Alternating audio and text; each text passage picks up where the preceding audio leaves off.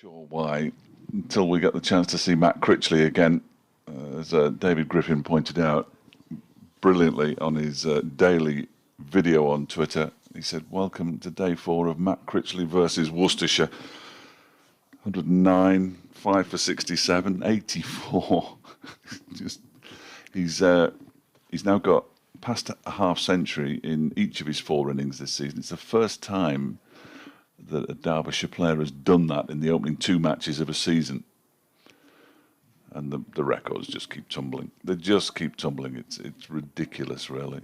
Was there one point yesterday we thought he might be standing alone in his achievement of there was a moment, wickets? There was a moment, and David Griffin actually put it out there because he's obviously got a lot of followers who are statisticians and that kind of thing. And somebody called Ramesses Tintin 1107 is no idea who he is.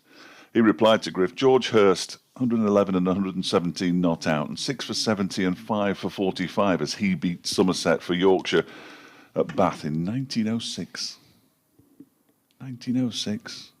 Wow. I only saw days 2 and 3. No, it would have been a 3-day game, I imagine, wouldn't it, in 1906? But yeah, we thought he was going to be a record breaker. He's done pretty well. Harvey Hussain is on strike, and it's going to be Brett D'Oliveira. This is madness. Well, Worcestershire will be quite happy, won't they? Because this is just taking time out of the game and less time for them to have to bat and potentially save themselves and secure a draw. So the field is spread, as you would expect, trying to stop Derby getting quick runs. And yeah, bat on as long as you want, lads, will be their thinking this morning. Well, I just hope they swing the bat, really, and have a go. But it's not really... Harvey's not a power hitter, as he's just shown there, by going forward and defending the first delivery of the day. Just hit everything. If that sums up Derby's attitude, I think we might be shaking hands at lunchtime, midday even. D'Oliveira again on the leg stump, turned into the leg side by Hussain, picks up the first single of the day. He moves on to 34. Hudson Prentice has 10, 269 for 5. We're rather hoping they go along at more than singles. First update of the day, due very shortly. That's exciting. As this one is turned into the leg side. Just a subtle little reminder for down there. It was just enjoying the cricket. I know, I just heard the news jingle in my ears, that was all. I thought, ooh. Dan's off. I'd hate him to miss his first one. 270 for 5. A single taken by Hudson Prentice. Hussain is back on strike and he plays it out into the leg side. That's 3 singles off the first 4 deliveries. 271 for 5. I would like them to see them get a move on though. D'Oliveira is in and bowls. That one is pushed back to the bowler by Hudson Prentice, who immediately looks at the handle of his bat, or the toe end of his bat rather.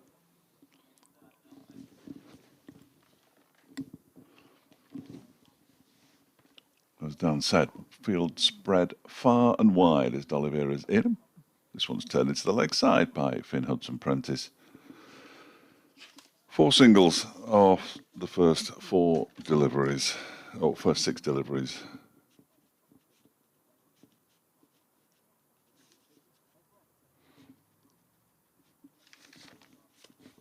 And the over, who's going to bowl from the racecourse end? It rather looks like Joe Leach is going to give himself a little trundle from the racecourse end, so at least one of the opening bowlers is up for it. And it might give Finn Hudson Prentice something to think about. There are no slips. There's a fine leg and a third man. There's a man out on the point, on the mid-wicket boundary. There's a man out on the long on boundary. There's a mid-on. There's a long off. Extra cover. Man out on the cover boundary. Backward point and a third man. Field spread far and indeed wide.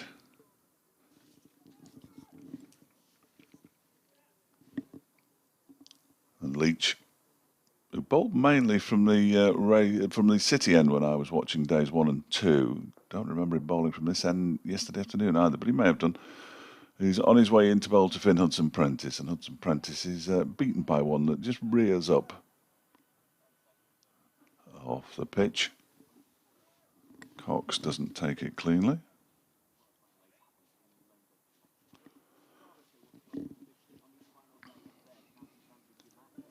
Update coming up. Yeah, disappointingly, Derbyshire haven't declared overnight. They were 268 for 5. They moved on to 272 for 5. Now, 4 singles off the first over of the day. They're obviously going to bat on for a while. How long? Nobody knows. Hussain has 35, Hudson-Prentice 12, and Derbyshire at 272 for 5. Their lead is now up to 357. This next delivery rears as well off a pretty decent length. Not entirely sure that the Derbyshire bowlers will be disappointed with that.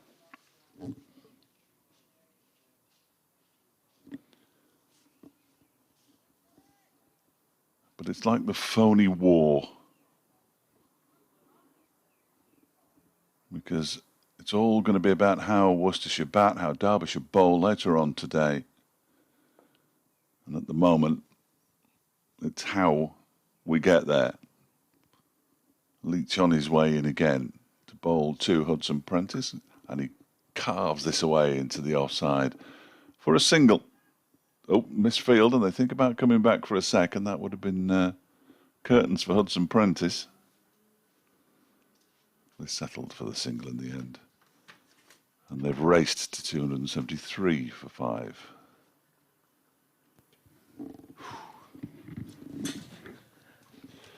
So 4 singles off the first over. That's a show of intent if ever there was one.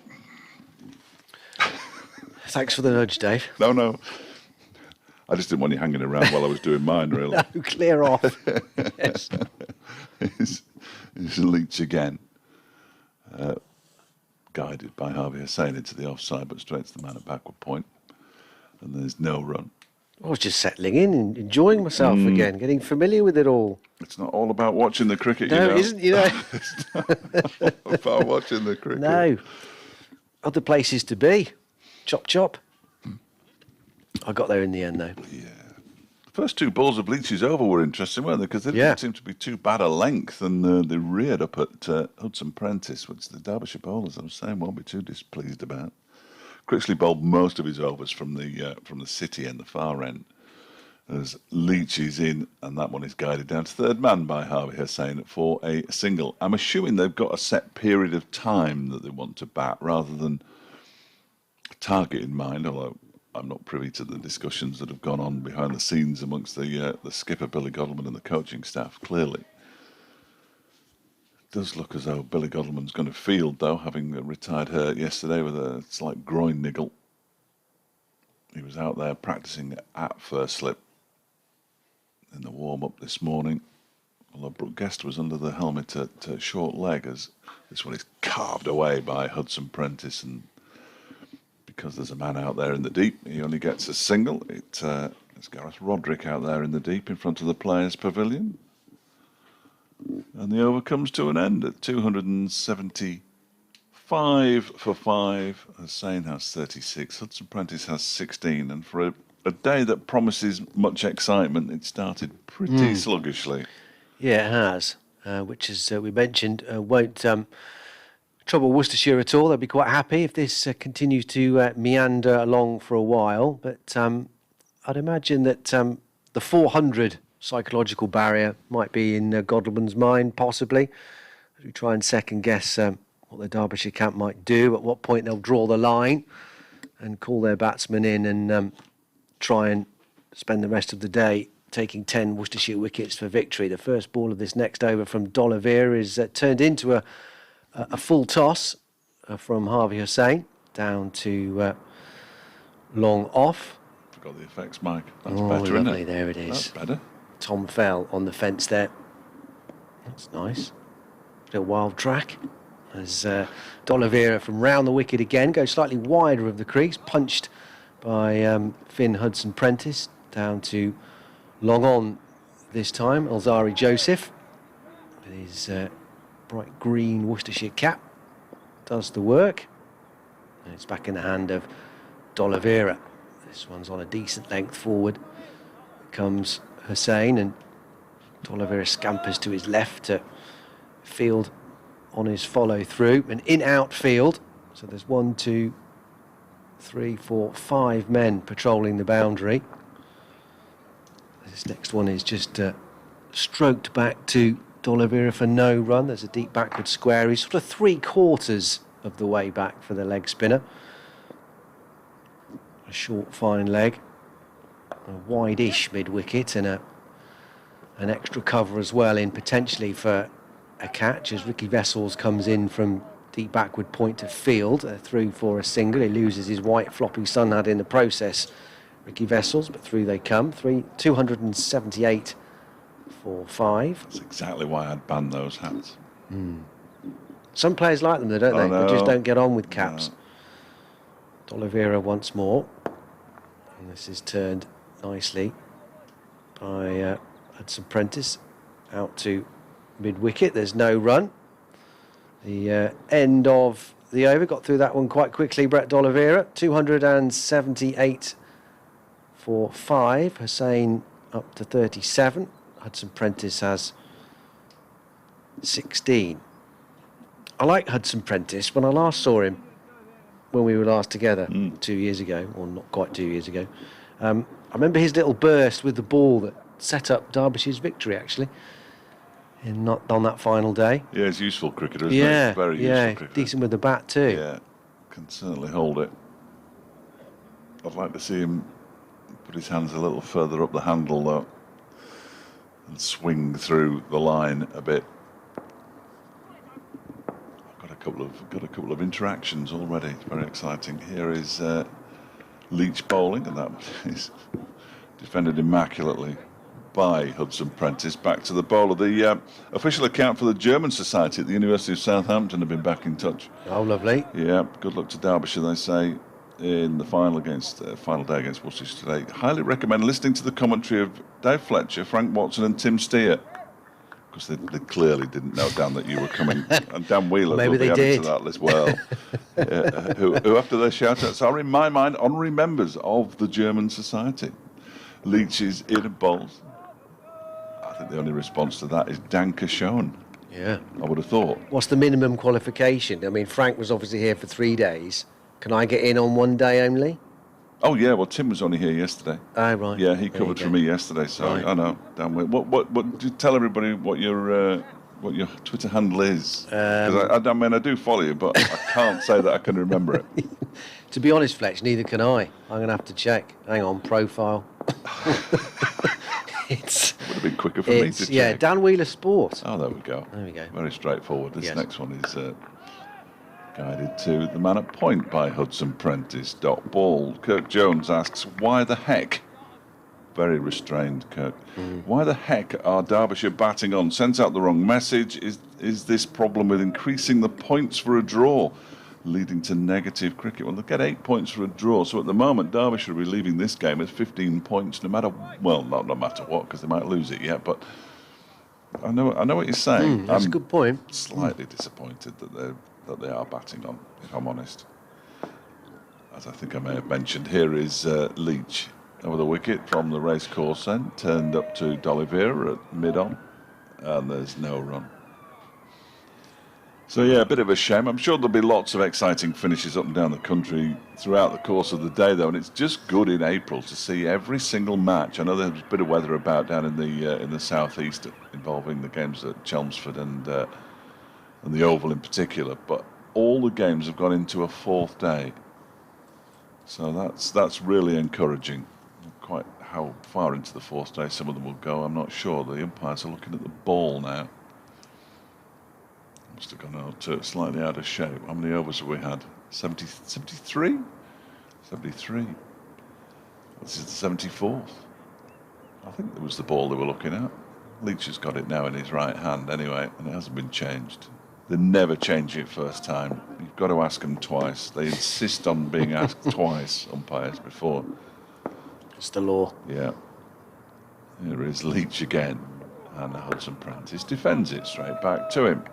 So it's got to be time that they're batting. They're thinking of how long they'd like. Well, they'd like at least 2.5 sessions. So they can't bat more than an hour, for goodness sake. Yeah. That would be madness. I would be astonished if they were longer than an hour. Maybe that's what they've said. That extra insurance of those runs. Yeah. But sooner the better. Leach is turned into the leg side this time by Hudson Prentice, down to deep backward square. Oh, they think about coming back for the second. There wasn't two there.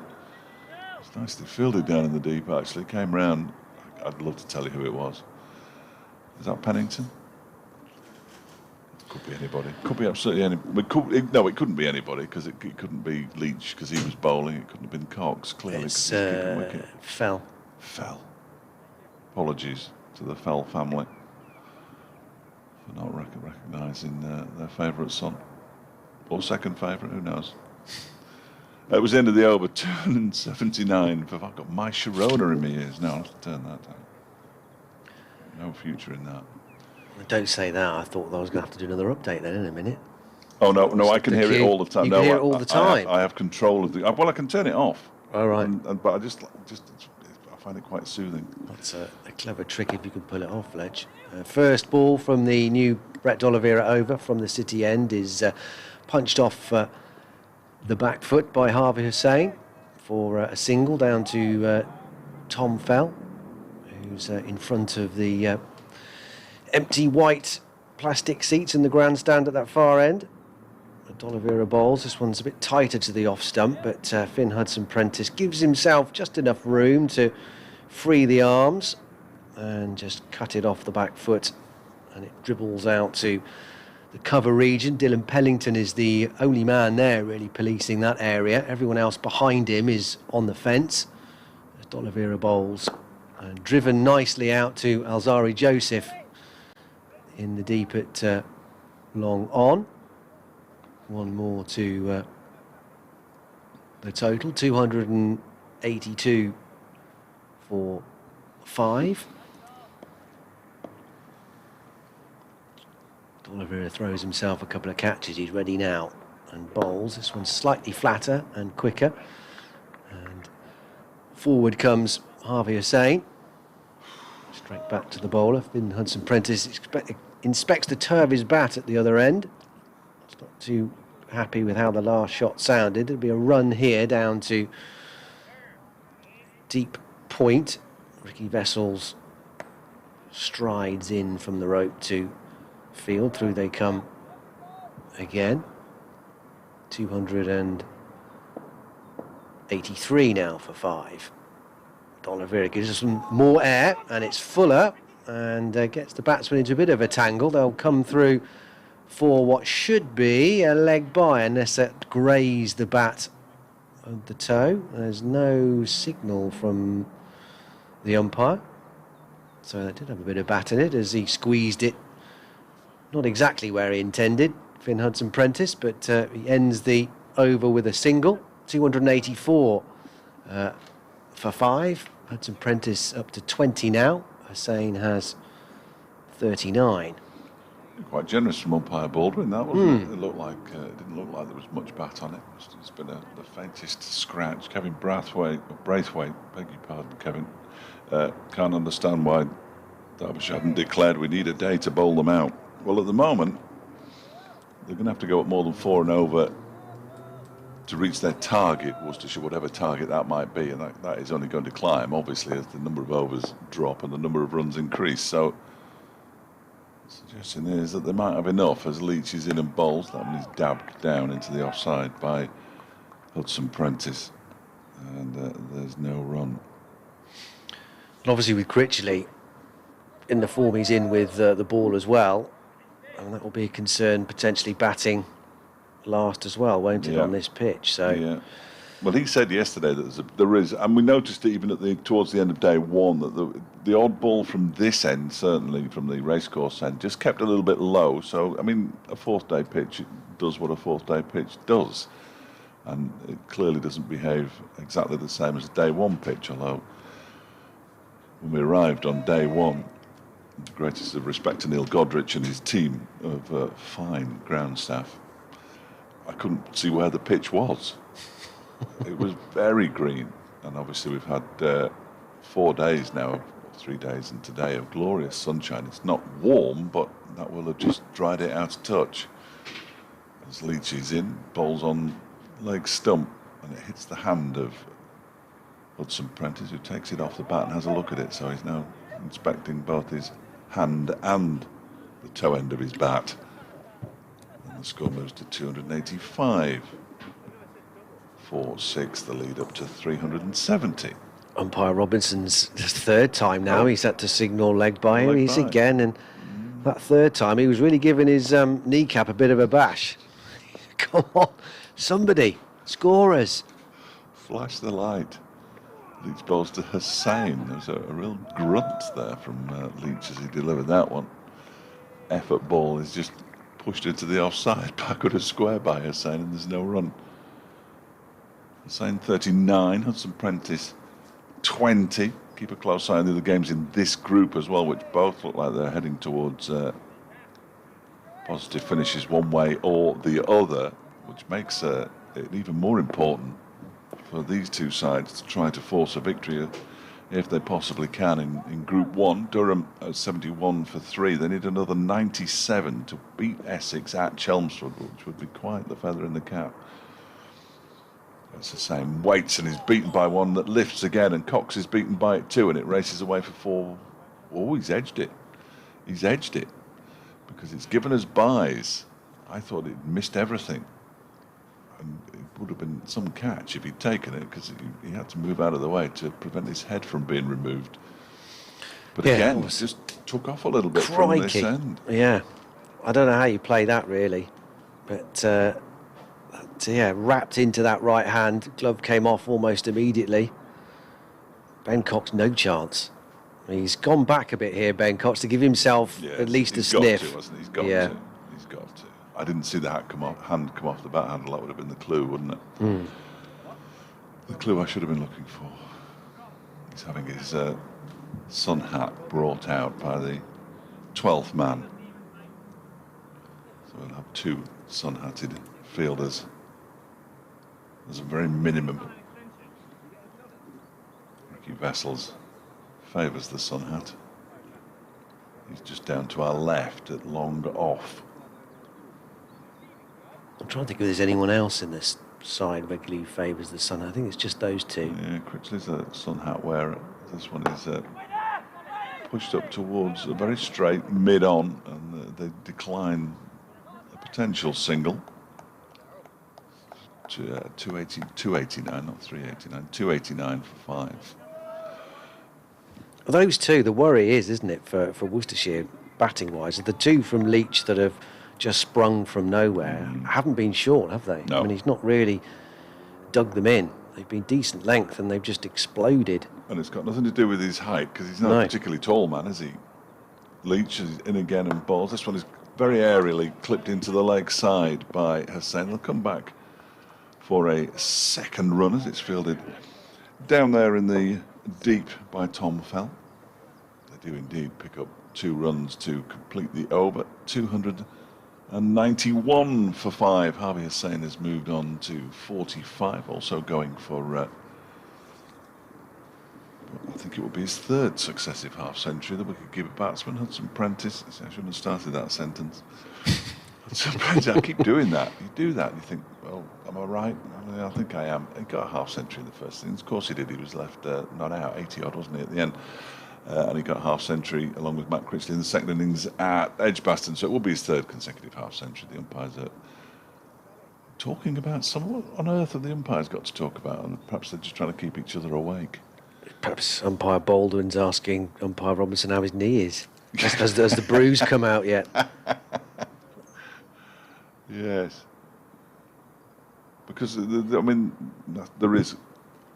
It says -3 the over 8, but we're not. I don't know why. Don't understand it. Don't want anybody to explain it to me. But it does say -3, but we're not sure whether the minus sign is there because there is no plus sign. Right. It's a bit of a conundrum. Wow. Yeah. That's an extra variable. Yeah. So it could be +3, in which case they can slow things down. So we're not sure. Anyway, I won't worry too much about the run rate, or the over rate rather, at this stage. It is the run rate that's the key, and there are only 90 overs remaining today, so it would mean only 87 if they declared after this one that Derbyshire would have. Oliveira, new over, onto the back foot goes Finn Hudson-Prentice, out to Dylan Pennington at short cover, and there's no run. So it could be the 2 bits of the plus don't work on the scoreboard. Yes. Yeah, it could be absolutely anything on that scoreboard. Oliveira round the wicket again on the sweep. This time goes Hudson-Prentice, makes no contact with it. There's a little appeal from Oliveira. We're getting a new scoreboard. Are you? We won't be able to see it. Oliveira again, and this will be a single. Up onto his toes goes Finn Hudson-Prentice, out to long off to Tom Fell. Through they come for another nice gentle single. It's been the rhythm of the morning so far for Derbyshire, deciding to bat on. 292 for 5 now, and a carbon copy delivery and stroke this time from Harvey Hussain.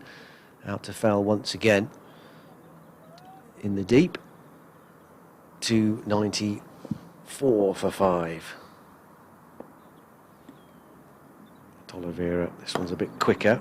Hudson-Prentice slaps it straight at Pennington at cover, goes down on one knee, gets everything behind it. It's a rather large motorcycle. I can't see it, I'm only guessing by the volume it's making. This next delivery is just defended straight back to the bowler, who scrum half style shovels the ball out towards a teammate.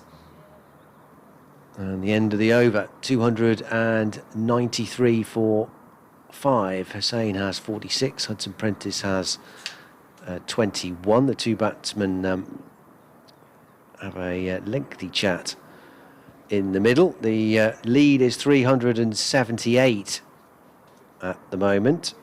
So 22 away from that 400 mark. Maybe that will be the signal for them to come in, or maybe they'll bat for another 35 minutes or so till 12 o'clock. Who knows?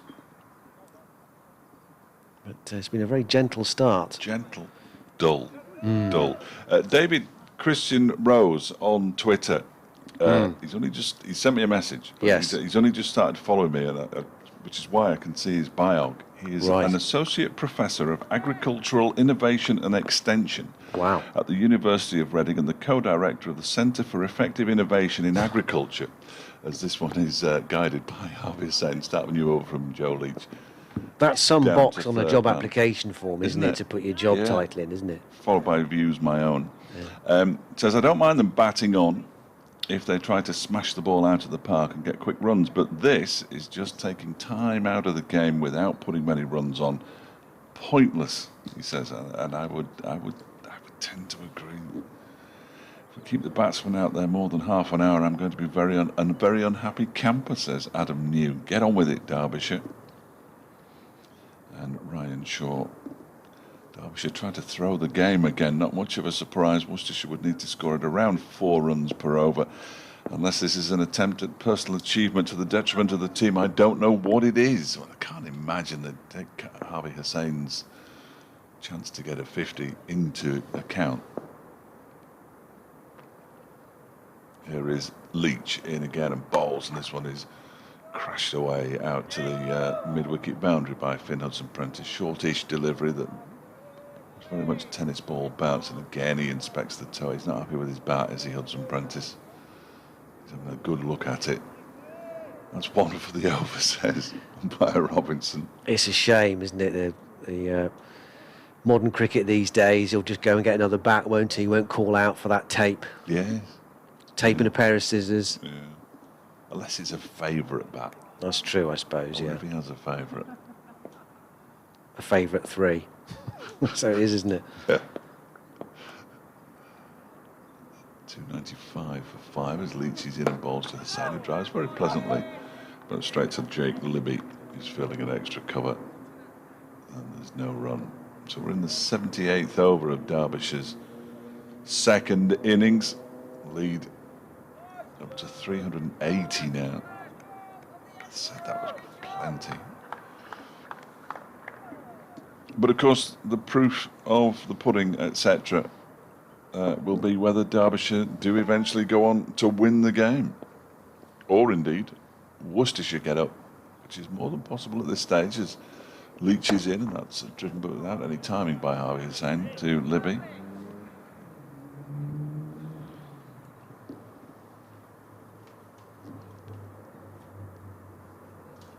The game continues to meander. It's going to be a very tricky 11:30 update, this, because absolutely nothing has happened.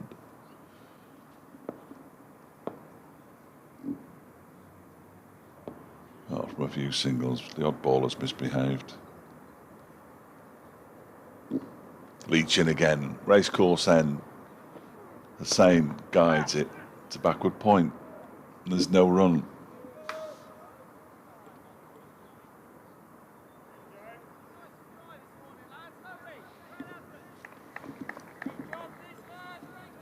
So we won't really know whether these tactics pay off until around about 6 o'clock tonight, I fancy. Because the full 96 overs have to be bowled and the light will be good. Come the close of play, you would expect. It's been decent throughout this. There's glorious sunshine here now. There is a very thin blanket of cloud up above.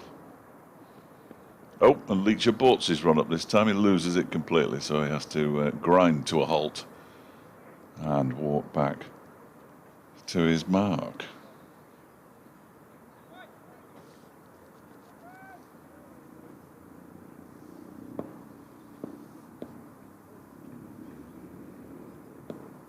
Leach going to try again.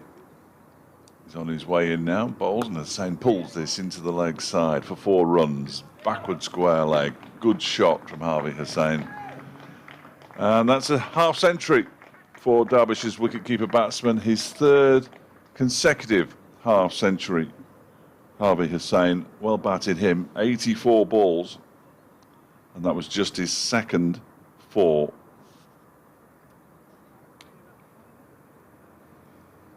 Takes Derbyshire to 299 for 5. Lead is 384 now. It's also the final ball of the Joe Leach over. Hudson Prentice on 22. He'll be on strike.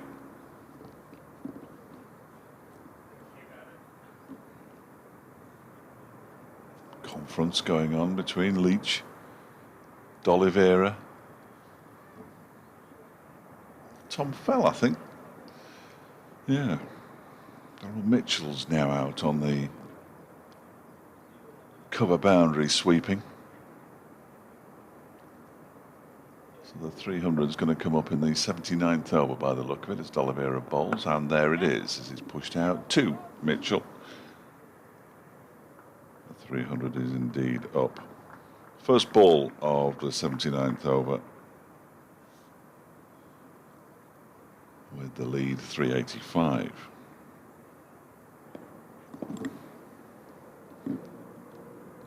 D'Oliveira in again.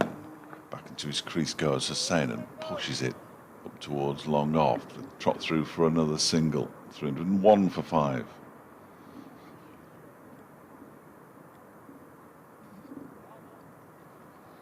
Yeah, 94 minutes Harvey Hussain out there for his half century.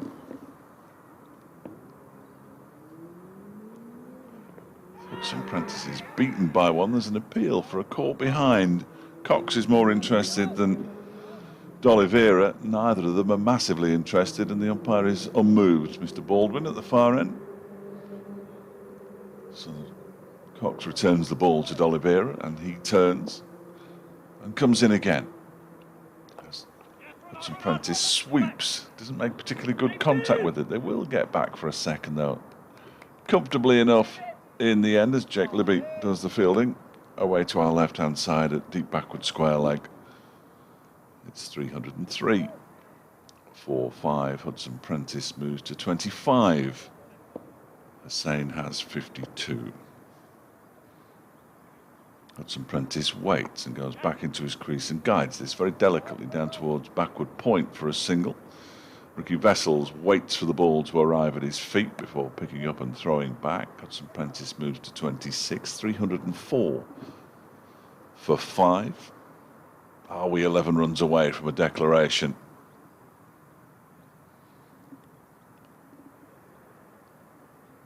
D'Oliveira bowls again, and this one is guided by Hussain down to Ricky Vessels this time.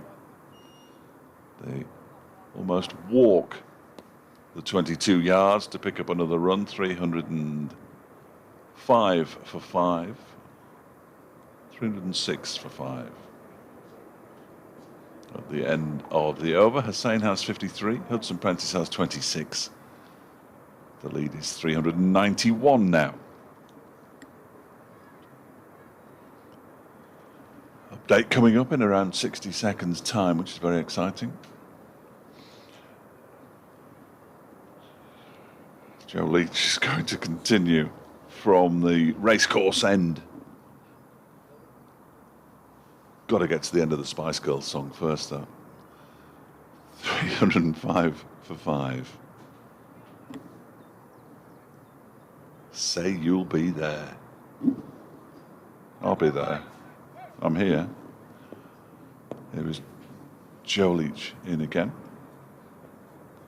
Bowls and Hussain picks up a single. 306 for 5. Possibly the dullest half an hour of cricket I've seen all season so far, Steve, I'm afraid. Derbyshire batting on. They've moved on to 306 for 5. They lead by 391. In fairness, Harvey Hussain has passed a half century. It's his third consecutive half century, having got one in the first innings here and the second innings against Warwickshire at Edgbaston. Finn Hudson Prentice is on 26, and between them these two have added 56 runs so far for the 6th wicket. We're just waiting for the declaration, because when that comes the game will really be on. Hudson Prentice picks up another single. He moves to 27. Derbyshire 307 for 5. That's a lead of 392.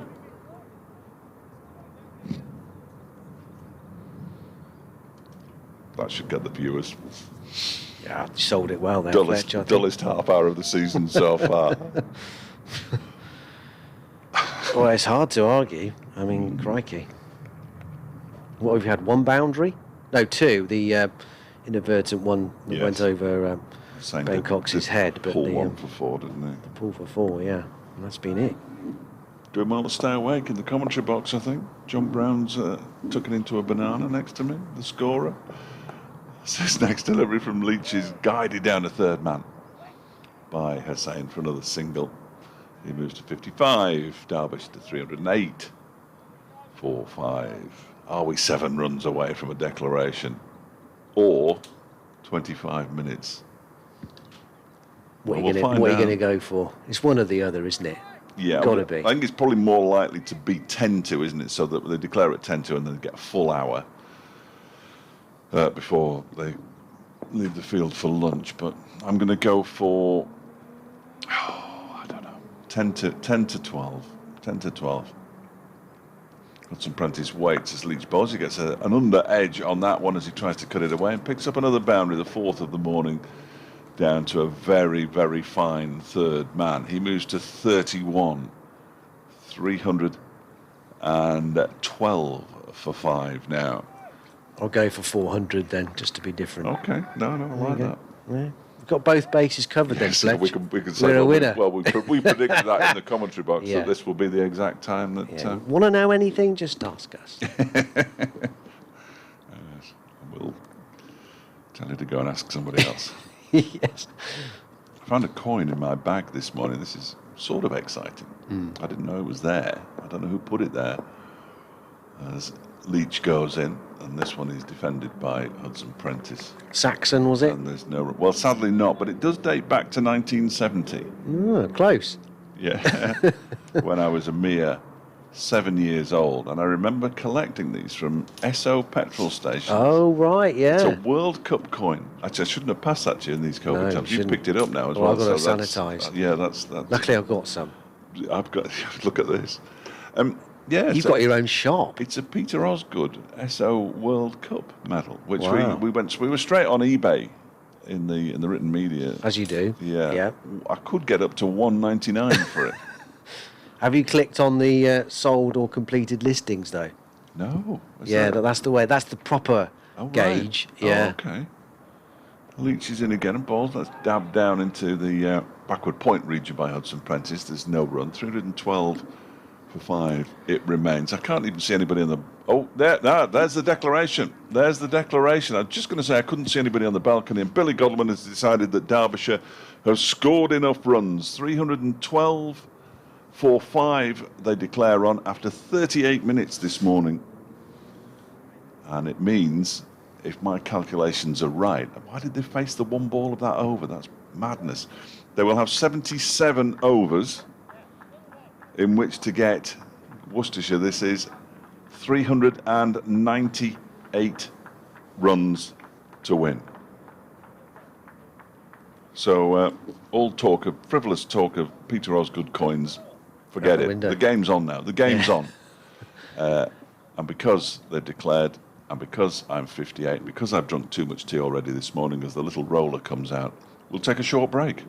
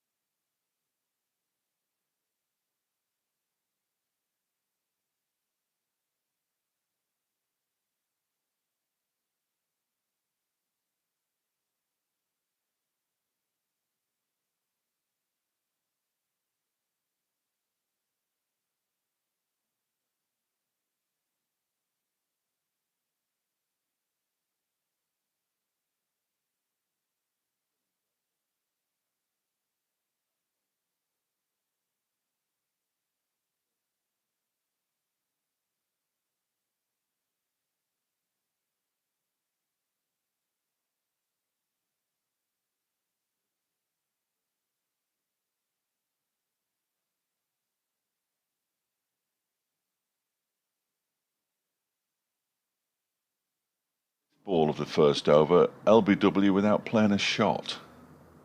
It's a terrific way to get out, I always think, not playing a shot. So it'll be Sam Connors. Breakthrough season last season. And immediately propelled to being the leader of the Derbyshire bowling attack at the age of 21. Product of the Derbyshire Academy, of course. Durham are being put to the sword at Chelmsford. They're now 88 for 5.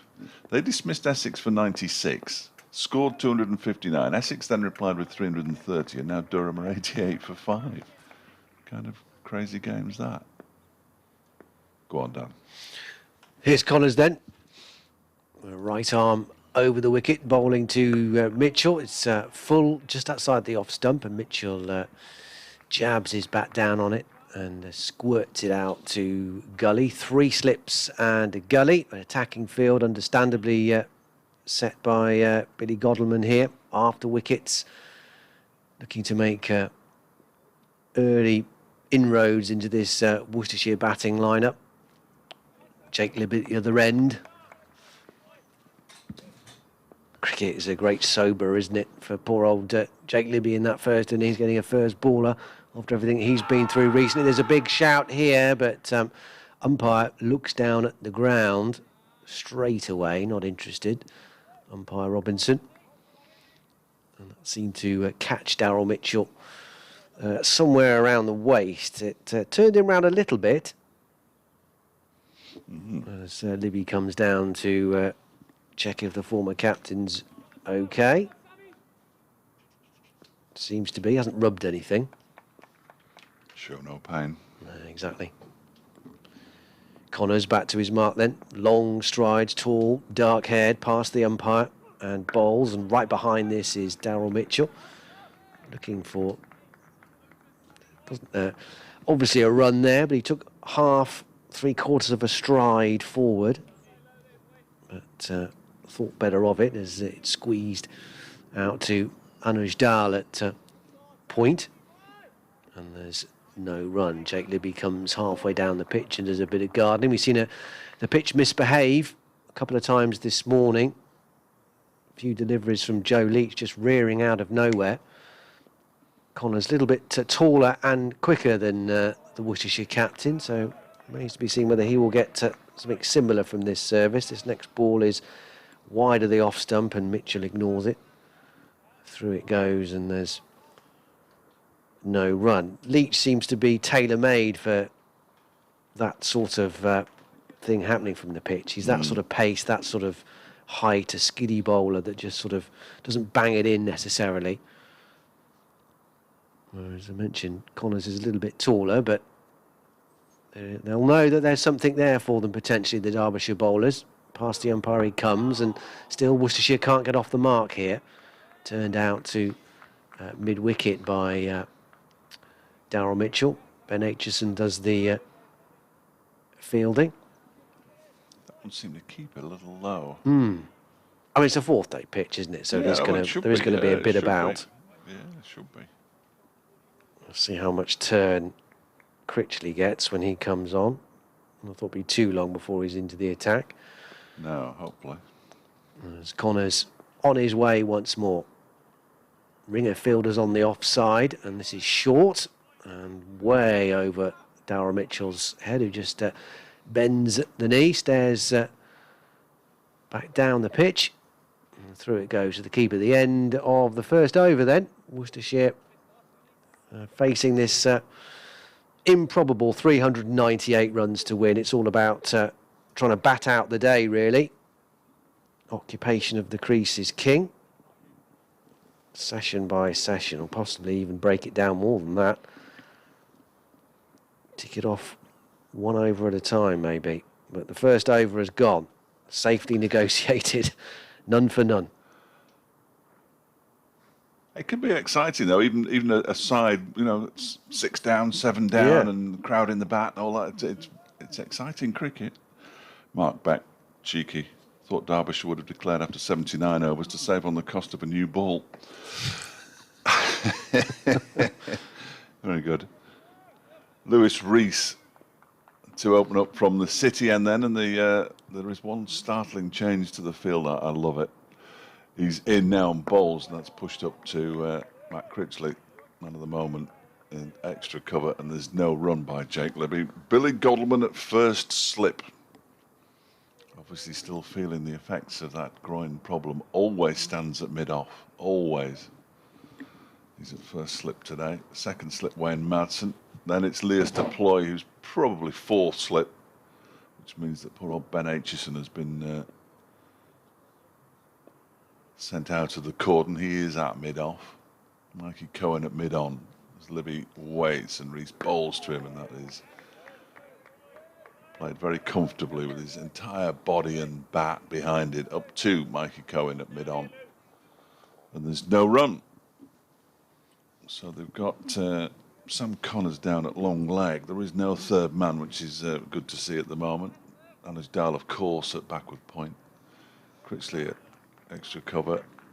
Mid-off, mid-on you know about. And mid-wicket, who's the Hesut Finn Hudson-Prentice. As Reese bowls outside the off stump, Libby has nothing to do with it as it goes through to Harvey Hussain. I did see practicing earlier, though, Brooke Guest, who's a 12th man. He is a wicketkeeper by trade, and he was practicing before the start of play at being a short leg under the helmet. So I wonder if that's when Billy's groin will just start giving him a bit more grief, because he won't want to go in at short leg. Clearly the captain's never field there. Reese bowls, and this one's clipped very nicely off his pads out to the mid-wicket boundary for 4 runs by Libby. So Worcestershire underway in their pursuit of 398. Really nice shot. Slightly overpitched by Reese. May well just have swung back into the pads and clipped away beautifully. So he's off a pair, which will cheer him enormously. 4 without loss. Oh, Worcestershire. Flag, wind's changed direction. It's coming from the south now, according to the flag on the right-hand end of the members' pavilion, far end of the ground, as this next one beats the edge of Libby's bat and goes through to Harvey Hussain. Good delivery from Reese on that occasion. That was an absolute cracker. We're right behind that as well, aren't we, Fletch, from that end? Left arm, perfect angle. Yeah, beautiful. Little bit of seam movement away from the right-handed Libby as he came forward. That missed grazing his outside edge by absolute whiskers. That's a good point by Drew as well, that would have preferred to retain some overs for a second new ball if needed later today. Of course, the new ball, they'd have 4 overs with it. As this next delivery is pushed into the offside by Libby up towards Critchley, who comes in to do the fielding, and at the over 4 without loss. All those runs to Jake Libby. Daryl Mitchell yet to get off the mark. But yes, so they won't really have a second new ball. Although having said that, by that stage you'd be hoping that from a Derbyshire perspective that Matt Critchley was turning it square. So we'll wait and see. It's going to be Sam Connors to continue for the time being, though. Of course they'll get a little burst, will the openers, and then it'll be interesting to see who Godleman turns to after that. Warwickshire, I didn't give you their score incidentally. They're 212 away from victory, 121 for 3 against Nottinghamshire at Trent Bridge. Dan's taking no chances. No chances at all. If it takes him 3 minutes to get out of this door, through the next 2 doors and turn right as Connors begins a new over and turned into the leg side by Daryl Mitchell, he's a lot slower than I remember at Kidderminster, because he used to race across that pitch at lunchtime. Far end of the ground. First to the rice. He'll be back after lunch, of course. Dan Wheeler from BBC Hereford and Worcester. Dave Fletcher from BBC Radio Derby with the commentary from the Incora County Ground. This final day of the first home game of the season for Derbyshire, as Connors is in and Mitchell gets one down the leg side. There's a half-hearted appeal from Harvey Hussain for a strangle down the leg side. Couldn't really have appealed with any less conviction there, Harvey, even if he tried. similar field for Connors as Rees had. So the 3 slips. We want the lid already for Leas deploy. He's just called for it. 3 slips in place. And this one rears up at Mitchell, and he deals with it really nicely by getting high on his tiptoes and playing it down just wide of the 3-man slip cordon. And he gets off the mark as well with a single, but that one did rear. Just to give Connors a little bit of encouragement. The third of the slips is Matt Critchley now. Leas deploy, he's going to get the helmet. He's going to go in at short leg, I fancy. Oh dear. He didn't put the pants that hold his box in on. So he's had to remove his trousers, Leas deploy, just to put his jock strap on. And now he's replacing his cricket boots. He's taken the helmet from the 12th man. He's put the box in, of course. Crucial. He's held on to his cap, though. He'll stick that down the back of his pants, I reckon. 5 without loss. I hope he's going in a short leg now. Yes, he is. He's about a strip and a half away from Jake Libby's bat as he waits for Connors to come in, and Libby edges this one down to 3rd man for 4. Genuine edge. Very, very wide of the slip cordon. And away to the boundary for 4, 9 without loss, Worcestershire. Libby moves on to 8.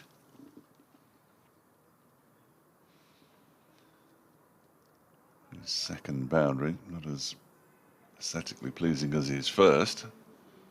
385 to win now.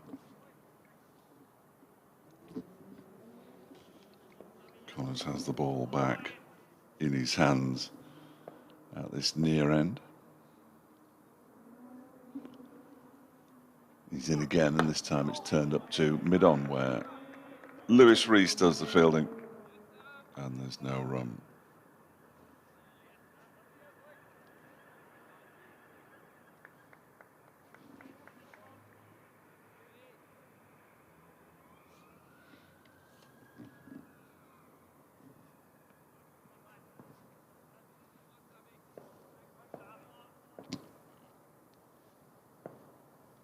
.389 runs required. Connors is in again and bowls. That one is left alone by Libby. Goes through to Harvey Hussain, and there's no run. Be an update coming up shortly for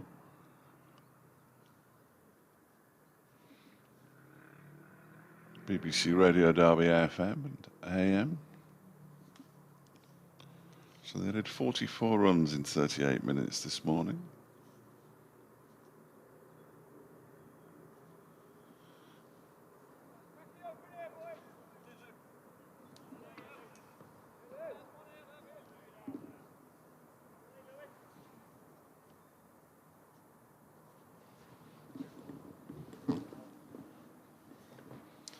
Lewis Rees to continue.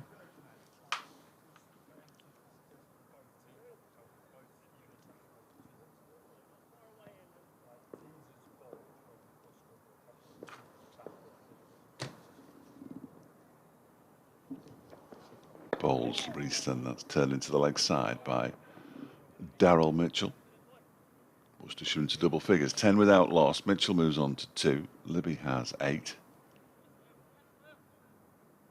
Too many alarms so far, it has to be said, for the Worcestershire batsman. Mikey Cohen polishing the ball furiously on his left hamstring. Libby waits, raises his bat as Rees comes in, and that one is driven very nicely and well fielded by Critchley in the covers. And there's no run. So deploy at 4 slip, Madsen at second, Godalming at first.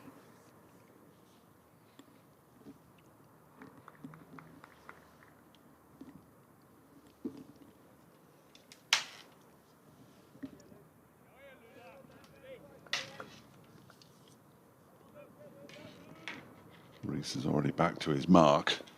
Doesn't take him long to get back into position, Lewis Rees, and he sets off again. From the city end, bowls, and that one is driven very pleasantly, but straight to Ben Aitchison, who slides on his knees and prevents a single from being taken. Update coming up.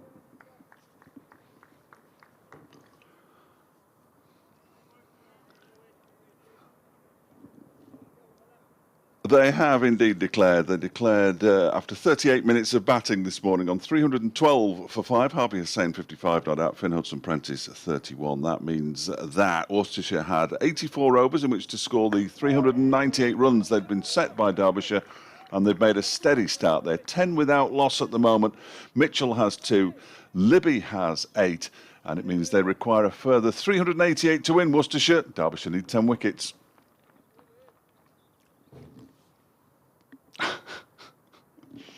Sun cream on my head.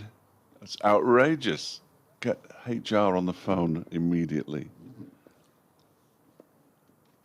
Sun is out, of course, here at the county ground. This is the next delivery from Lewis Rees. Libby plays it straight back to him. Paul says, poor from Derbyshire this morning. Surely you should back your bowlers to defend the 353 in the fourth innings. Couldn't agree more, Paul. Could not agree more, as you may have detected from my tone.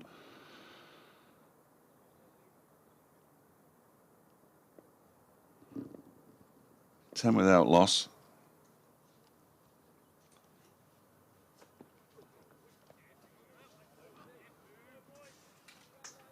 This one is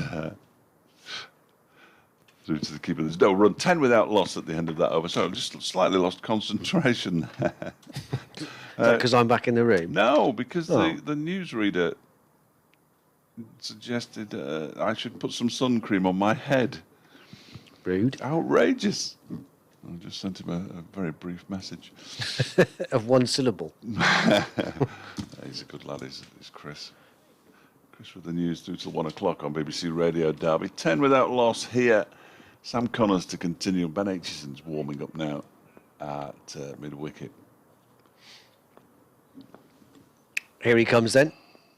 10 for no wicket. Daryl Mitchell facing. And there's been a change in the slip cord. There was 3. Now there's 2 and a gully as Mitchell defends this next one into the onside. Short leg now in place.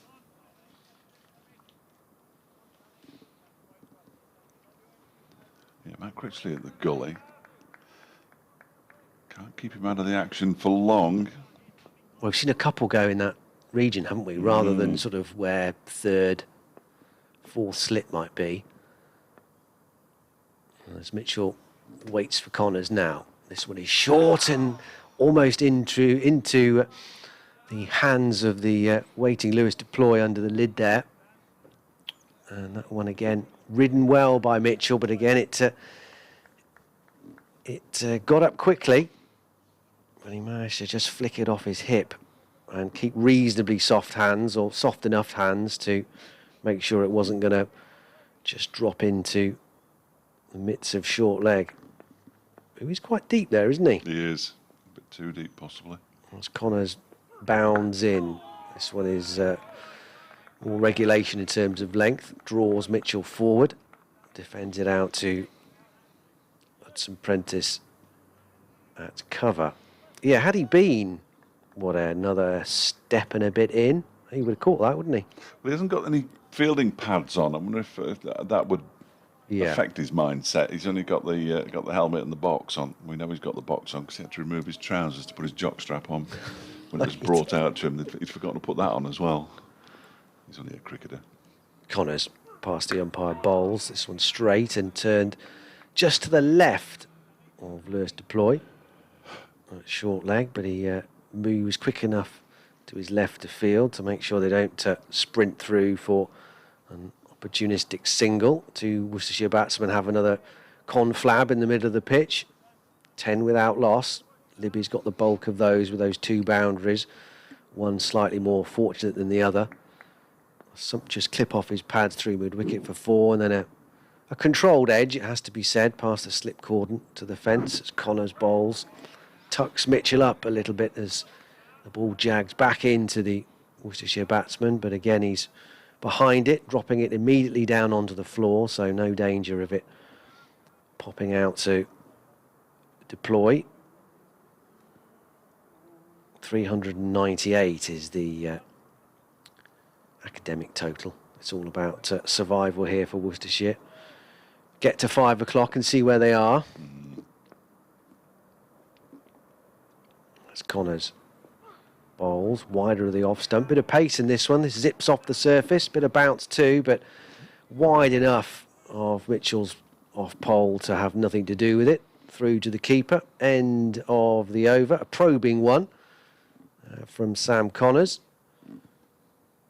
But no runs coming from it. 10 without loss. Getting advice now from Paul. I should never mind the sun cream. Pack an extra coat for Durham, because it's still winter up there. I think the Durham correspondent might suggest that it's the warmest part of the United Kingdom at some point during the commentary. If you want to play Martin Emerson bingo, get your cards ready for Thursday. I'm sure they're available on the BBC Sport website, or so you could draw up your own. Too far south for the weather to be reliable, that kind of thing. Here's Lewis Rees begins a new over, and Libby pulls his bat inside that one as it goes, so it's a no ball as well. So 2 more to the total, 12 without loss. I feel the collective incredulity at the timing of Derby's declaration kind of deflected us from the coin story. Yes. The Peter Osgood token. Yeah, Peter Osgood. How did that end then? Has it been in your bag since 1970? I don't think we had computer bags in 1970. Right, we certainly didn't have computers, so it would have just been a bag. Reese bowls, and that one is edgily played up towards mid-off. Critchley comes in from the covers to do the fielding. I was searching for my clock, which is a very clever clock, which is very accurate, works off satellites apparently. Right. Tells the temperature. I've got and the those. time. They're the ones that, well, all clocks correct themselves now, don't they? I still find that mind-blowing. Yes. Yeah, how do they do that? I don't know. Yeah, when it comes to spring forward and fall back, you barely have to do any anymore. Reese bowls, and that's a fuller delivery. Libby pushes it out into the onside. Hudson Prentice with a tumbling parry. Fielding completed by Mikey Cohen. Again, there's no run. So I was searching for the clock and saw something glistening at the bottom of my bag. I thought, hello. I wonder what that is. I might have dropped 10p in there. Disappointingly, it was a Peter Osgood coin. But now that I know it's worth £2, I'll look after it. Little signature at the bottom. He had a big blue card. You won't remember this because you're far too young. Big blue card. You used to get one every time you got £1 worth of petrol, as this one is. Clipped into the leg side by Libby. He's going to get at least a couple here. Sam Connors races around the boundary from long leg to do the fielding, and 2 is what they get. He moves into double figures. He's on 10. Worcestershire 14 without loss in pursuit of 398. And you used to have to, there were little circles cut out of the card, and it was backed with paper, and you pushed the coins in and you completed the full squad. I remember somebody called Newton, might have been Ian Newton, was in the coin collection. Never got anywhere near the 1970 World Cup squad, but they must have had to have produced it months in advance. I don't think Peter Osgood was a particularly regular starter. Around the wicket, Reese bowls, and Libby pushes it out into the offside. Straight to Matt Critchley. So could you choose who you wanted? No, they sort of pick a packet, right. yeah. Okay. Pay for your petrol and pick a packet. I see. And there was one coin. Like the old bubblegum stickers. Yes. Exactly like that. Yeah. Exactly like that. And going further back, I've got a couple of completed cigarette card collections, but I don't think that's encouraged anymore. I don't think it is, no. I'm not even sure if bubblegum's encouraged anymore, and petrol's going out of fashion. My entire life is being wiped away. Reese around the wicket bowls, and Libby defends it back to the bowler, and there's no run. But it was backed with paper and nothing more than paper. So you used to very carefully push the coin into the hole, and it was quite tight. And then you just push it too far, and the thing would go straight through. Your thumb would follow it, and there was just bits of paper everywhere. But yeah, you can buy a full set for about a tenner now. on a well-known auction website. That's disappointingly not much money. It's not much money at all, is it, really? There's Reese around the wicket, balls, and that comes off the bottom of the bat, out into the offside. And it's fielded by Anuj Dal. And there's no point. No point. There is no point. There is every point. Henry Newton. Yeah, could be Nick. Thanks for that. Yeah, it was somebody Newton, definitely. And I don't think I'd heard of him before and haven't really heard of him since, in all honesty. And Drew Walker, well. There it is. There's a photograph of said collection. Oh, marvellous. Yeah, I'll retweet that just so that everybody else can see it should you require. It was England's 1970 World Cup squad, Esso. They still exist, don't they? Esso, petrol stations. They do, yeah. So other petrol stations are still available. Yeah. Obviously Peter Burnett is in it, isn't he? Yes. Yeah, well, he was single-handedly responsible. Yes, Keith Newton, says Nick. You're right. Keith Newton. He was Keith Newton. He was single-handedly responsible for our exit. Connors. Continuing from the racecourse end, Mitchell will get a run here. He'll look for two. They'll run the first reasonably quickly. Long leg is sprinting round, but there's ample time for them to come back. Michael Cohen is the man out in the deep doing the fielding. Back they come for two. Mitchell is he off the mark? Or was that just a slow? He's got 10. You can't see the one. No. Libby. Yeah. No, Mitchell. No. Mitchell got there. You go, 4. Oh right. Yes, sorry. 4. Sorry. Crikey, that board is slow. I found the only thing slower than me. Well, no. Well, occasionally it'll be really quick. And it'll get you. It'll get you in the end. It's 16 without loss. This one keeps low from Connors, just outside the off stump, and exaggerated downward lunge on the ball from Mitchell, but he's got enough bat on it to stop it causing trouble. Out it goes to point, and there's no run. It triggers another conversation of maybe some concern between the two Worcestershire batsmen, but just sort of pepping each other up, trying to get through. 45 minutes away from lunch. Obviously, Worcestershire will want to get there still with 0 in the wickets column. All about trying to bat time here. Mitchell has 4, Libby has 10. Connors, long strides. This one's short, and Mitchell plays it very well. Gets right behind it, but it makes contact with his bat a couple of centimetres in front of his nose, but he keeps it down nicely, and Critchley picks it up at sort of 3rd and a half, maybe 4th slip. In fact, he's going back to more of a gully position where he was now, slightly wider. But this is an examination here for the Worcestershire batsman, principally Darryl Mitchell in this over from Sam Connors. Getting ready to come again, but Mitchell's making him wait. But there is a tweak in the field. Godalman at first slip, just moving square leg behind square. So Connors is ready, past the umpire and bowls. This is leg stumpish and nicely turned away from exactly where that poor fielder was. Ben Aitchison is now giving chase, giving up now as it skips over the rope and wondering, typical. If I'd stayed where I was, that was probably straight to him. But it's 4 runs instead to Darryl Mitchell. His first boundary, he doubles his score. He's up to 8. Worcestershire now 20 without loss.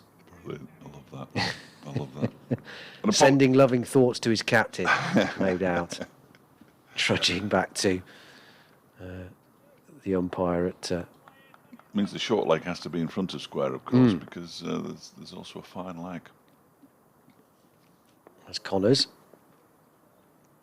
Moves in and bowls, and this is a cracking ball, and Mitchell is beaten. A little bit of a fend outside the off stump.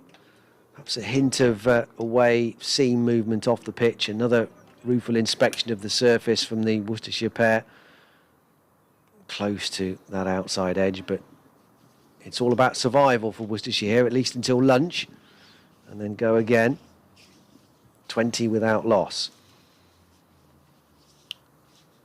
Talking of Esso garages, and I do remember Smurfs, or Smurfs even. Do you?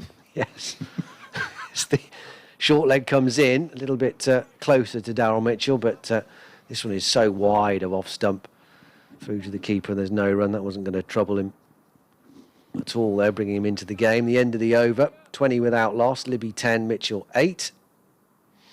Another over chalked off. Yeah, it worked in the same sort of thing, I think. I remember the glass tumbler as well he used to get with a certain amount of petrol. Oh, yes. Yeah, you used to have to collect 4 tokens, and you walk in very proudly with your 4 tokens and get a tumbler that you put at the back of the cupboard and with never a used. tiger etched on. Yes. That was it.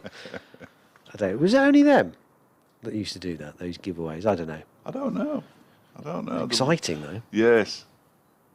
Certain amount of jeopardy. This one is turned into the leg side nicely by Jake Libby. He'll pick up a couple of runs for that. Sam Connors comes around to do the filling. I tell you what made it really exciting as a kid, because those days, of course, you had. I am old enough to remember where it was not self-service. So you had the little man sitting in the booth, and when you pulled up, you could see the Smurfs lined up on his windowsill. It might have been his personal collection, I've got no idea.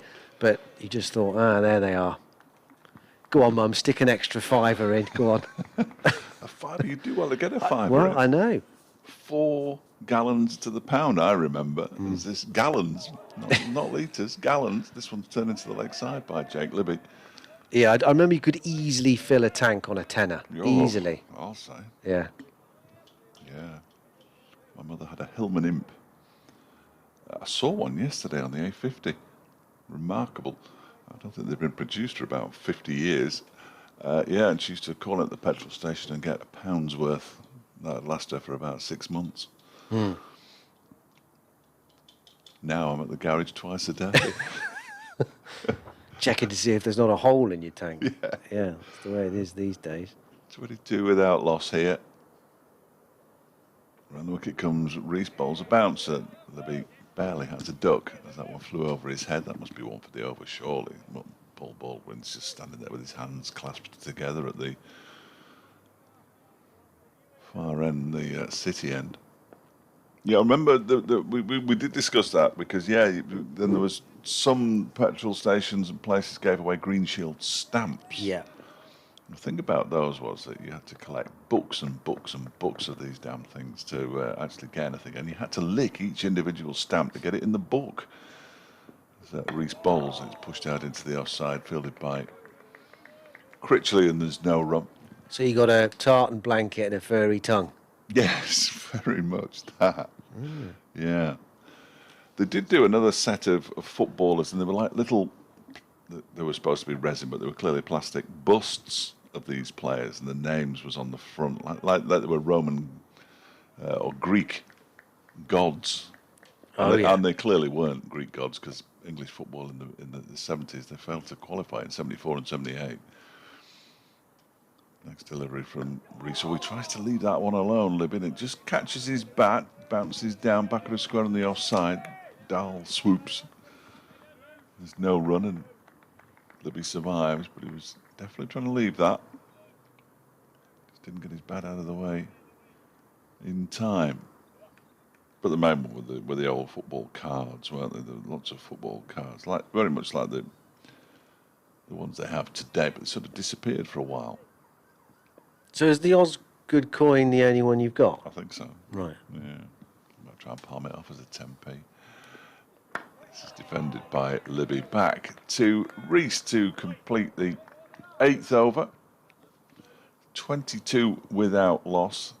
We have I was going to say a minimum. It is a minimum, I suppose, because we have a last hour, don't we? A minimum of 76 overs left in the day for the 376 runs that Worcestershire require for them to get those, or for Derbyshire to take 10 wickets, and they haven't really looked like taking a wicket in the first 8 overs, but I have seen Matt Critchley warming up his shoulder, and there he is again, look, Gully, warming up that right shoulder. We'll probably get a more realistic idea, won't we, when he bowls? I think so. What this pitch is going to give him. He'll be aching tonight, I think. Connors then to continue. Bowling to the right-handed Daryl Mitchell, who's behind this perfectly in line. And just knocking it up to Lewis Reese at mid-on. And there's no run. The 2 slips, Gully, short leg are the men interested in the catch. An orthodox point. mid-off, mid-on. A man just behind square on the leg side,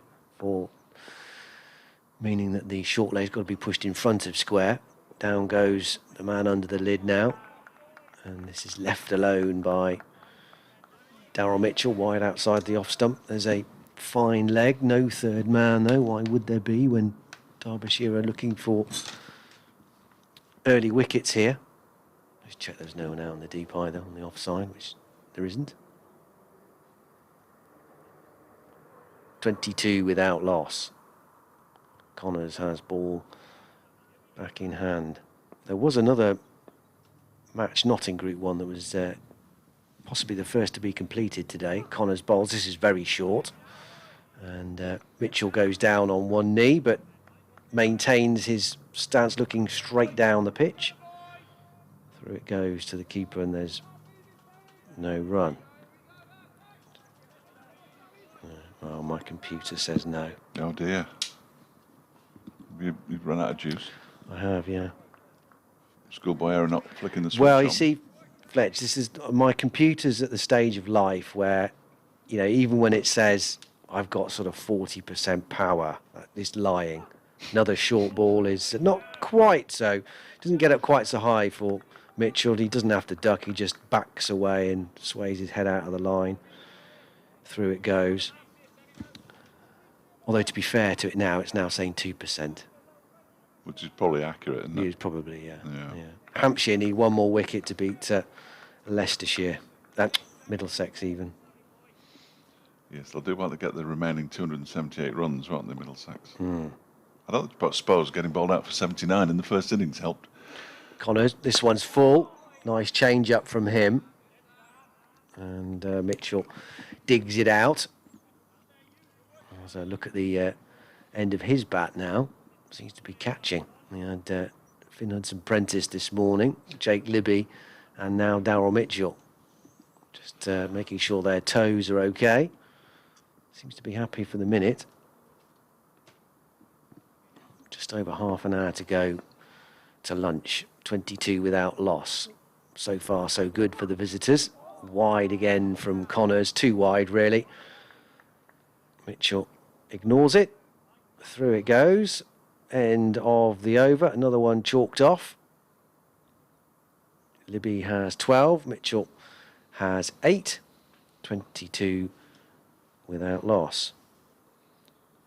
Lewis Rees removes his sweater. He's going to continue. Fraser Middleton remembers the coins well. He says he had a cracking wall chart too, with all the fixtures and bordered by coloured photographs of each of the final England squad. I don't remember that. He thinks it might have been a follow-up promotion. Paul's been in touch again. When is he not? Strange world where people can't watch cricket. Chesterfield Seconds played yesterday in front of around 200 in a public park. Of course, Chesterfield Cricket Ground, a public park. Here is Rees around the wicket, bowls to Libby, who pushes it out into the offside. A couple of photographs, very picturesque. Terrific ground, and hopefully Derbyshire will be there this season. Didn't go there last year, of course. Didn't go anywhere in Derbyshire last year. Every game away from home.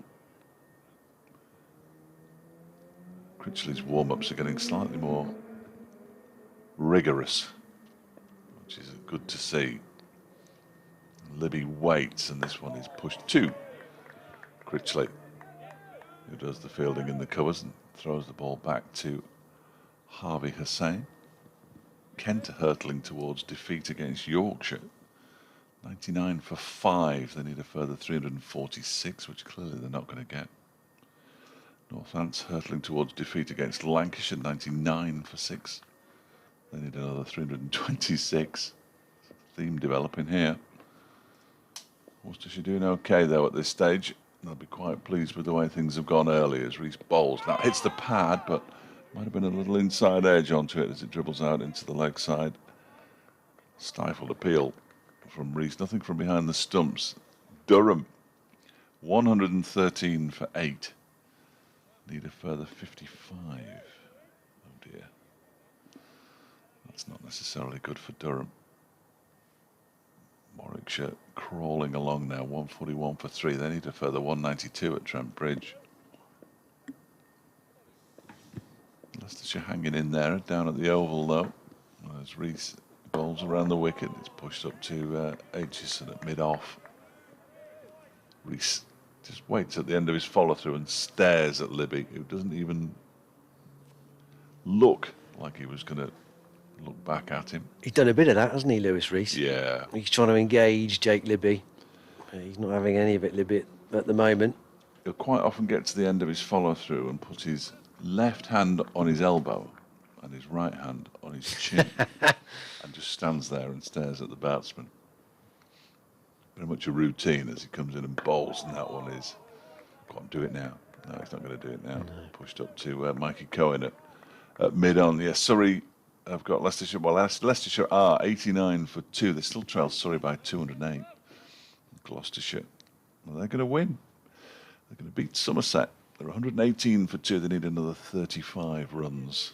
You would expect they're going to beat Somerset. Well, let's put it like that. After dismissing Somerset for 149 second time round. So a good win for Gloucestershire, that.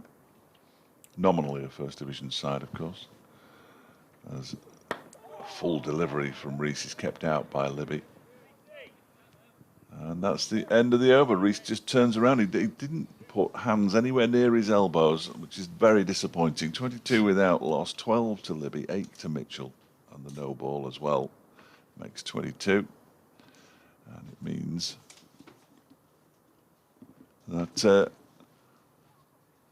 Worcestershire, after 10 overs, now require 376 runs from 74 overs. And we're going to see the first change in the bowling as Finn Hudson-Prentice will be brought into the attack from the racecourse end to replace Sam Connors. Connors bowled steadily, 5 overs, 3 maidens, 0 for 11. Lewis Rees, 5 overs, 1 maiden, 0 for 11 himself.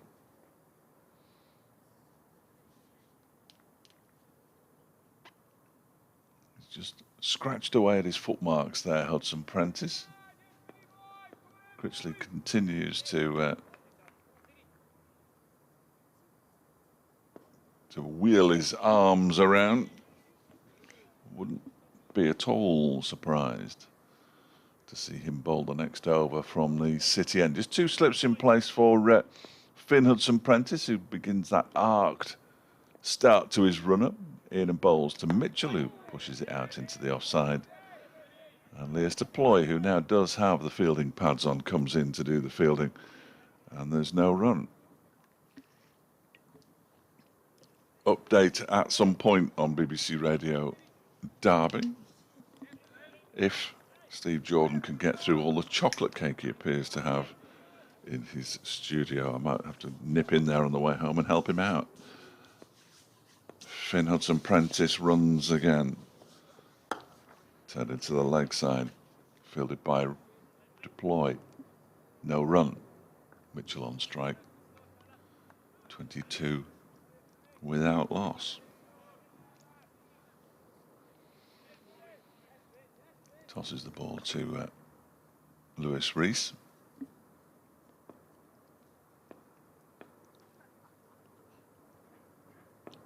Hudson-Prentice is on his way in, bowls, and it's beautifully defended by Mitchell straight back down the track. And there's no run. So 2 slips, point, cover, mid-off, mid-on. A man close in at mid-wicket, square leg, fine leg for Finn Hudson-Prentice, whose hair continues to grow, unlike some of us. This one is a full-length delivery, and it's punched up to mid-on where it's fielded by Lewis Rees, and there's no run. If I do that, you'll know why. Well, no, I've not done my update yet. Oh, right, yeah, sorry. No, you can carry on. Well, I'll just turn my light off. Oh, will you? Yeah, well, I know, but they've got to play this song first. It's that Blinded by the Light thing that's everywhere. Everywhere. Hudson-Prentice in and balls edged down into the ground and well fielded by Wayne Madsen, moving away to his right-hand side. Genuine edge, but I'm not sure whether the pace of Finn Hudson-Prentice is going to reach those slip fielders where they're standing. I'm mean, perhaps he's sharper than he looks, but I'd have him in the medium pace category. He won't thank me for that, Finney. I'm sure. He's got a big smile on his face. He's got some facial hair as well. He's turning into the wild man. It's a great look.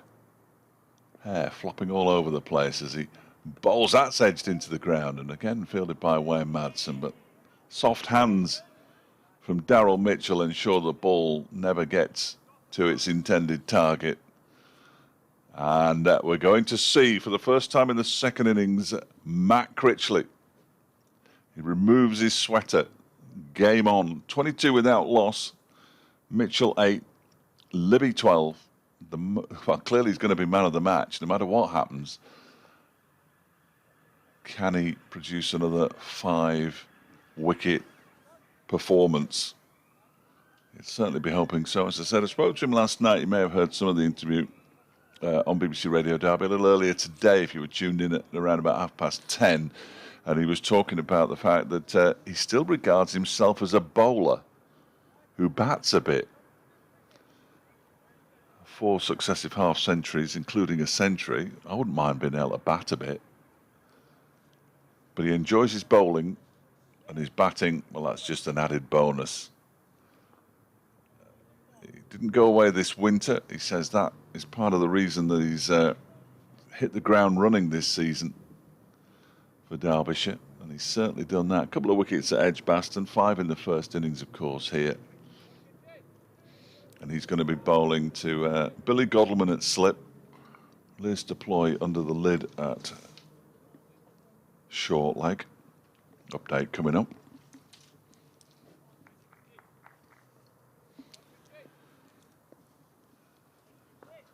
Worcestershire 22 without loss. Daryl Mitchell is on 8. Jake Libby has 12, but it's game on now because we're just watching the first delivery bowled by Matt Critchley in the second innings. 5 wickets in the first, a century and an 80-odd as well with the bat. Clearly the man of the match. Can he spin Derbyshire to victory? We'll find out over the course of the next few hours. But at the moment, Worcestershire are doing okay.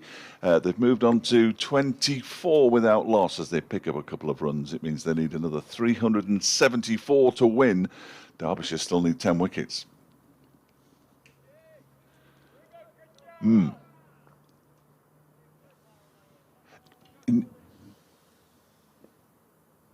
Yes. Absolutely. Very much in the way that Matt Critchley puffs his chest out and he's got a wicket. No, he hasn't. Billy Godleman's put it down at first slip. It came off the edge of Jake Libby's bat, and that could and should have been the first wicket for Derbyshire. And Billy Godleman is not a regular slip fielder. He's got a groin strain that forced him from the field yesterday when he was batting. And as a result, he's fielding, because he's the skipper, he's out there, and he's fielding at slip, not a regular slipper. And a chance goes down. But yeah, Matt Critchley's been outstanding so far in both matches this season. As I say, it's the first Derbyshire batsman to score 4 half-centuries in the opening 2 matches of a county championship campaign. And when you consider that it's the 150th anniversary of Derbyshire this year, then that pretty much tells you all you need to know. He is he's a star in the making, no question about it. And hopefully Derbyshire, well, he can spin them to victory. As I say, he's just managed to force a false shot out of Mitchell as well. It's going to be exciting, Steve. It's going to be exciting.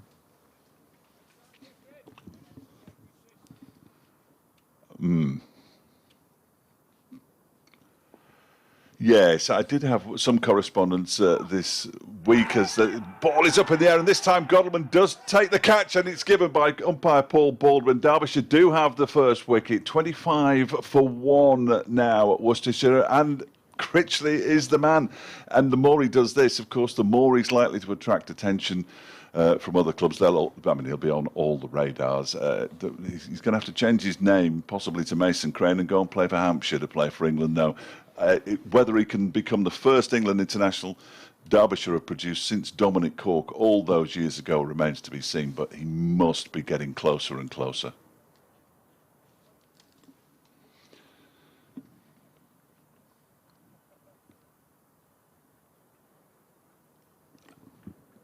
I think he stopped talking to me. Sorry. all right. Sorry. Apologies to everybody who's listening online and on the stream. I know that's a one-sided conversation. I know you cannot hear what Steve Jordan is asking me, but I can't just tell him to go away. Contractually, I think I'm not allowed to. But I think I managed to get through the over okay, or whichever part of it was the full over, wasn't it? That's the end of the 12th over. It was a good catch in the end from Billy Godleman. That I thought that the drop might just dull him a bit, but he had to dive forward full length to take the catch, the Derbyshire skipper. And remember, he's not entirely immobile, but his mobility has certainly been hampered by that groin injury. But Matt Critchley strikes in the first over, and it is game on. Yeah, I think we were thinking that the introduction of Critchley would be the true marker about how this game would go, and it was been all very sedate and polite for this opening, hour and 40 minutes so far. Derbyshire's rather delayed declaration, arguably, but it was all about Critchley, man of the moment. What could he do on this pitch in the form that he's in, turning those leg breaks? And that first over, Fletch, I think has summed it up. What an eventful first over. I mean, that drop catch, the much, much more tough effort that he did grab Godleman, that would have stretched, that would have certainly tested his groin injury. Yes. He did every inch of his frame there to get his fingertips under that before it touched the grass. But it was a really good over. He was producing all sorts as well. So obviously, yeah, he will be the key. Hudson Prentice starts a new over from the racecourse end, and Libby, I think, is quite grateful to be down the other end at the moment and stroking it up to mid-on, and there's no run. He has 15. Tom Fell is the new man at the non-striker's end. But yeah, you mentioned it, Fletch. It was because the first catch that went to him, okay, went a bit quick, but it was, I mean, as slip catches go, I mean, it's a 10 out of 10 job as Hudson Prentice bowls. Forward comes Libby. There's no run as it squeezes out to point. But put it down, you're thinking, oh, is that going to set the tone maybe? But a really good chance to redeem himself and a very good take as well. So my short-term memory is not what it should be. Was it Libby who was dropped? Or was it it was Libby that was dropped, I thought it was Libby, and they got a sink that they ran through for one, didn't they? Cheers. Hudson Prentice bowls into the onside it goes, fielded at mid-wicket. I realise it only happened 3 minutes ago, but forgive me. I was slightly... Fletch, 3 minutes for me, it might as well be 3 months. Oh, yeah, I was slightly distracted. And, I mean, it's a good question that Steve Jordan asked me about whether being at Derbyshire was going to hamper his chances of playing for England, and we all certainly hope not, but... You fear, don't you? Hudson Prentice, past the umpire, slightly wider of the crease this time, angling into Libby, who gets inside the line. That's not a tough thing to do, but he's kept it down well, out to square leg, and there's no run. Plenty of chat now from the Derbyshire fielders. There's a palpable uplift in their body language and their energy with that first wicket. 20 minutes to go to lunch, 9 more to go, they'll be saying to themselves. As Finn Hudson Prentice moves in. Good length delivery, forward solidly comes Libby. Out it goes to mid-off. 25 for 1. Connors 5 overs, 3 maidens, none for 11. Lewis Rees 5 overs, 1 maiden, none for 11 as well. First 2 change bowlers on. Critch has got the wicket. Hudson Prentice coming to the end of his over here. Forward comes Libby, thick outside edge, but it's all the way along the ground, out towards the third man boundary. They're back for 2. And that is the end of his second over. 27 for 1. Libby with that couple of runs goes up to 17. Having a long chat with Tom Fell now. I'll have the task of negotiating Matt Critchley. James Bestwick, on the subject of Critchley, says if he doesn't get at the very least a call-up for England this summer, then Ed Smith needs sacking as a selector. Bess and Leach have shown nothing that sets them apart from Super Matt. Indeed. Thanks to Ian, who said we've got to look through the wicketkeeper and Billy Godwin. He thinks the drop catch was deflected off the wicketkeeper's gloves, possibly. Which would make sense. It looked like it was straight in and it took an age to come back out again. That was the thing. Here's Critchley to begin a new over. That's a full toss and it's batted straight to Anuj Dal, extra cover. He's missed out there as Tom fell. A fairly straightforward way to get off the mark. He waits now as this one is another very full delivery with the same result, this time on the bounce through to Dal once again. Short leg, a slightly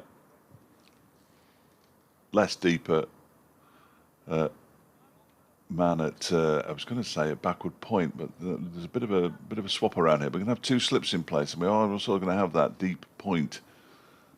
Not too many men on the leg side, as you might expect. There's in fact just the two, well, three including the short leg. As Critchley bowls, this one is guided out into the offside by Fell.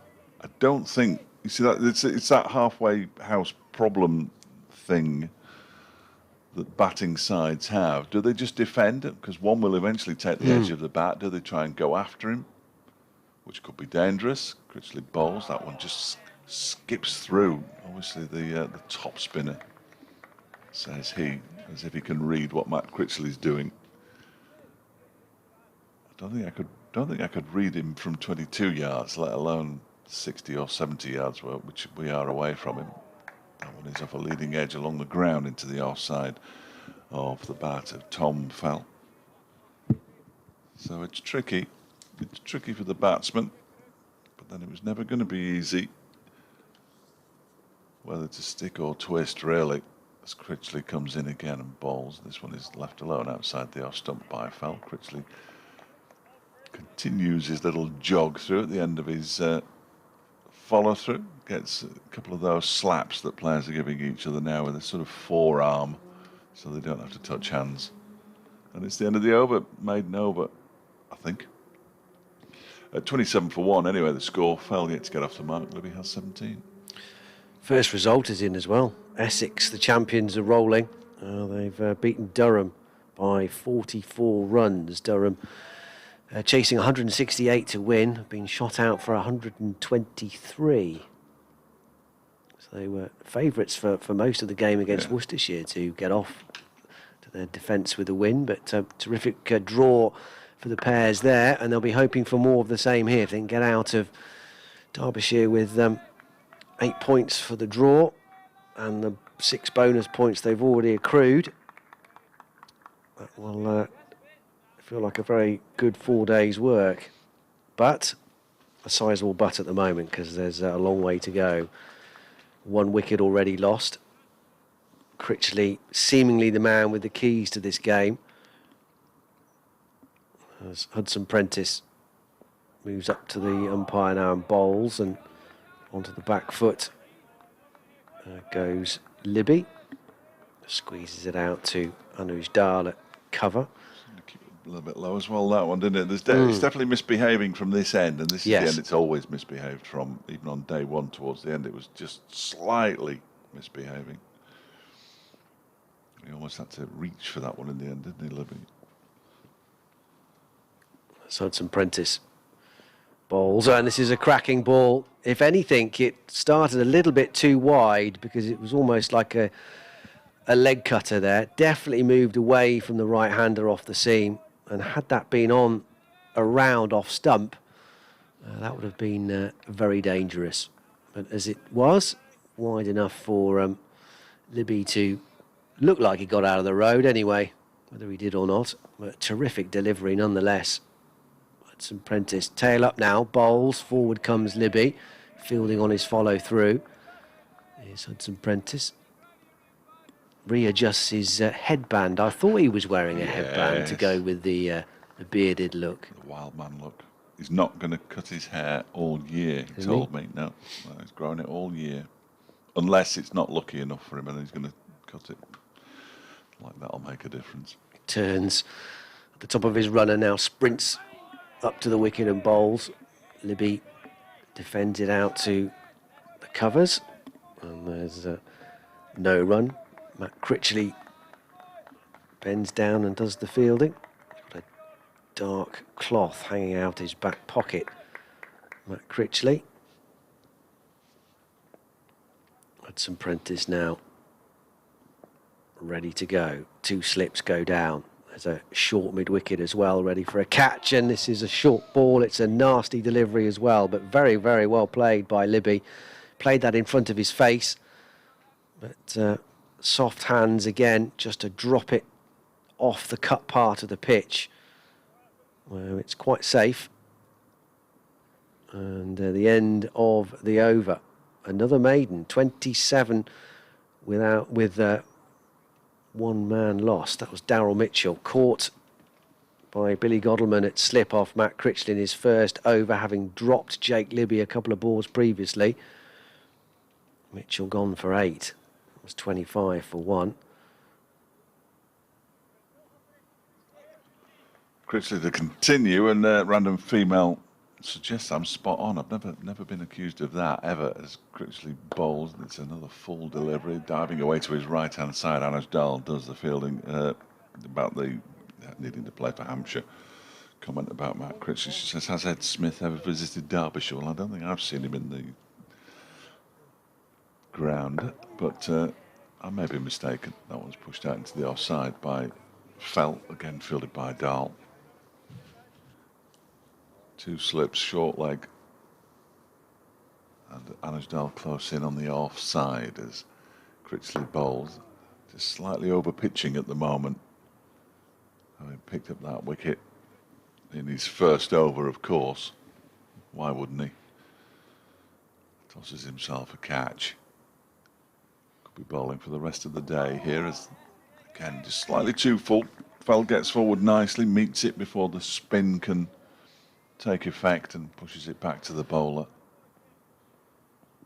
Sun disappear. Oh, it's just come back again. Look, that's good. Looks lovely out there. I think it's a bit nippy still though, as this one is turned into the leg side by Fell, and he is finally off the mark at the 10th attempt. Hudson Prentice hurls the ball back in. It goes over Harvey Hussein's head, and it's taken very nicely by Wayne Madsen, backing up on the full. To know his own strength, Hudson Prentice. 2 to Felt, 29 for 1 Worcestershire. Runs becoming less and less important as this next delivery is pushed up to Ben Aitchison, who's fielding at mid-on. It's the end of the over. A couple of runs from it. Worcestershire moved to 29 for 1. They still need 369 runs off 68 overs. Derbyshire now need 9 wickets to force their first victory of the 2021 County Championship campaign. Important game for both sides in that you'd have thought that Essex and possibly Warwickshire would be favourites to fill the top 2 spots.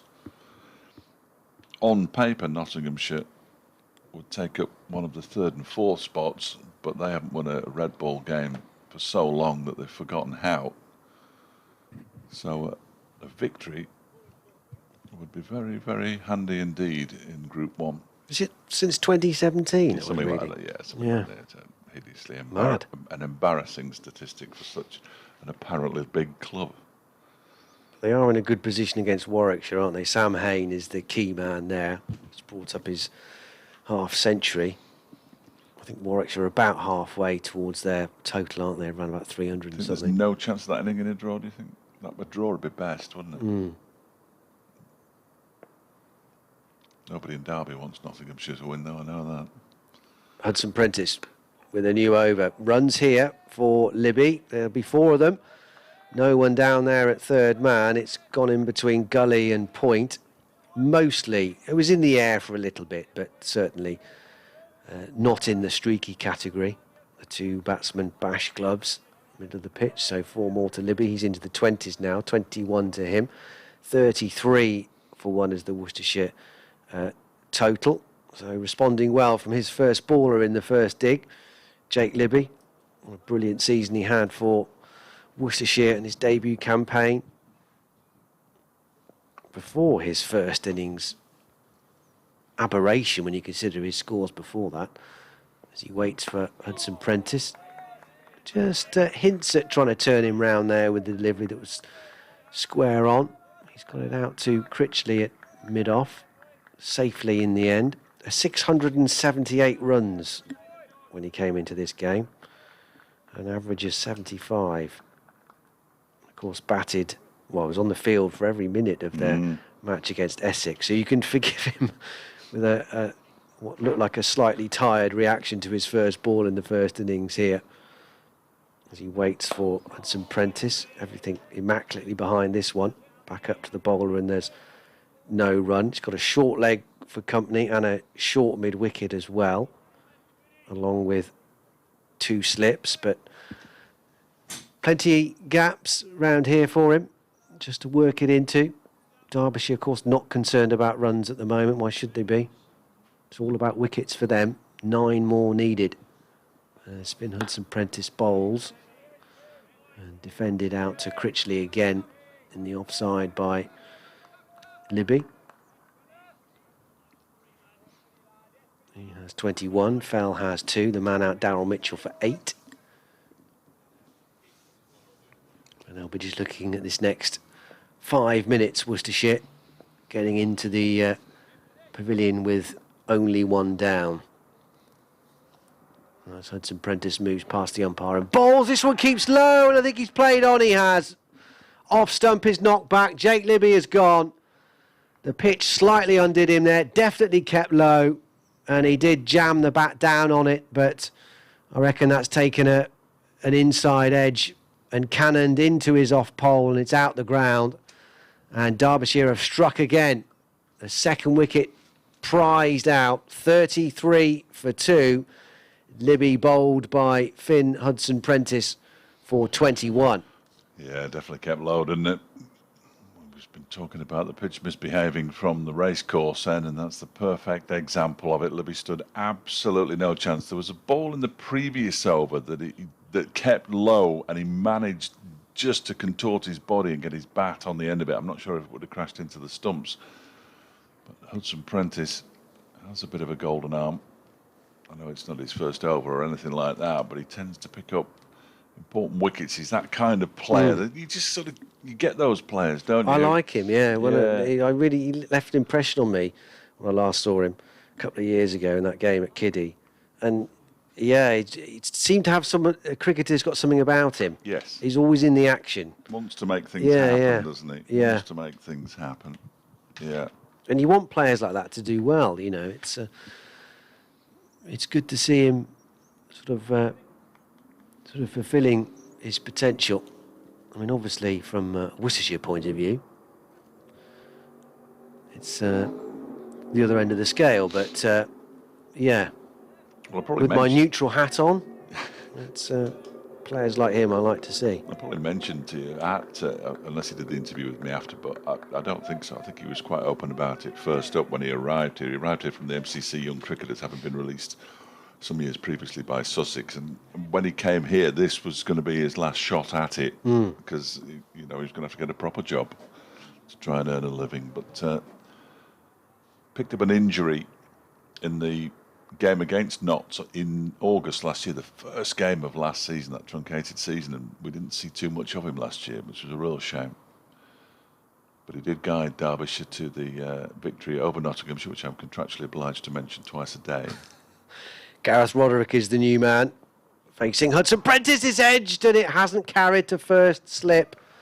Billy Godleman does the fielding, losing his cap in the process, but had he been a few yards further, maybe. I mean, it would have been, if it'd been close, it would have been a very, very difficult catch. It was one of the ones that was always dying on you at first slip. But it was in the air a while, and a tentative first attempt at a stroke from Gareth Roderick, who's under pressure early in his Worcestershire career. First baller against Essex, 12 in the first innings. And slightly fortunate there that fell just short of first slip. End of the over, though, 33 for 2. The Godwin there walking to this end with a limp and then just flexing his left leg. That dark cloth that you referred to sticking out the back of Matt Critchley's pants is in fact a Brampton Brewery beer towel. Brampton Brewery, big friends of the Chesterfield Cricket Festival. It begins a new over, does Critchley. And it's pushed out towards Anuj Dal by Tom Fell. 33 for 2 and 2 relatively new batsmen at the crease now. Fell's on 2, Roderick yet to get off the mark. Potentially the last over before lunch, but there might be time for another one if he whizzes through it. He's got it quite central as well, hasn't he? It's almost tail-like. Yes. Yeah. I don't know if he's actually sponsored by them or not. He possibly is. Don't tell me if he is or if he isn't, because I won't mention the brewery again. But this one fell onto the back foot, pushes it out into the onside this time. They have their own tent up there at Chesterfield and support the festival when Derbyshire go up there, due to play Yorkshire in white ball cricket up there, and Essex. What Sir Alistair Cook will make of Chesterfield Cricket Club, I'm not sure, as this next delivery gives it a bit of air and an extra tweak out of the wrist, but it just too wide of the off stump to trouble Fell as it goes through to Harvey Hussain. Just checking how many balls to come, Tom Fell. Might have to do some tying of shoelaces here if he's not careful, as Critchley bowls again, and Fell plays this one right in front of his pads, down into the ground. Now he's off on a little gardening expedition.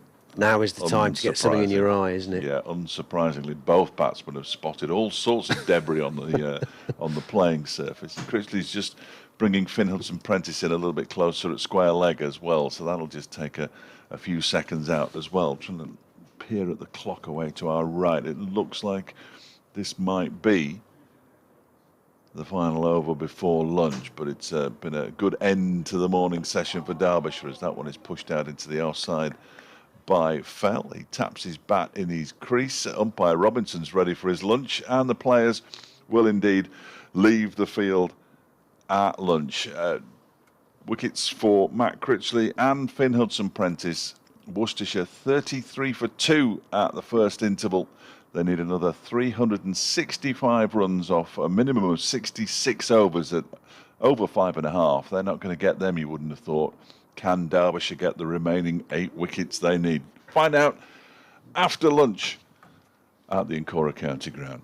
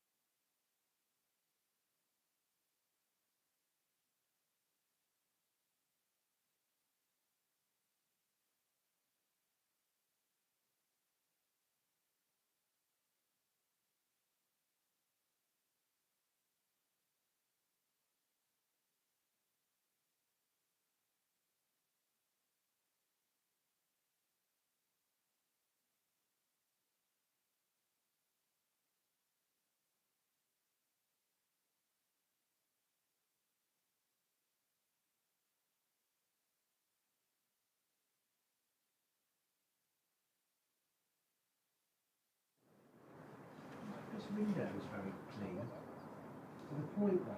When I first came here, I thought it was open. I had to sort of go, there's the window there, I can see.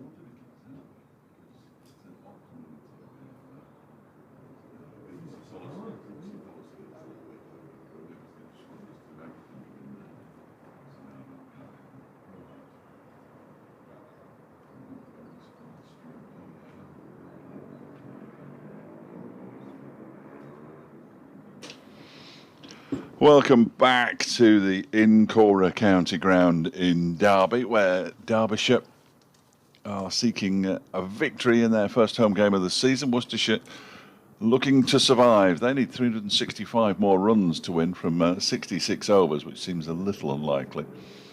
5.5 and over. Derbyshire need 8 wickets. Worcestershire going into lunch at 33 for 2, with Darryl Mitchell out for 8 and Jake Libby for 21. Libby bowled from a ball that kept low by Finn Hudson-Prentice for 21, and it's going to be Hudson-Prentice to continue the start of the afternoon session. And I'm almost certain that Matt Critchley will continue from the City end. I certainly hope so. He picked up the other wicket to fall as Hudson-Prentice bowls to Gareth Roderick, who's yet to get off the mark. I'm Dave Fletcher. Dan Wheeler is next to me. Afternoon, Dave. Hello, everybody. We've lunched well again at Derbyshire. I don't want this. How to phrase this? Probably pleasantly surprised is the nice way to go. Hudson-Prentice bowls is defended by Roderick. About the food, you mean? Well, actually, that probably came out worse than I intended. No. I don't know what I was expecting because I have been here once before, but it was when the pitch was round the other way, or rather, we were. Yes, we used to go to that cafe to get our lunch. Yes. Did you not enjoy that? Well, it was so long ago. That's a no. I can't even remember eating. I used to love going to the cafe. You'd walk in there, burger and chips every day. This next delivery is turned into the Lakeside by Roderick, and it's fielded by Sam Connors. Yeah, I used to. The view was no good, clearly, because we were at mid-wicket. But the food was good. Yeah. Well, I didn't go to the cafe that day. Otherwise, I'd have remembered. But you never know, because it does vary, doesn't it? You know. But it was very good. Very good. I've had one cup of tea at a football ground this season. That was at Accrington. So. What was that like? Nice. Yeah, and some Swiss roll actually. Very good. Yeah, got some Swiss roll there. Here's Finn Hudson-Prentice. Ball's wide of the off stump, it goes through to the keeper. Danny Robson, who works on the media team now, had a significant birthday apparently, and had to try and get rid of all this cake, and I was only too happy to oblige.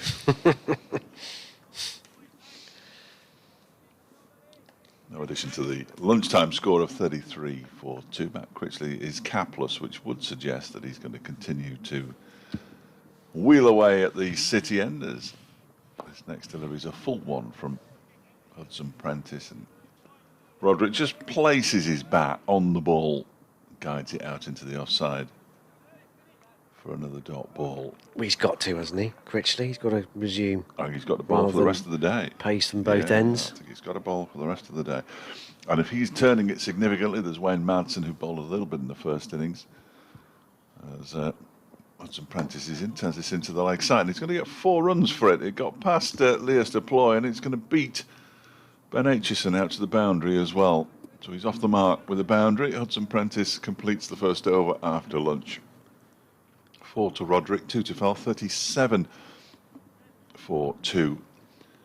Now, there's also the left-arm filth of Lias Deploy, who has picked up wickets. I have no idea how.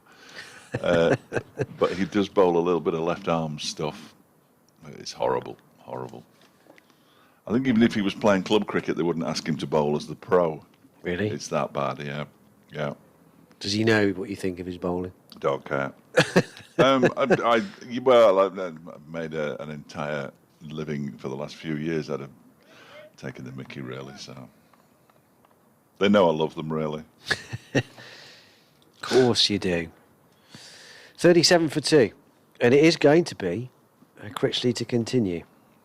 which he could only ever be, really, given the problems that he's caused in this Worcestershire second innings. Only picked up 1 wicket, but he's asked plenty of questions. And he comes again then from the City end. This one is short, and by his standards, a bit of a loosener, really. A long hop that asked to be smacked away, and Tom Fell was onto it pretty quickly and just pulling it through mid-wicket. Lots of open spaces out there for the batsman, as you would expect, with 2 slips and a short leg, and plenty of cover on the offside as well, saving a single.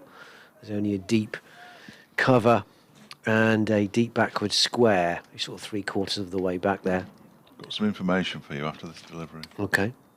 Critchley throws himself a catch, right arm over the wicket with his leg spin, squeezed out in the air for a tiny amount of time, but nowhere near being a catch for short leg as he gropes to his right to get the ball. It may or may not help you in the commentary, but Billy Godleman is no longer on the pitch. Ah, yes.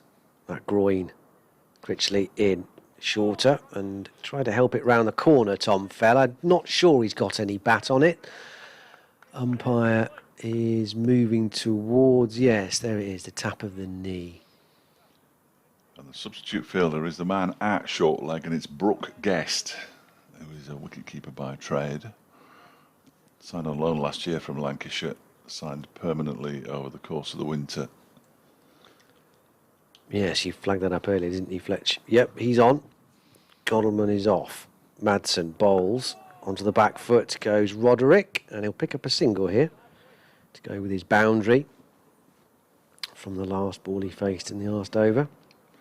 So, of course, I've no idea who's leading Derbyshire now because they don't have an official vice-captain. I imagine Wayne Madsen, with his seniority, has skip at the side, of course, before Billy Godleman did. So it'll be interesting to see who does skip at the side. Critchley bowls on a good length onto the back foot. Is a very watchful Tom Fell, punched out to Anuj Dal at cover. Who fields.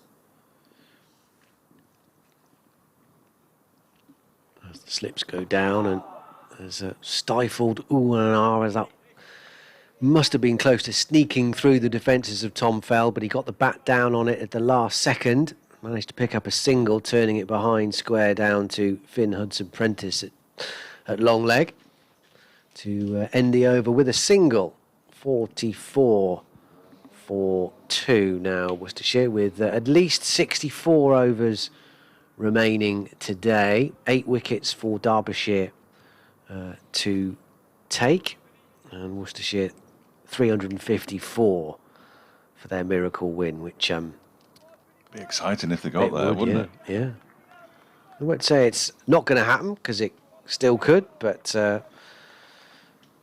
it's either draw or Derby win. The sensible money at the moment. This next sort of passage of play, obviously so crucial. I think the sensible money's stayed in your pocket, isn't it? I think so. I wouldn't have a clue how to put a bat on. Here's Hudson-Prentice beginning a new over, bowls to Fell, who guides this off an edge down into the gully region, and it's fielded by Anuj Dal. I did once have a betting app on my phone, and there was £5 in the account, but it was because they was live streaming all sorts of sport. And I thought, that's good. £5 didn't cost me anything. Yeah. Great. I wasn't their best customer. Next delivery's left alone outside the off stump by Falco. Should have signed a decent pace. See, I thought there, Fletch, you were going to sort of casually say, and then I bought my island. I was rather disappointed you didn't. And really. closed the account immediately. Yeah. I once had a free bet given to me by the sponsors of what was the conference. Bought a kayak on the back of it. Here is some Prentice into the ground. You bought a kayak? Fielded by short leg. One of those ocean kayaks are the plastic moulded ones. Oh, yeah. We used to go on holiday to Anglesey, and I've won enough money to buy a kayak. Yeah. So we did it. They've since been sold, and I didn't get any of the money back, but that's another matter, which is currently in the hands of my solicitors. Here is Hudson-Prentice. Runs away from us, and that one is cracked away for 4 runs by Tom Fell. Beautiful shot just leant back and cracked it away. No real pace, Hudson Prentice. The odd one does go through, but he's not consistently quick. And Anujdal, oh dear, retrieves the ball. So I'm just Tom Jones in my ears now. Nobody wants that. So 48 for 2 now. Down to the psychological 350 run mark required by Worcestershire as Fell leaves this alone outside the off stump.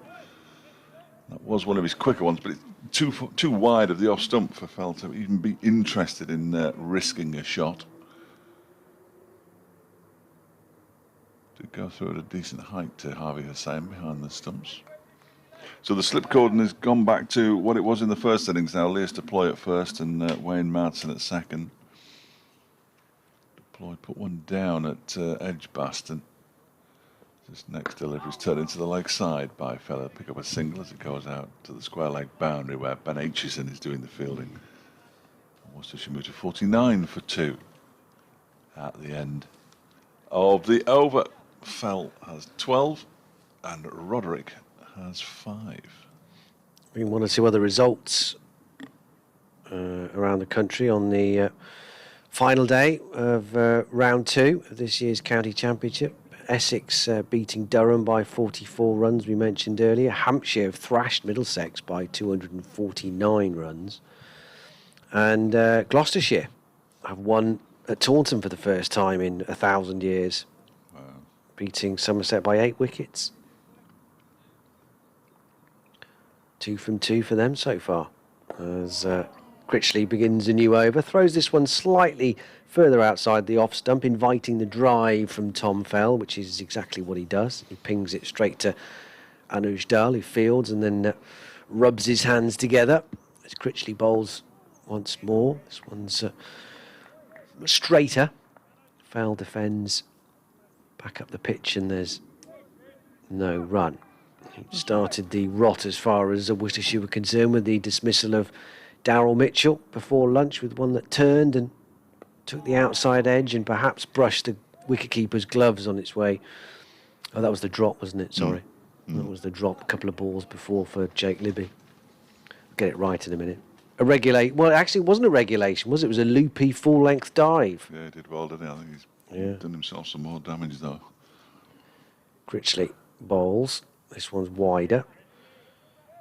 Attempted wrong and possibly because it was thrown out a bit wider. I don't know. It didn't spin. Went through to the man who was born. They're born 2 days or 1 day apart. Matt Critchley and Harvey Hussain.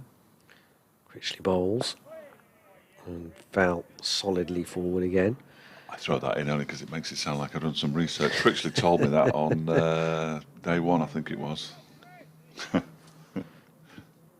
are good mates. Critchley in, and this is fielded at short leg.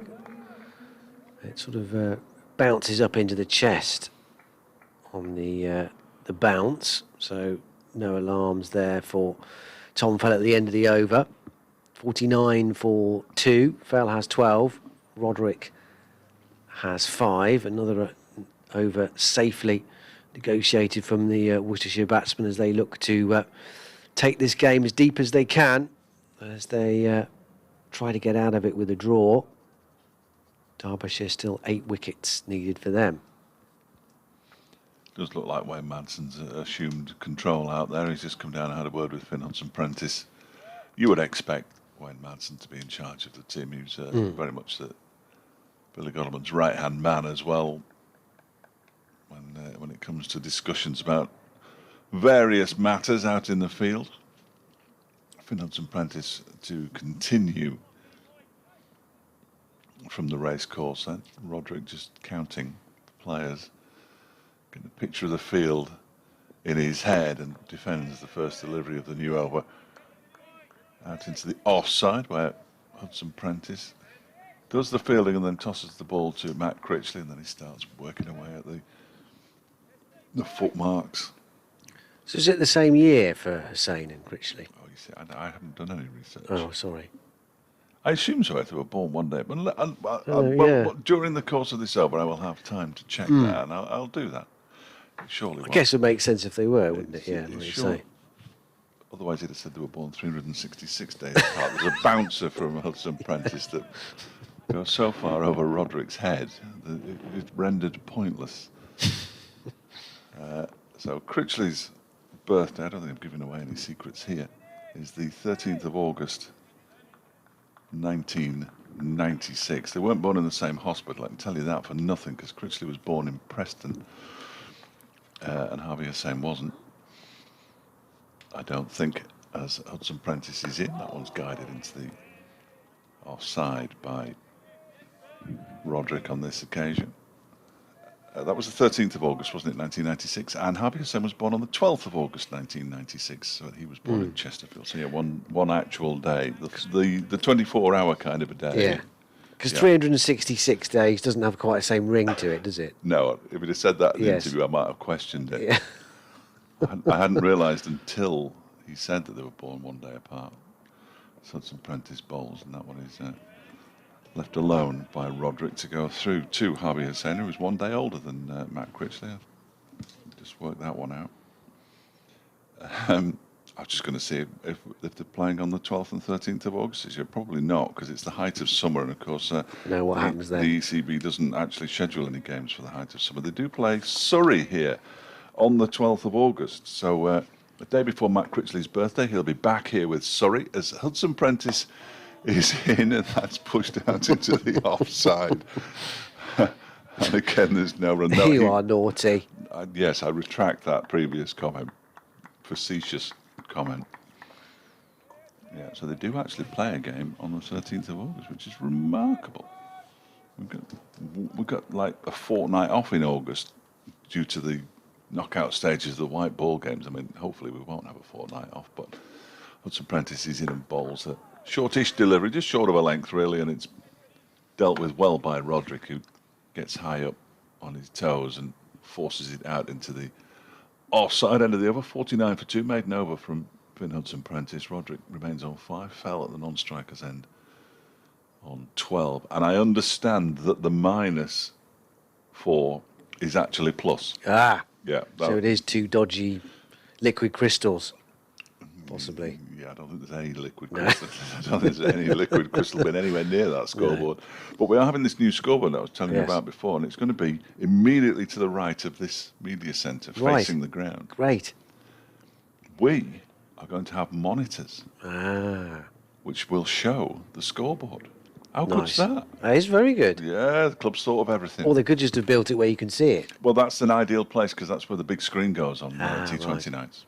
Critchley starts a new over. Hands on the head of the 2 slips as they think how close that might have been to sneaking into the pads of Tom Fell, but there was a bit of bat on that.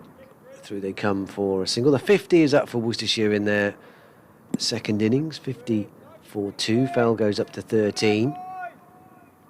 Wayne Madsen, the acting captain, is just moving his field a little bit. He's brought Finn Hudson Prentice in a good 10-15 yards or so, and he'll walk up to just beyond the point of the 45 on the single. So he's a bit deeper than that. This ball is defended out to Anuj Dull in the covers by Gareth Roderick. No run. Critchley throws himself catching in. Lots of air in this time, and met on the full by Roderick. A bit of a gimme, really. And he punches that through the vacant region down to the unguarded long on boundary for 4. He moves up to 9. And Worcestershire 54-4-2. Talking of birthdays, Fletch, do you, where you can, take yours off if you're supposed to be working or not? No. Do you? Yeah, I tend to. But it's only because I had a... Because it's December the 25th. No. When I was 30, I thought... You're not 30, are you? Many years ago. When I was 30, I thought it would be nice to have my 30th birthday at work. So I thought I won't book it off because I normally used to. I thought I'll go into work, it'd be fun. It wasn't fun. because I'd had a lunch booked with a few mates, and of course I got sent to a press conference at lunchtime, didn't I? Ah. So that was that. So it all went out the window. Yes. And from that moment on, Fletch, I was scarred. I thought, never again. Wow. No, it never really occurred to me to do that. Critchley has retrieved the ball back from the front of the stands at the City end. The next delivery is just stroked back to him from Gareth Roderick, and there's no run. Just thinking because one of those Derbyshire players will be playing on their birthday, weren't they? Going to have a choice, do they, I suppose? Yes, it'd be. Well, he might not actually. There's a story. No. This one just brushes into the thigh pad of Roderick on the back foot. Because the game is on the date of Harvey Hussein's birthday, and unfortunately for Harvey, Ben McDermott is coming to play at white ball cricket for Derbyshire, and not only is he a magnificent batsman, but he keeps wicket. Yes. Critchley, a lot more air this time, and it's hammered back, and the stumps are splayed at the non-bowlers, at the non-striker's end. That did take a flick off the hand of Matt Critchley, but the non-striker Tom Fell was in his ground. Yeah. So they're okay. They're taking a sanitisation break. Or is he? Hang on. No, he is. He's tucked away. Thought, has he not been... He's not run out. I mean, he looked like he was in his ground. No.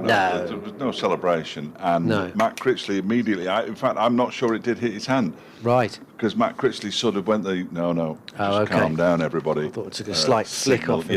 Yeah. Certainly the slip cordon thought that. No, Fell's gone halfway to the boundary, desperately trying to attract the attention of somebody inside the changing room. Hasn't managed to do so as of yet. And he's going to end up in the changing room if he's not careful, because still nobody has come out. I don't know what he wants, whether he wants... do you know what I think? Well, he's just taken something off and placed it just over the boundary's edge. But I think he would have turned round and desperately tried to get back in his ground. And I didn't see what he was doing, whether he was diving or what, but I think he's just broken something, or something's come off something, and he's just deposited. He could have given it to the Derbyshire 12th man.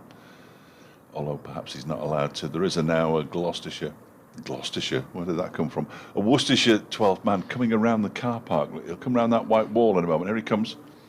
He's got his high vis. There he is. Yeah. No idea what... So you don't do any updates in the afternoon? No, not on a Sunday. 1 o'clock is the last one. No longer required. No wonder you jumped at the chance of doing today. I've got them every half hour still. Have you? Yeah. You'll have to give me the finger, won't you, when you're on? Don't worry about that. You'll get it. Finn Hudson-Prentice, stop it.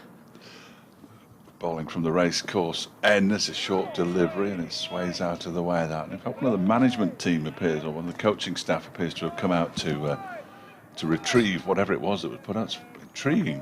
I wonder what's fallen off. I thought he perhaps needed new gloves. Quite often when players dive back into their ground, they're like a new pair of gloves, don't they? They don't like gloves with grit on, do they? Can't see if that's Alex Goodman or not. He's handed it to the 12th man now, who's bringing it back down the stairs. It's going to be the most well-travelled bit of debris in the history of county cricket. I think it's a little screw off his hat. This next one is driven. Full-length delivery from Hudson-Prentice, well fielded there by Sam Connors. Has he got a helmet? No, he hasn't got a helmet. He's just got drinks bottles and blue gloves on. He has to stick his mask on before he enters the field of play, otherwise he won't be allowed on. Right, get myself into update mode. Oh, I'm about to get it, okay. No, 90 seconds yet, I think. That's Hudson-Prentice. Runs away from us, and that's pushed into the offside by Fell. There's no run. 54 for 2. They've added 21 runs, these two, since the lunch break. Earlier on today, Darryl Mitchell and Jake Libby, the men out. Derbyshire still require 8 wickets for victory. Fell pulls Hudson-Prentice out into the deep, and he's caught on the square leg boundary by Ben Aitchison, the simplest of catches, and Tom Fell can't quite believe what he's done there, and I'm not surprised. He looks crestfallen. Third wicket goes down Worcestershire 54 for 3 now, and Derbyshire a step closer. Well, he'd be absolutely livid with himself there, because it wasn't a particularly good ball. Second wicket for Finn Hudson-Prentice. Fell goes for 13 off 40 deliveries. And Ben Aitchison picks up a catch, a very comfortable catch, out on the square leg boundary. There are still 59.5 overs left to be bowled.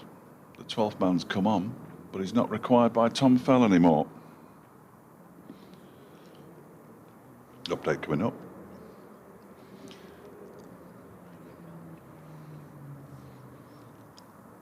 They're back from lunch, Tony, yes, and Derbyshire have just picked up their first wicket of the afternoon session. It's the third in total, 54 for 3 now. Tom Fell could barely believe that he'd pulled a short ball from Finn Hudson-Prentice out to Ben Aitchison, who was stationed on the square leg boundary. Simple catch, didn't have to move, fell out for 13. This morning, Jake Libby for 21, also to Finn Hudson-Prentice, and Darryl Mitchell for 8.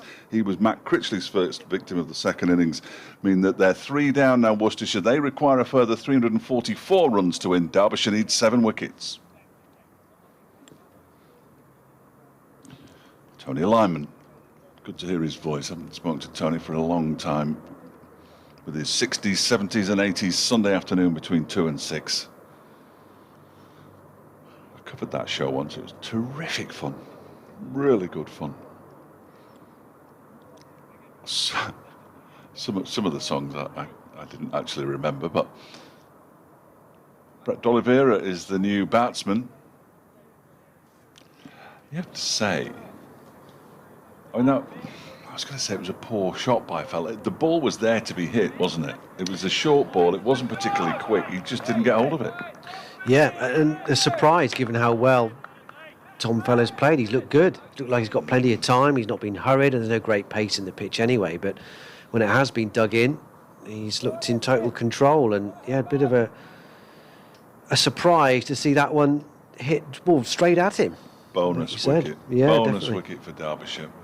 Prentice is in, and D'Oliveira pushes it out to offside. They go for a quick signal. It's a shot. It comes from Dahl, and it misses, but it would have been close. He's got his head in his hands. It was well backed up at mid-on by Lewis Rees, but Dahl, well, he is the quickest man on the circuit. Certainly the quickest I've seen. And the shy at the stumps missed. And he's off the mark. First delivery, Brett D'Oliveira, but not without a brief heart-in-mouth moment. Lewis Rees might just say, "You're a bit lucky there, son," as he goes to field at a very, very... that's an interesting position there. He's gone in at a very straight, shortish mid-on, and it's basically stopping D'Oliveira from running straight down the pitch, because he'd have to go through Lewis Rees. Interesting. Short leg still in place as well, as Hudson-Prentice is in, and that's outside the off stump. Not quite, I think, what Hudson-Prentice had hoped to bowl. But a wicket in the over, just the 1 run as well. The breakthrough in the afternoon. Always important to get that first wicket, and they've got it. Tom Fell caught by Ben Aitchison out in the deep. Hudson-Prentice, 2 wickets for him. 2 for 16 now from 8 overs. Very nicely bowled, Finn Hudson-Prentice, and Worcestershire 55 for 3 with D'Oliveira on 1, Roderick on 9. 59 overs to go, 343 runs required for Worcestershire, 7 wickets for Derbyshire. Yeah, what makes that Fell dismissal extra disappointing from a Worcestershire point of view, of course, is that you can't really blame the pitch. The dismissals for Darryl Mitchell and in particular Jake Libby, one that kept very low. You could say, well, the pitch has had some part to play there, but I'm afraid not for Tom Fell, who just hooked it, or pulled it really, straight to Aitchison, who just had to adjust himself slightly and take the catch. Critchley continuing meanwhile from the city end. This one is wider of the off stump, and D'Oliveira has nothing to do with it. Leg spinner to leg spinner here. Still the 2 slips in, the short leg. Mid off, cover, And a man just backward of point, a boundary rider out on the cover fence as well. Orthodox mid-on and square leg just round the corner. Finn Hudson-Prentice, his next delivery is left by D'Oliveira. It spits up off the surface a little bit and Harvey Hussein juggles it a little but gathers it on the rebound. Critchley ready to go again. Crowding the bat now, Derbyshire, and the big appeal. They're confident they've got D'Oliveira, but the man who matters most, umpire Baldwin, says no. Well, everyone went up there, and there was a collective hands on heads when the decision didn't come and the finger stayed where it was. We can never tell, can you, in terms of the confidence of fielding sides. I think everything's out. But I've seen half a dozen of those this season. There were several at Edgbaston as well, both sides. And it's happened 2 or 3 times in this match already. Critchley in again. This one's closer to the off stump, and D'Oliveira doesn't play a stroke. Again, there's oohs and ahs. Derbyshire looking to ramp it up in terms of the atmosphere around the bat, getting in D'Oliveira's ear. Batsman goes for a little wander here just to try to reset. 55 for 3. Critchley is in, and defending out onto the offside is D'Oliveira. There's sound and chatter and noise after every delivery at the moment. Derbyshire can sense that this game is opening up for them here. 7 wickets they need. Thrown up a little bit more outside the off stump by Critchley, who carries on his follow through. The little jog takes the pat on the back from a couple of his teammates. End of the over. The 2 Worcestershire batsmen pump gloves and breathe a collective sigh of relief, no doubt. 55 for 3. D'Oliveira has a single. Roderick has 9. Critchley and Finn Hudson-Prentice just have a little conversation, no doubt discussing the very loud appeal. Critchley walks back to his position at a wide-ish mid-off. Lewis Rees gone back to a more conventional mid-on for the first delivery of the new Hudson-Prentice over. He bowls to Roderick, who just guides it very nicely down to third man, giving chases Anuj Dal. He'll get there, and he'll also keep them down to a couple of runs. He races across the turf. It just made me chuckle. Leas Deploy went with him. Pointless, absolutely pointless. Because you're not going to beat him in a foot race, and you're not going to beat him in a foot race if you're giving him a 10-yard head start. He's lightning across the turf. So Essex at the moment sitting at the top of this group after that victory over Durham. Derbyshire up at Chester Street on Thursday. As Hudson-Prentice bowls a full toss. Will he apologise? Yes, sort of. That one slipped out of his hand. And it was a sort of apology. Not much of one, in fairness. And it was below waist height, so never in danger of, excuse me, being no-balled. Just had a text, Fletch. Oh, excellent. You know, the ones that you dread getting, really. Oh dear, well, the washing machine broke. No, it's not that sort of dread. Okay. You know, from base. Oh. It's like, what's happened? Apparently, I do have more updates to do. Oh, have you missed one? I think I must have missed the the 2 o'clock. I don't know. I was told by a very senior source that 1 o'clock was the last one, but Hudson-Prentice in, and that one is kept out nicely by Roderick. There's no run. I did wonder, with there being no longer AM coverage, they sort of step up the FM coverage a bit, don't they, as compensation. So they keep saying, well, we are still covering the cricket, and it's a signpost so that people who are listening and thinking, what about that cricket is? But then after every update, they'll say, and of course you can listen to. Yes. Of course, you know what's going to happen now. I'll go back for 2:30, and they'll get ignored. Oh, yeah, they'll ignore it. Yeah, absolutely. This next delivery. Turn into the leg side, backward of square, beyond the grasp of Brooke Guest, and all the way down to Mikey Cohen, who's grazing down there in the far distance, hurls it back left arm. As you'd expect, he is entirely left-handed, batting and bowling.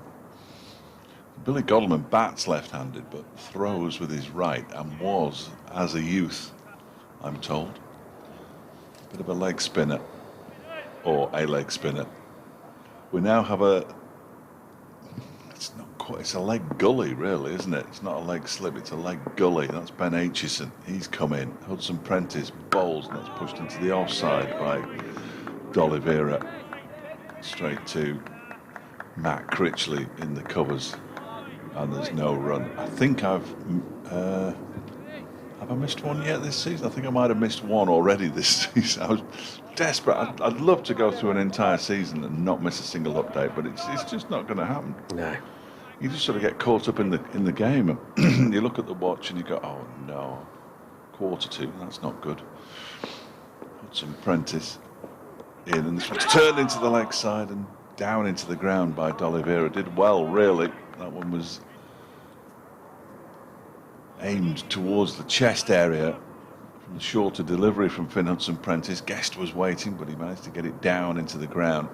Lewis Rees warming up, wheeling the shoulders, or the arms around to loosen up the shoulders. It'll be a succession of 4-5 over spells, I fancy, from the racecourse end, from the medium pacers and the quick men, with Matt Critchley at the far end, and then if they need to hurry things on, perhaps even a little bit of Wayne Madsen or Leas deploy over the course of the afternoon, I fancy. But at the moment, bags and bags of time, really. It looks like, oh dear, we've only got 3 wickets in 26 overs. Will we do it? Will we do it? Still 57 overs to go. Long, long time. 2:30, Fletch. Definitely. Yeah. I'll let you know. Please do. Critchley with a new over and the obligatory accompaniment of oohs, and that was close and well bowled, and it's coming soon. Coming from the slips, the keeper and the... One brings two. Yeah, exactly. That's another love a one brings two. A one brings two. Yeah, nonsense, of course. But 58 for 3. Critchley gives this one plenty of air, and Roderick strokes it out to Anuj Dal, who gathers and then gives it a vigorous polish on the back of his right leg, chucks it back to Critchley, he's ready to go again. In he comes, a bit more pace on this one. Forward comes Roderick very correctly, back to the bowler. 58 for 3.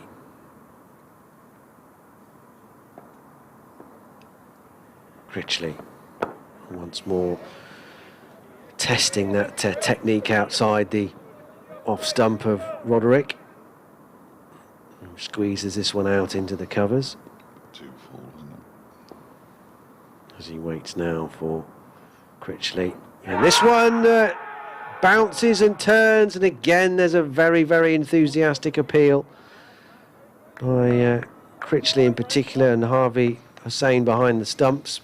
And then once more, umpire Baldwin a shake of the head. He seemed less certain about that one than the one before. Deploy just sort of skimmed his hand across his hip there at second slip to suggest it might have come off the hip. But again, reminding Worcestershire's batsman what a handful Critchley is. Pick up a couple here, might even pick up 4 here, Roderick. It's very well timed, but it's just going to be hauled back in a couple of yards from the fence by Finn Hudson Prentice, but they are back for 3. So a bit of the pressure is relieved at the end of the over there. 61 for 3. Roderick up to 15 with that 3 runs. Those 3 runs rather. D'Oliveira a single to his name. 61 for 3. 398 is the target for the record. But in all honesty, 7 wickets left for Derbyshire, and at least 56 overs for Worcestershire to try and see off here. That's the balance of the game so far. I also have news, Fletch, which I meant to mention before lunch when it happened, but I'm in. In? In. I'm in the society. Oh, what, you're the German, Yes. the Southampton University German Society. Excellent news. I'm thrilled. I am, genuinely. So thank you very much. Yeah, that is good news. Very good news indeed. You become their 47th person they follow or something like that. They haven't got an awful. They don't follow a lot. They haven't got many followers, but they're. It's an exiled Derbyshire fan, of course, who's running the Twitter account. Ben Aitchison, for the first time, bowls the first delivery down the leg side, and it's taken by Harvey Hussain. He's rapidly become big and as Ben Aitchison, so I'm not entirely sure what they're going to call Billy Stanlake when he arrives, because he's going to be at least 3 inches taller than Ben Aitchison. George Scrimshaw as well, at 6'7", who Worcestershire supporters will know, signed a contract for this season. Played in the seconds at Northampton earlier this week in that drawn match. His figures were a little expensive. Aitchison is in and bowls. That one is a better delivery, and it's played down into the ground. Actually, he's going to get a run here as Hudson Prentice, who now is fielding out at mid-wicket in front of the big scoreboard, does the fielding, and they get through for a single. Roderick moves on to 16-62. 4-3 brings D'Oliveira on to strike. The arrival of Ben Aitchison with ball in hand will prick up the ears of at least a couple of our listeners, I'm sure.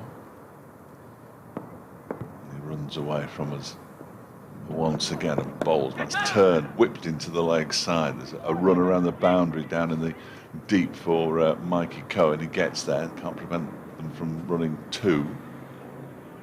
D'Oliveira moves on to 3. And I don't know if he has changed and if he's worked on it during the course of the match, but in the first innings, Aitchison was running to the wickets, and then he sort of jumped to the side, losing all his speed before he delivered the ball. But this looks smoother to me. This looks smoother. It's got to be good news. Hudson Prentice has come in to leg gully. Good luck. As this one is towards him, and he catches it, and he'd only just moved there, and D'Oliveira has placed it straight into his hands. What a terrific field change that turned out to be. Finn Hudson Prentice takes the catch, Aitchison with the wicket, D'Oliveira goes for 3, and Worcestershire are 64 for 4. Captain's dream when that happens. But what a moment there for Derbyshire. Literally just moved there. I mean, you could forgive him if it dropped that. You could kind of maybe forgive him a little bit, because he'd literally stopped moving as he was brought up those extra yards. And the very next delivery, it was catching practice, sadly, for Brett D'Oliveira. He couldn't have hit it any better in terms of wanting a catch there. Rather just sort of lollipopped straight to him. And that's very disappointing. I was going to say a bonus wicket, but it's not. That would be doing a disservice, actually, to that very good piece of strategy from Derbyshire, which, of course, has to be well executed. It's all very well sticking a man there for a particular shot, but you've got to bowl it in the right area to draw that shot, and that's exactly what Ben Aitchison did. And well done, Derbyshire. That's all you can say. That's all you can say, really. 64 for 4. Straight to him. Yeah. Absolutely bizarre. It's a good job I spotted he'd moved. Because the initial thing is, when you moved there from a new position, you think, well, it's not going to come to me. No. It's not going to, is it? And then it's like, bang, straight away. Here to plug a gap almost. Yeah. To or just get in the batsman's mind to think about it. It's not really going to come to me. Don't play that flick away with the wrists to the next delivery that's on the stumps or just down the leg side. Well, Ben Aitchison picks up a wicket in his first over, as he did at Edgbaston in the first innings. This kid has got plenty of promise. No question. Good to see David Christian Rose is watching. He said, "I need to get 8 more wickets." Well, it's down to 6 now. That's how late I am reading that tweet out. Bit of a clue. Ricky Vessels is the new man. This is going to be interesting because, as Frank was saying in the first innings, he pretty much plays one way, Ricky Vessels. As Aitchison bowls to him and that one hits him, he just lets it hit him. Again, it was heading towards leg side. Vessels yet to get his eye in. Just allowed it to strike him somewhere around the shoulder area, somewhere like that, and it looped down the leg side. Well, if you take out Jake Libby's 180 against Essex, you could very much argue that Ricky Vessels is the batsman in form for Worcestershire in terms of his pre-season programme. He's carried that on. Successive half-centuries. He waits now and turns it into the leg side, probably off a pad, judging by the sound. And a successful over to begin the Ben Aitchison spell from the racecourse end. Brett D'Oliveira caught at leg gully. Short, it was too close for short fine leg for me. Off the bowling of Aitchison, of course, for 3, 64 for 4. Now, Worcestershire, they still need a further 334. Well, Derbyshire, they need 6 more wickets to win. 60 in the first dig, Ricky Vessels, 54 down at Chelmsford in his 2 previous innings. He's got a job to do with the rest of his teammates here to dig Worcestershire out of a hole at the moment. 6 wickets needed for Derbyshire. A whole lot of batting needed for Worcestershire here. First delivery is driven off the back foot, open blade from Gareth Roderick. Stop to his left from Sam Connors at backward point. 2 slips and a short leg still in place. This is whipped past a short leg. That might well be 4. Nicely timed by Gareth Roderick. Strong wrist coming through as well to give the ball extra momentum. Away it goes over that mid-wicket rope now. Up to 16. Gareth Roderick, 64. 68 for 4. Ahead of the scoreboard again. 20 for Roderick. Note to self. Waffle for a bit more. Give the scoreboard some precious extra minutes or seconds. 68 for 4. Roderick into the 20s. As he waits for Critchley. Reaching for this one outside the off stump, stroking it out to Anuj Dal. Wind's dropped completely now. Yeah, the flag's very still, isn't it? Yep. Something in his eye here, Gareth Roderick, by the look of it. Moving away. Now he seems to be ready. Back he comes. Offers a hand of acknowledgement to the bowler. Here comes Critchley with his right arm leg spin. Again, he drops it on a very good length. Forward comes Roderick, squeezing it out to the mid-wicket region. It's fielded by the short leg. Down he goes again under the helmet and the pads. And he takes evasive action here as the ball is turned off the hip by Roderick. Finn Hudson-Prentice runs round to where orthodox mid-wicket would be to field. And now he's going to stay there as well for this next delivery from Matt Critchley. You know where this is going then, don't we? Critchley comes in, wide outside the off stump, and a thrust of the leading leg from Roderick leaves the bat well alone though. Out of the way. And through it goes to Harvey Hussain. End of the over. 68 for 4 is the Worcestershire second innings reply. If you have just tuned in and missed what's happened so far, Daryl Mitchell out for 8, caught by Billy Godleman off Matt Critchley in his first over. Jake Libby bowled by one that kept low from Hudson-Prentice for 21. Tom Fell hooking one straight to Ben Aitchison at deep square leg off Hudson-Prentice for 13. He was the last to go. Oh, D'Oliveira actually was the last to go, of course. Caught round the corner by Aitchison for 3. Aitchison begins a new over. It's defended out into the offside up towards Matt Critchley by Ricky Vessels, and there's no run. Yes, Hudson-Prentice returning the favour from Ben Aitchison. One ball to the court, and then they swapped round. Hudson-Prentice applauding at Plays backward of square on the 45. Next delivery is defended by Vessels. He's found his line here. Ben Aitchison, which is good news. Big man. Showed plenty of promise last season, which was his first. I've never met him face to face. No, never met him face to face because he signed at the start of last season. Yeah, right. And we've never met any of the new boys. I met Mikey Cohen very briefly. Very briefly. But yeah, new boys you don't get to meet anymore, I'm afraid. As Aitchison is in again, and there's a no ball called by Tim Robinson. His first over at Edgbaston included a wide, a no ball and a wicket. Mixed bag. Mixed bag, indeed. He will know you, though, won't he, Fletch? Your reputation? Everybody. Yeah. You're right. No, you're right, Dan. Yeah. No, I don't think he's got the first idea. No, I've spoken to him a couple of times on Zoom. The first time I spoke to him, one of the first times I spoke to him on Zoom was towards the end of last season, and he managed to book a quick getaway. He was somewhere hot. He bowls now, and that's defended by Vessels. Straight back to him. I mean, he's as most cricketers are, a thoroughly nice lad. I've yet to meet too many bad cricketers. No, that's true. 2:28.5 the time at the moment. Just saying. Fletch, I'm glad you're here. Well, I know I've got one soon. So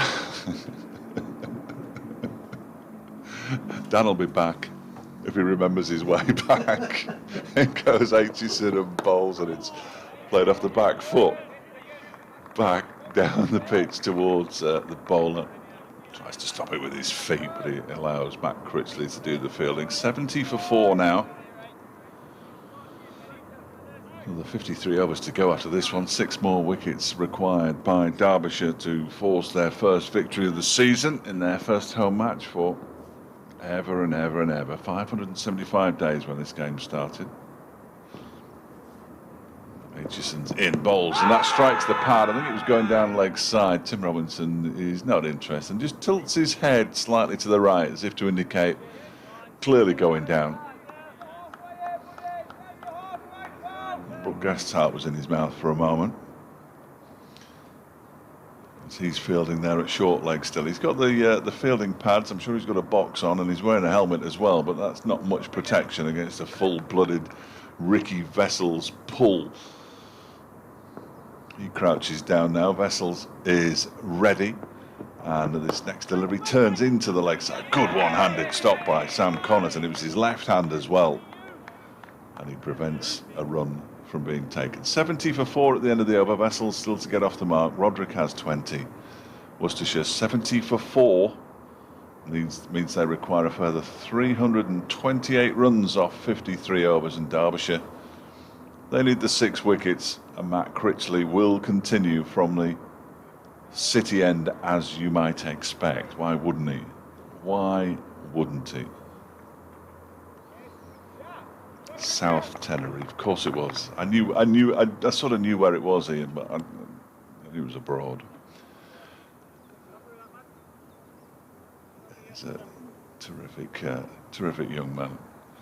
Update coming up as Critchley begins a new over. Derbyshire have picked up another wicket since we last spoke, Tony. Brett D'Oliveira caught at leg gully by Finn Hudson-Prentice. He'd just been moved there by the bowler Ben Aitchison. Aitchison's next delivery was flicked to him by Brett D'Oliveira. He was out for 3. Tom Fell 13, the other man out since the lunch interval. They're 4 down now, Worcestershire. They're in fact 70 for 4, which means they need 328 to win. That's not going to happen. Derbyshire needs 6 wickets.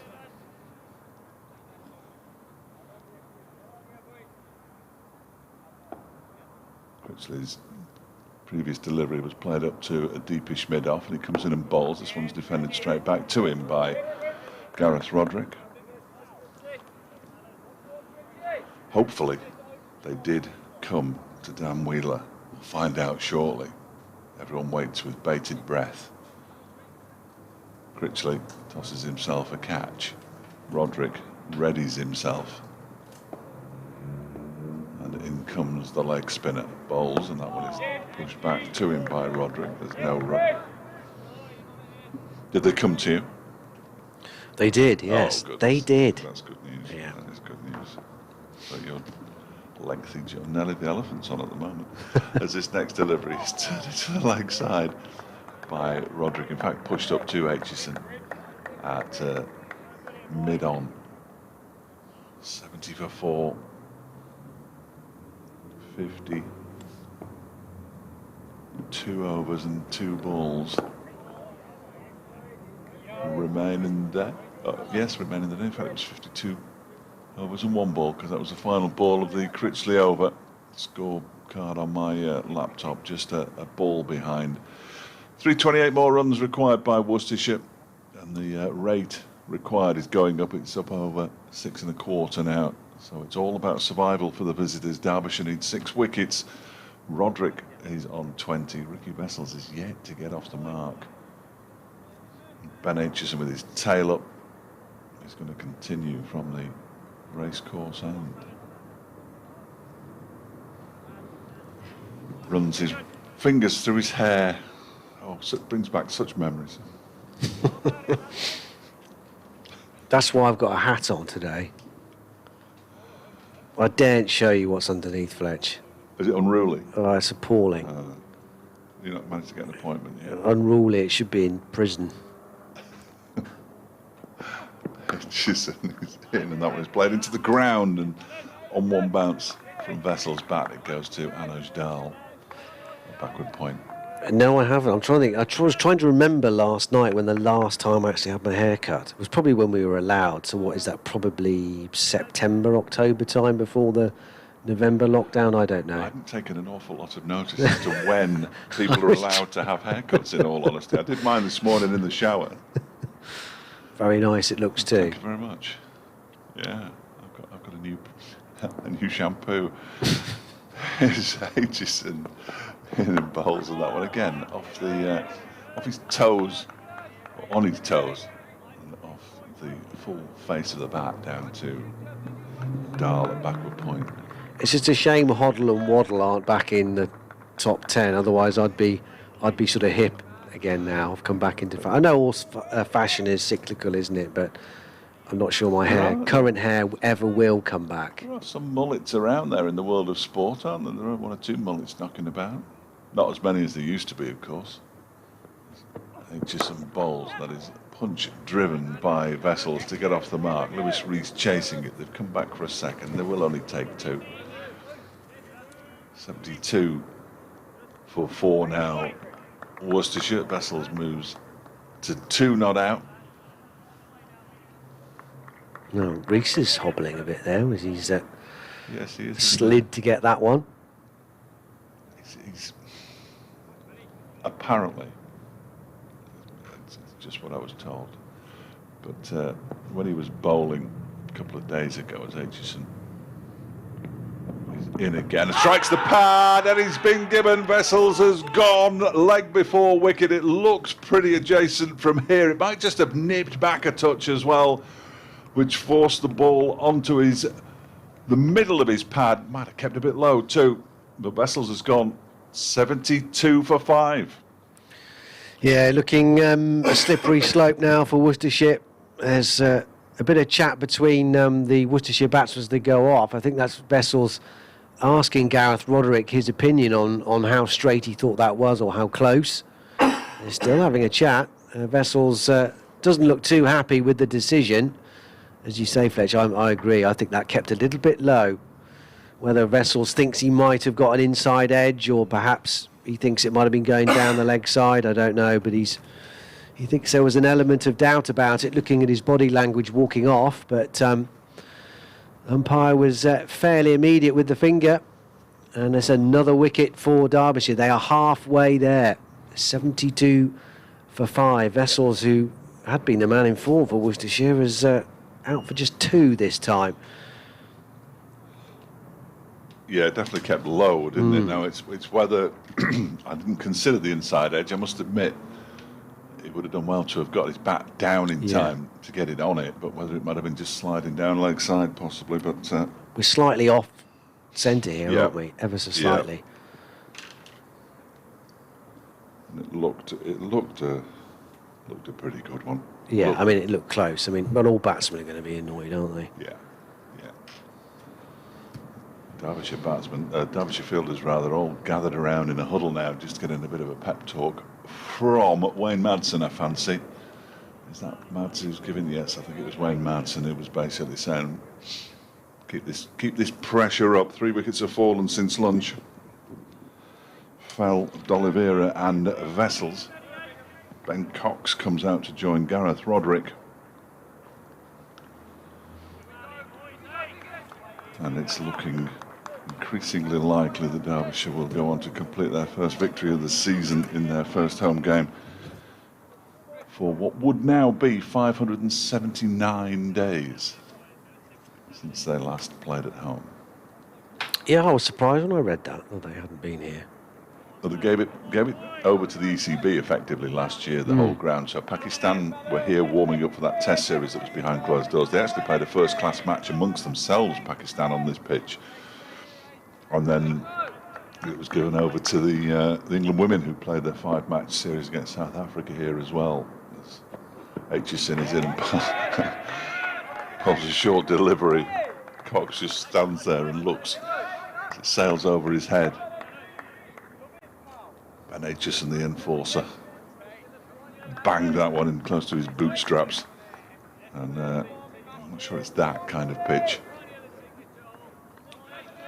But a man's got to try. And now the chat increases.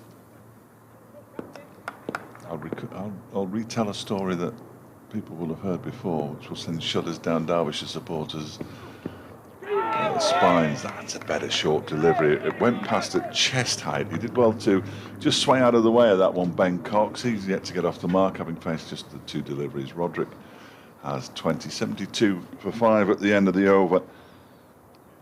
5 more wickets required by Derbyshire now for victory. They were trying to force victory against Glamorgan a few years ago, Derbyshire. Just shambolic. They actually had a long stop. It's the only time I've seen a long stop in first-class cricket. Used to see it a lot at school. Junior school mainly. So nobody can rest easy yet from a Derbyshire persuasion, and there is always hope. Well, there are wickets remaining, 5 of them at the moment.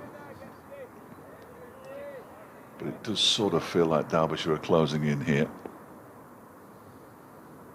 Critchley begins a new over, and that's pushed into the leg side by Roderick. There's no run. Sorry, I was miles away. You look slightly distracted. Yeah, I was. Critchley bowls outside the off stump. No shot, no run. I was sorting out post-match arrangements. Ah, okay, yeah. That's a bit early, isn't it? Well, I'm just getting my feeling pessimistic. Well, I have to have a post-match arrangement regardless of the result. Here is Critchley again, short and driven off the back foot by Roderick. Get a single out to deep cover. 73 for 5. I was also distracted by Ollie Robinson's 9 wickets. Really? Yes, not today. He took those in the first innings. I missed that myself. Yeah, because Sussex now chasing 150 something to beat Glamorgan. 154 to win, precisely. Yeah, 13 wickets for Ollie Robinson. 4 in the second innings, 9 in the first. Critchley, meanwhile, 2 slips, wicket keeper and a short leg. This one squirts out along the ground, not too far away from second slip. A rolling Sam Connors fields at backward point. Lewis Deploy and Wayne Madsen at second and first slip respectively. Critchley bowls, bit more width, bit more air, and Cox drives it out to cover. And they'll get a single with the man there deep. Aitchison. 75 for 5. It's definitely warming up, isn't it? It is, yeah.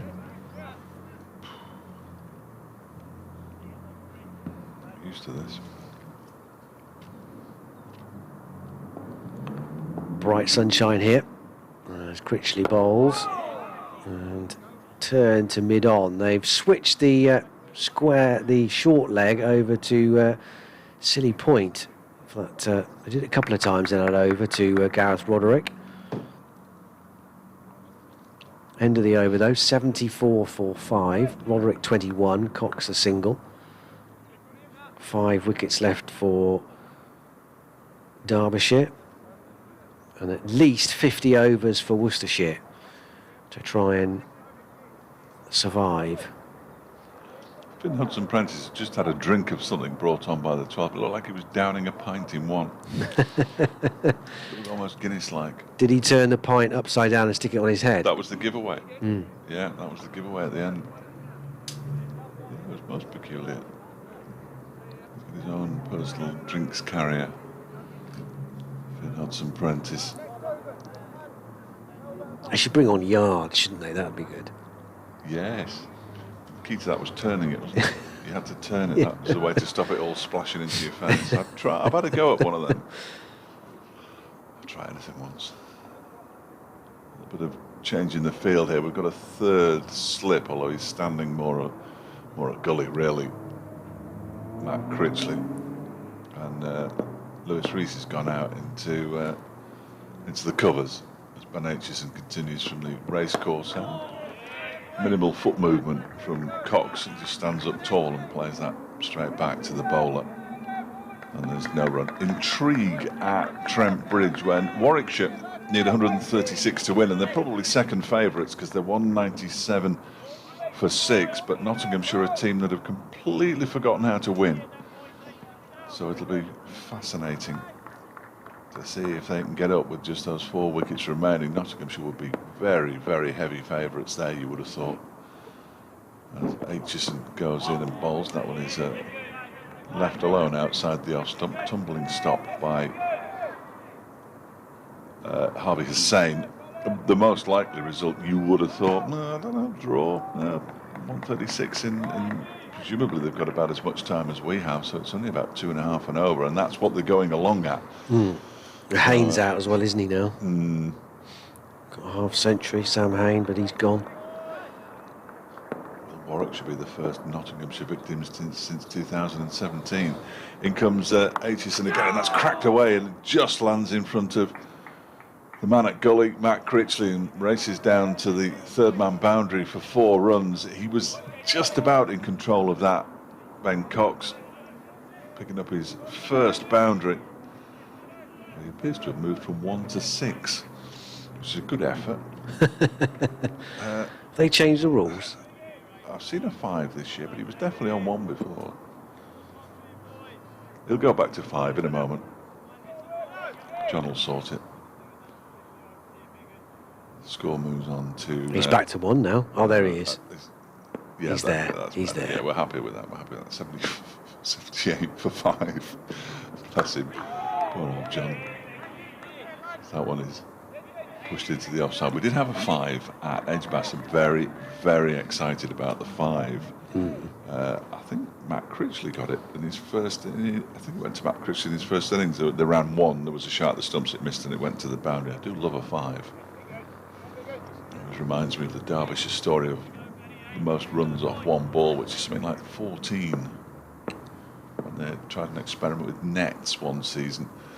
As Aitchison bowls, that's a short delivery, and a really good short delivery. In fact, it was parried by Harvey Hussain. They don't even get through for a single. That was a terrific delivery from Aitchison. It really took off, and just for a moment looked like it might either take glove or bat handle. Hussain, as it turned out, couldn't pouch it, and I'm not surprised because it was probably 4 feet above his head. That was fast. Yeah. It went through at a real pace from Ben Aitchison.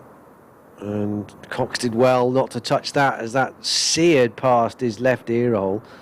And yeah, poor old Harvey Hussain, that was a difficult one.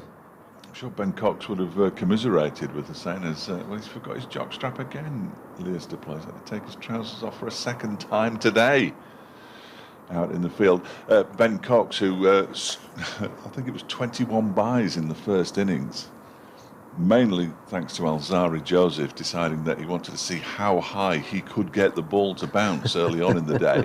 Came back with a couple of wickets in the evening session, but he just about got to one brilliantly, and you could almost see the cogs ticking in Joseph's mind, thinking, what if I can get the next one higher? And he did, and it raced away to the boundary for 4 runs. But that was a good parry by Hussain. 78 for 5, the score. We'll be ready to resume once Leas Deploy is fully clothed. On go the pads. He's struggling a bit with that left leg, getting that the trousers to roll back down. He's okay now, though. Quite stretchy, the material, though. But there's going to be a short leg and a silly mid-off now for Ben Cox, as well as 2 slips and a gully. That man at leg gully, who's Finlandson Prentice, has already taken a catch there as Aitchison bowls, and that's well dealt with by Cox this time. Just sways back, almost limbo dancer style, and the ball goes through to Harvey Hussain, and all that faffing about putting the fielding pads on for one delivery. I hope he doesn't take them all off again. He's not taking them off. That's good news. That would have to be the assumption, wouldn't it? He'd have to keep them on. Yeah, he's going into short now. Now they've swapped over the short leg, FYI. The short leg is Leas Deploy, and the silly mid-off now is, I think, is Brooke Guest from the shape. Yes, from the shape of the two of them. I've got it. And this is all for Matt Critchley. So still 3 men round the back, plus the wicket-keeper, but albeit in a slightly different formation now. Single for Roderick off the first ball as he punches this off the back foot up to mid-on. He goes up to 23, 80 for 5 now is the Worcestershire total. Critchley in, and Cox is forward, and that seemed to beat him on the outside edge. Head immediately in the hands from Wayne Madsen at first. The first and only slip now with those men under the helmets at short leg and city point. As Critchley bowls, pulls this one down a little bit, quicker as well, down the leg side. Cox leaves his bat well out of the road. Taken by Hussain. There goes Critchley again, slightly wider of the crease, and Cox brings the sweep out. He's going to pick up some runs here, might even pick up 4. It's just got enough energy on it now to hop over the rope. No one down there. Short leg giving game chase. In the pads. The helmet and the pads. He's treading water, Leas Deploy. Good job that wasn't uphill. That would have been even crueler on him. Brilliant. 83 for 5. Cox up to 9. Dropped his cap. What's he done now? He's dropped his cap, Leas Deploy. So he's had to go back for his cap, even though that was tucked in the back of his trousers. Obviously felt it drop out. Now he's putting it back there now. Look, there we go. Right, ready. Readjusting the pads. Here we go. Critchley bowls Cox. This one pops up. They're confident again, but umpire unmoved. And in the end, to be fair, it was Deploy who was the last man shouting for that, the first and the last. He didn't have too much support around him. All pad, that was. As Critchley bowls right outside the off stump, and Cox doesn't play a stroke. Hard to see whether that was the wrong and turned a little bit back towards the right-hander, but wide enough not to cause any problems, even if it did. End of the over. Cox has signalled to the dressing room. He wants something. He wants some of that tape for his bat. Yeah, maybe it looks like that. It must be a favourite bat. We were saying this morning, players don't tape bats anymore. He's going to tape this one. It might be the handle, mightn't it? In fairness, it'll take the 12th bat about 4 weeks to come on, because he's got to go out the back, round the car park, round the car.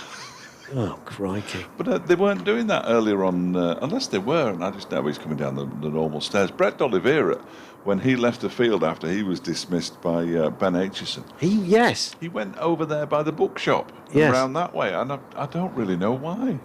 And he was closer to the old players' pavilion, which was the downstairs bit of the pavilion on the far side of the ground. He was closer to that than he was to the current players' pavilion. But anyway, I'm sure he found. Well, I hope he's back where he belongs now. Otherwise, he's still wandering around aimlessly in Derby city centre or something in his full cricket gear. Might attract one or two comments.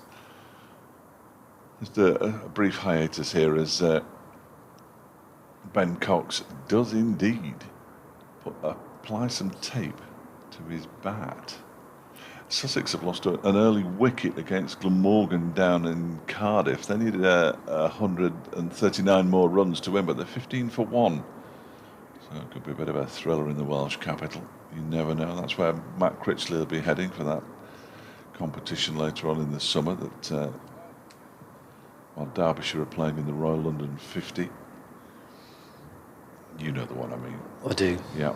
That one. Yeah. Leicestershire making a really good fist of their second innings. Surrey declaring on 672 for 8 declared in reply to Leicestershire's 375 at the Oval. Leicestershire 144 for 3. They still trail by 153, so a clatter of wickets would bring Surrey right back into that game. But fair play to Leicestershire, who were absolutely smashed by Hampshire, weren't they, by an innings in the opening round of matches. They don't want to lose by an innings again. Ben Aitchison begins a new over, hits the pad and he's gone. Roderick goes, that one definitely nipped back. And Aitchison has another wicket. That's 3 in a row for him. The 6th wicket goes down. Roderick, trap leg before wicket for 22. And Worcestershire now 83 for 6. Yeah, not too much doubt about that, I don't think. Ricky Vessels wasn't happy with his decision. He was fairly sure he either tickled it or maybe going down the leg side, but that looked bang in front from here. And Roderick's got to go out for 22. Cracking delivery from Aitchison, who's bowled splendidly. That one definitely arrowing back into the pads. Looked pretty straight from here. And umpire Robinson had no doubt. And Worcestershire lose a 6th wicket now as they slide to what looks like defeat here. 4 wickets only left for Derbyshire to try and grab. Still, after this one's finished, this over, 47 at least to go. Yeah, it'd be a good effort to survive now, wouldn't it? Now, yeah. From the Worcestershire, the remaining Worcestershire batsmen. In fairness to them, Ed Barnard, who of course got a century down at Chelmsford and hung around a bit in the first innings. I mean, they bat deep. I mean, that is the thing to say about Worcestershire, of course. Leach can bat. Leach, yeah, very much so.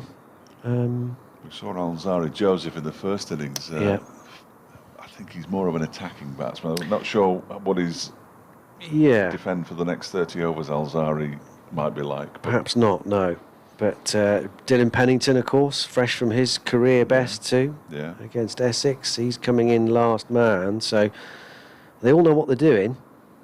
But this pitch, the bowlers bowling as they are, it's a different challenge here. This is tough.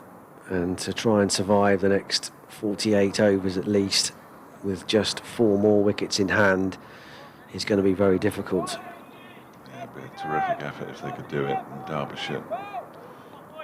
The odds tighten or lengthen or something. What do odds do? I have no idea.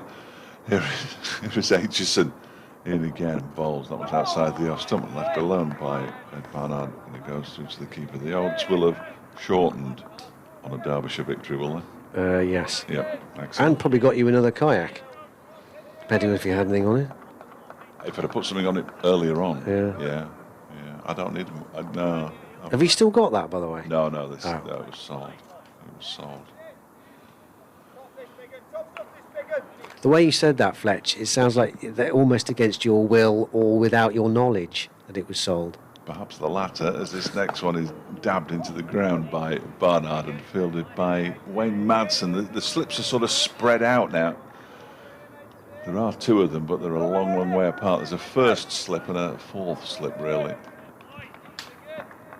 Madsen, hands on hips at fourth, will be very pleased if indeed he is in control. He'll be pleased if he isn't in control, of course.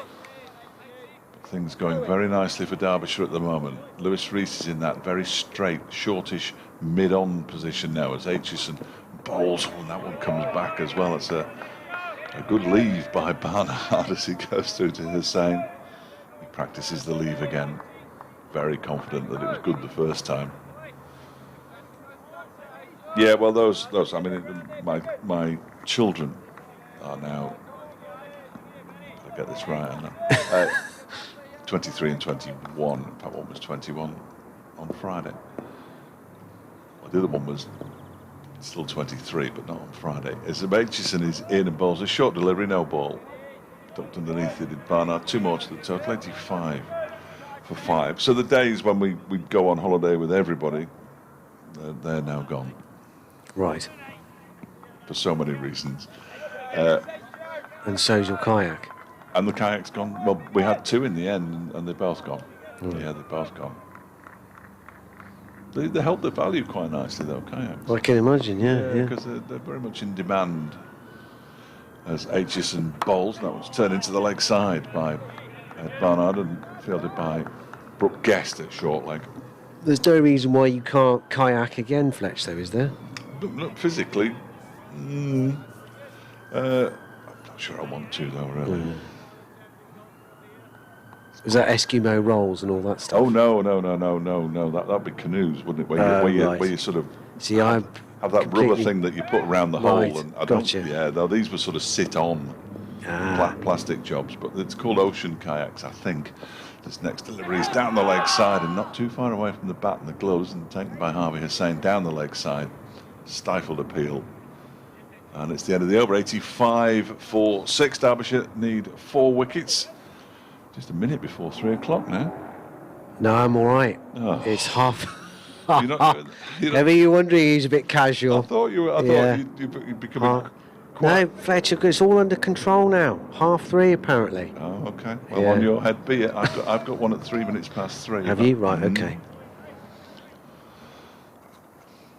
Tony always turns the cue off in my ears, so I can actually leave that button turned on, which is good news.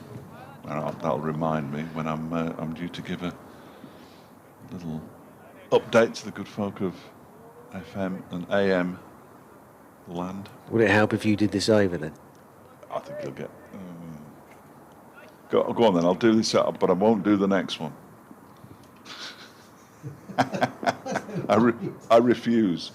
Critchley begins a new over from the city end, and that one is smacked into the leg side. Not too far away from Brooke Guest. Chase on for Finn Hudson-Prentice. They'll come back for a couple. Cox will move into double figures. He moves to 11. 87 for 6.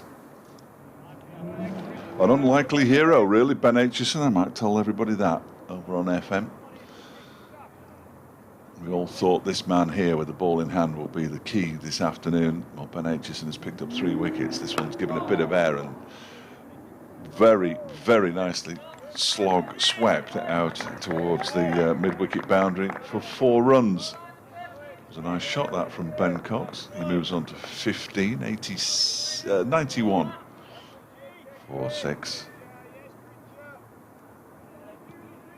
I don't think there's any future in just trying to defend every single delivery. That's the thing, and a little bit of aggression just makes you feel better as a batsman anyway. If you see your score climbing, as Cox's has, up to 15 now, gives you that little bit more confidence as Critchley is in again, and he sweeps this one. He's going to get 4 more, this time backward of square on the leg side, and that's another nice shot. And perhaps Matt Critchley's arms getting a bit tired, or Ben Cox has just decided he's going to go for it. He moves on to 19. Still a long way off. 95 for 6. 303 runs required from 46.5 overs is I think what they call these days a big ask. Critchley's in again. Cox drives into the offside this time. It'll be picked up out in the deep by Aitchison at the second attempt. And they go through for a single. Cox on to 20. It was that single went on rapidly on the scoreboard there. That went on really quickly. 96 for 6.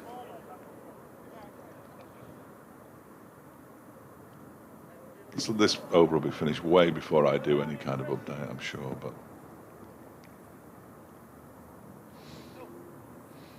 Dan will have nodded off by then. As Critchley's in, and that one is turned, paddle swept around the corner for 4 by Ed Barnard this time. He's off the mark.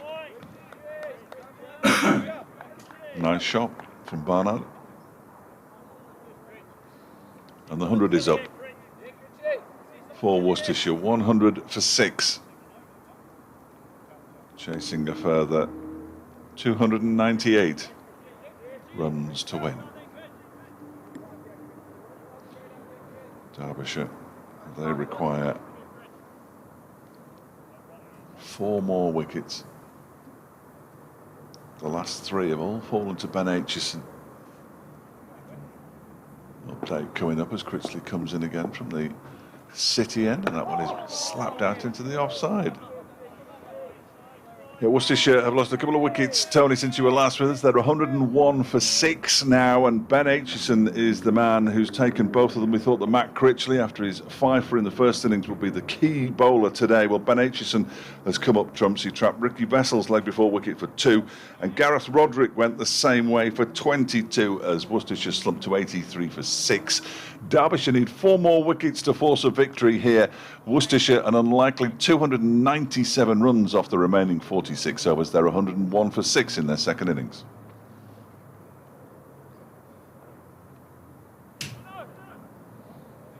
Worked out nicely, that. Oh, lovely.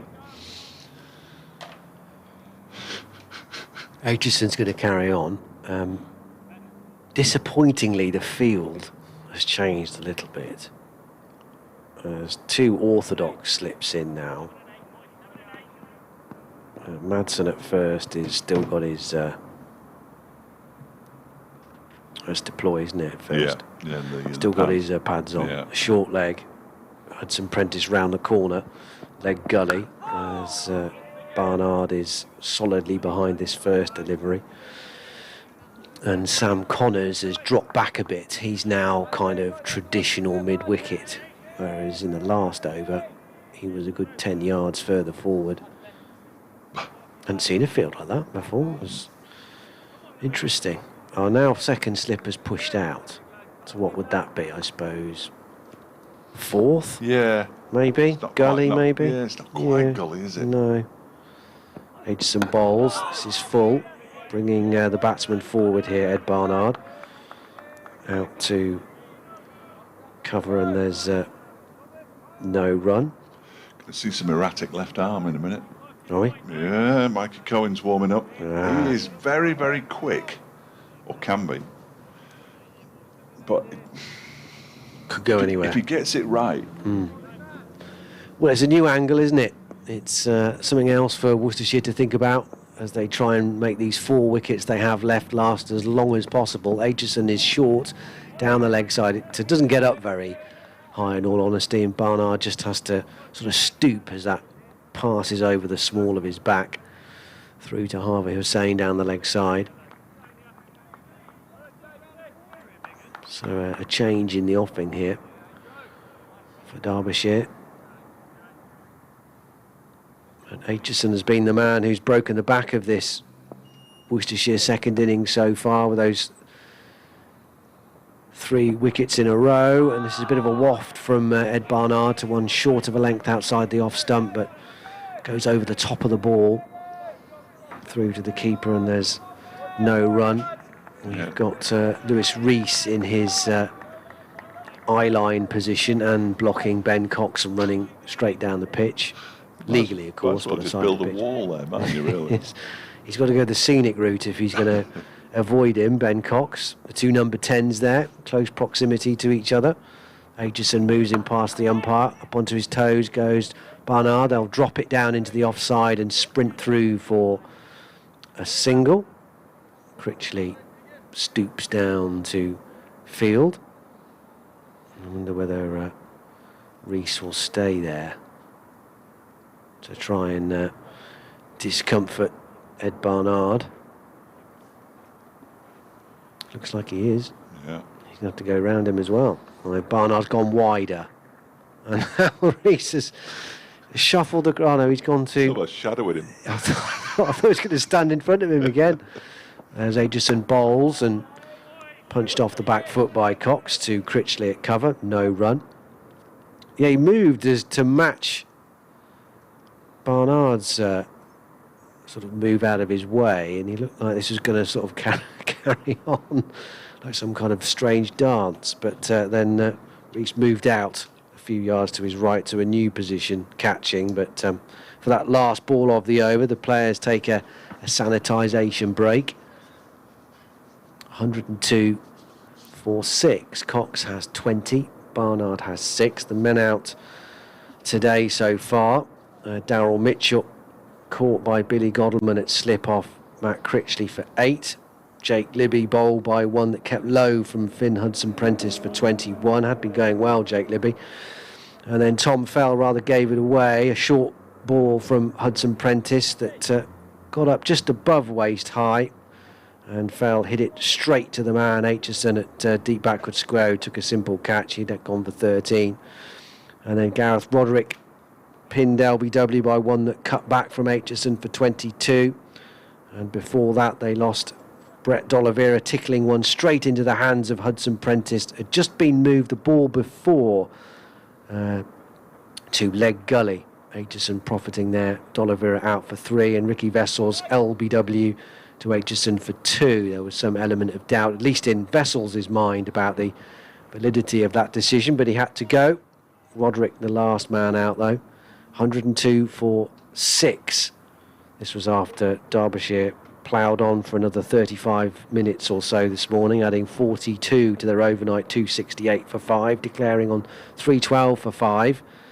That all set Worcestershire 398 to win, or in all honesty, just giving Derbyshire enough time as far as they were concerned to take 10 wickets. And at the moment, it's looking like a gamble that's going to pay off. We're wondering perhaps why they didn't declare overnight, or certainly have a quick thrash this morning, which they didn't do either. But 45 overs left at least, but now only 4 wickets to take. Mikey Cohen, he's going to come on from the City end, and this is interesting. I don't think I've seen him bowl around the wicket before. This might help. If he indeed is going to bowl around the wicket, he's going to come from quite an angle if he is from there. But the way he just lined his feet up on the crease suggested he was going to bowl around the wicket, so I think he is. Yeah, it looks like it. Yeah, well, the batsman's certainly lining up for and around the wicket. Yeah, he's just checking, actually. Now he's moving over. I didn't think that I'd seen him bowl around the wicket before. Left arm swiftish. If he gets it right, this could be exciting. If he gets it wrong, it could be exciting. So stand by for some excitement. Whatever's coming, it's going to be exciting. Oh, it's going to be terrific. Yeah, 102 for 6. Cox has 20. Ed Barnard is the man on strike. They've got the leg gully in again. It's almost leg slip now. Ben Aitchison, blimey. I'm not sure that's the position I'd want to be in. But there we go. He's there. He's doing what he's told.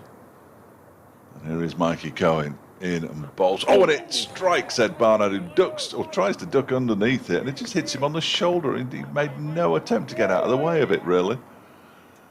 That was thoroughly bizarre. I mean, he's coming straight at us with the angle. I can't immediately say how short that was, but the way Barnard played it, as if it wasn't sort of kind of dug in right by the bowler's toes, and he knows exactly where it's going. That he kind of ducked into it almost at the end. Just sort of shouldered it away. Yeah, very strange. He has opened his stance up a bit, as you'd expect, because it's left arm over the wicket, and he's a right-handed batsman. He might want to use his bat this time, or get out of the way. Flexes his knees as he waits, and this one is a decent delivery. Goes through at good pace to Harvey Hussain, left alone by Barnard, though. No real need to play at it, and therefore didn't. Ben Cox reties his shoelace on his right boot while Mikey Cohen walks back to his mark. South African French passport. Guitar playing. 50 first-class wickets before the age of 21 in South Africa. A couple of good spells last season as well. Wasn't a regular. He's played in both games so far this season and sends another one outside the off stump. Decent line to begin with. That'll settle him down because he must play on his mind that he hasn't been bowling exactly how he would want. Spraying the ball here, there and everywhere.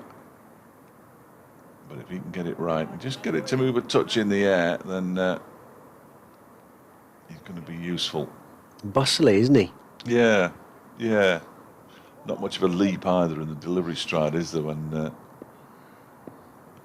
just before he delivers the ball, he almost slides through the crease. And that one is played off the back foot, cut away for 4 runs, chopped really down to the point boundary, short and wide outside the off stump. Thank you very much, said Ed Barnard. He moves on to 10.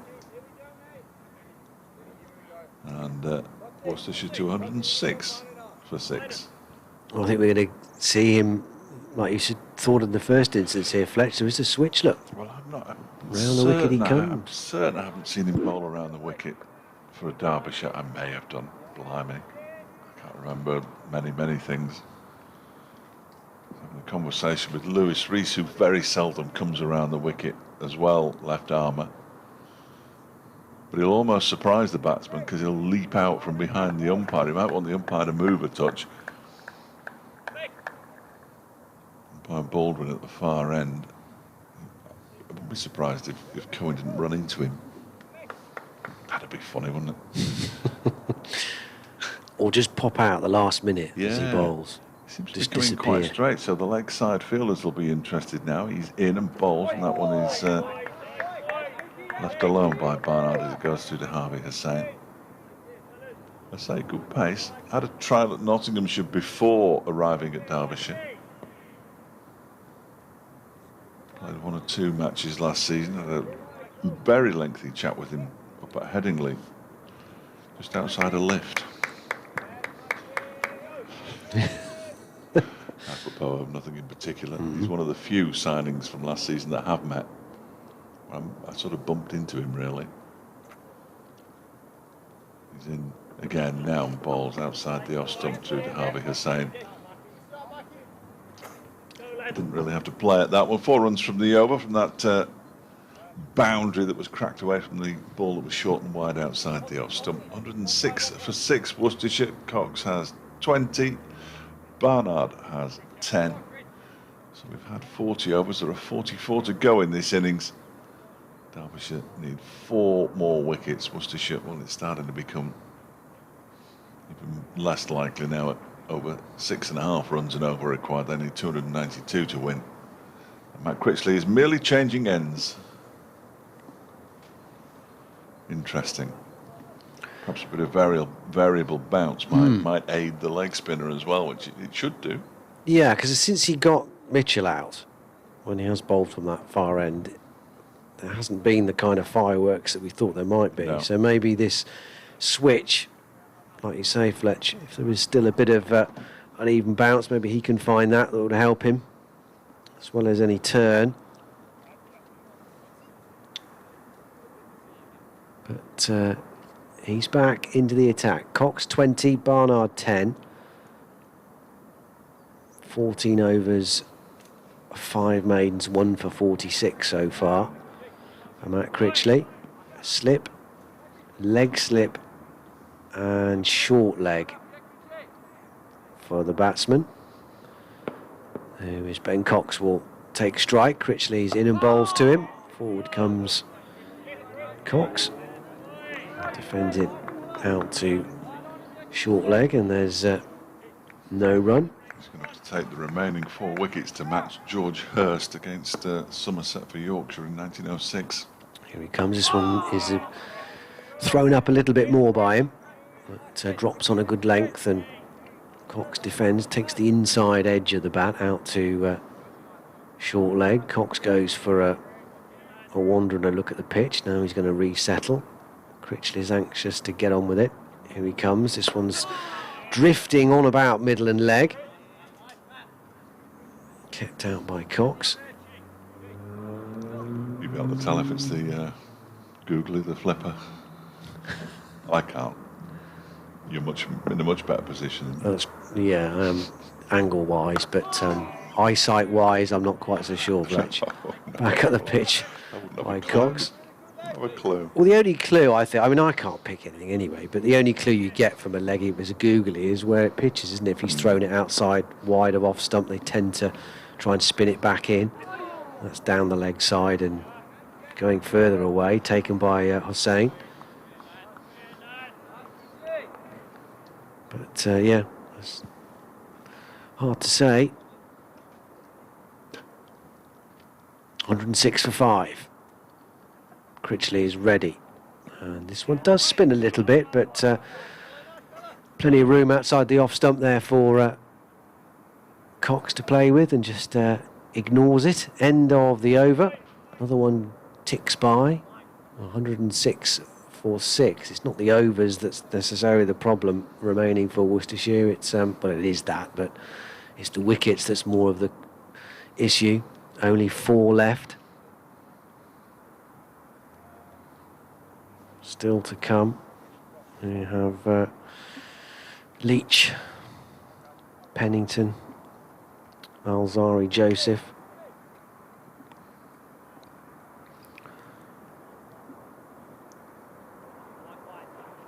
Spotted Lears deploy his hair for the first time. He's growing back slowly, but he wants to be careful chopping all that off. Doesn't entirely seem to be growing back all over his head.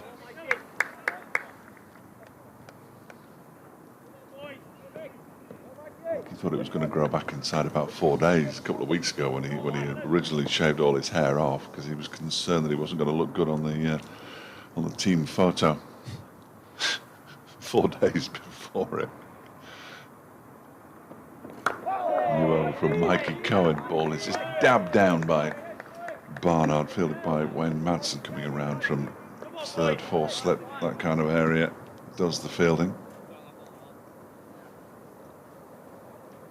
Would it matter what your hair's like for a team photo? Haven't you all got to wear hats anyway? Yeah, pretty much. Yeah. Yeah. I don't think he was thinking straight. Yeah. He'd just been for a net.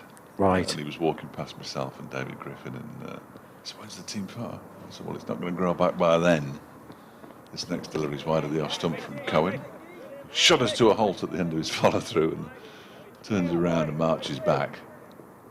He's got quite a busy walk as he goes back to his mark at the far end, the city end. He looks like he hasn't got time to waste, doesn't he? Yeah, very bustly. A bustly character. He's going to teach me to learn the guitar. Is he? Teach me the guitar, not to learn the guitar. Teach me the guitar, that would have done. Well, he said he would. He's in again around the wicket and balls, and it's a no ball. By Baldwin, spotting that he'd overstepped. You need to remind him, Fletch. Well, I was going to take him to download, you see. Right. And he was going to teach me the guitar, and some download was cancelled. Right. And we're not allowed to meet face to face yet, so it's sort of increasingly tricky. He's got a little YouTube channel going where he plays the guitar on there, and his Twitter account is mainly guitars.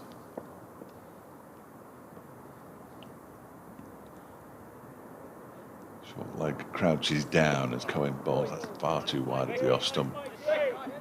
Barnard had absolutely no intention or need to play that one. So do you have a guitar? No. Oh, right. No. I think he's got lots though. Ah, right. Okay. Yeah. And we just got into a lengthy conversation outside the lift at the bottom of the press stand at Headingley, the pavilion there. I think we spoke for about an hour and a half. I couldn't go away. Crikey. I know. He's in again and bowls, and that was all he plays at that one. He's hit the ground. That was the nick noise that you heard in the background, and you could see the puff of dust as well. It was a brief moment when Harvey Hussain thought he'd taken a catch, when Mikey Cohen thought he'd picked up a wicket, but again it was quite wide of the off stump and no real need to play at it, but it's very difficult for batsmen lower down the order to resist the temptation of a wide delivery that your eyes light up and you think, well, the boundary's not that far away, but you've got to make sure you get the middle of the bat on it first. And he waits, and again, wide of the off stump. He does shudder to a stop at the end of his follow-through, Mikey Cohen. By Baldwin. Just has a little look at where his back foot is landing. It's well inside the popping crease. Plenty of support for Mikey from the Derbyshire fielders. Just as there was for Ben Aitchison, the big un. He's at leg gully for Cohen, who again bowls wide of the off stump. It's good pace, but there's no need for Barnard to play at any of those deliveries. Really, 108 for 6, 10 to Barnard, 20 to Cox, and we've got 42 overs left. Yeah, into that over, the umpire Baldwin's having a word with Mikey Cohen, a friendly word about where he's exactly landing. But I wonder if it's time to end the round the wicket, really, because since he has gone round there, he's not looked as threatening at all. Well, if he gets his pace up and he's pushing the ball across the right-hander all the time, you'd think that was his best weapon, wouldn't you? Whereas around the wicket, he's sort of got to twist his body a bit more to angle it towards the stumps, and it hasn't worked so far. I genuinely don't think I've seen him go around the wicket before. Critchley's with a new over then. Bowling and right on the money straight away. Forward comes Cox and there's no run.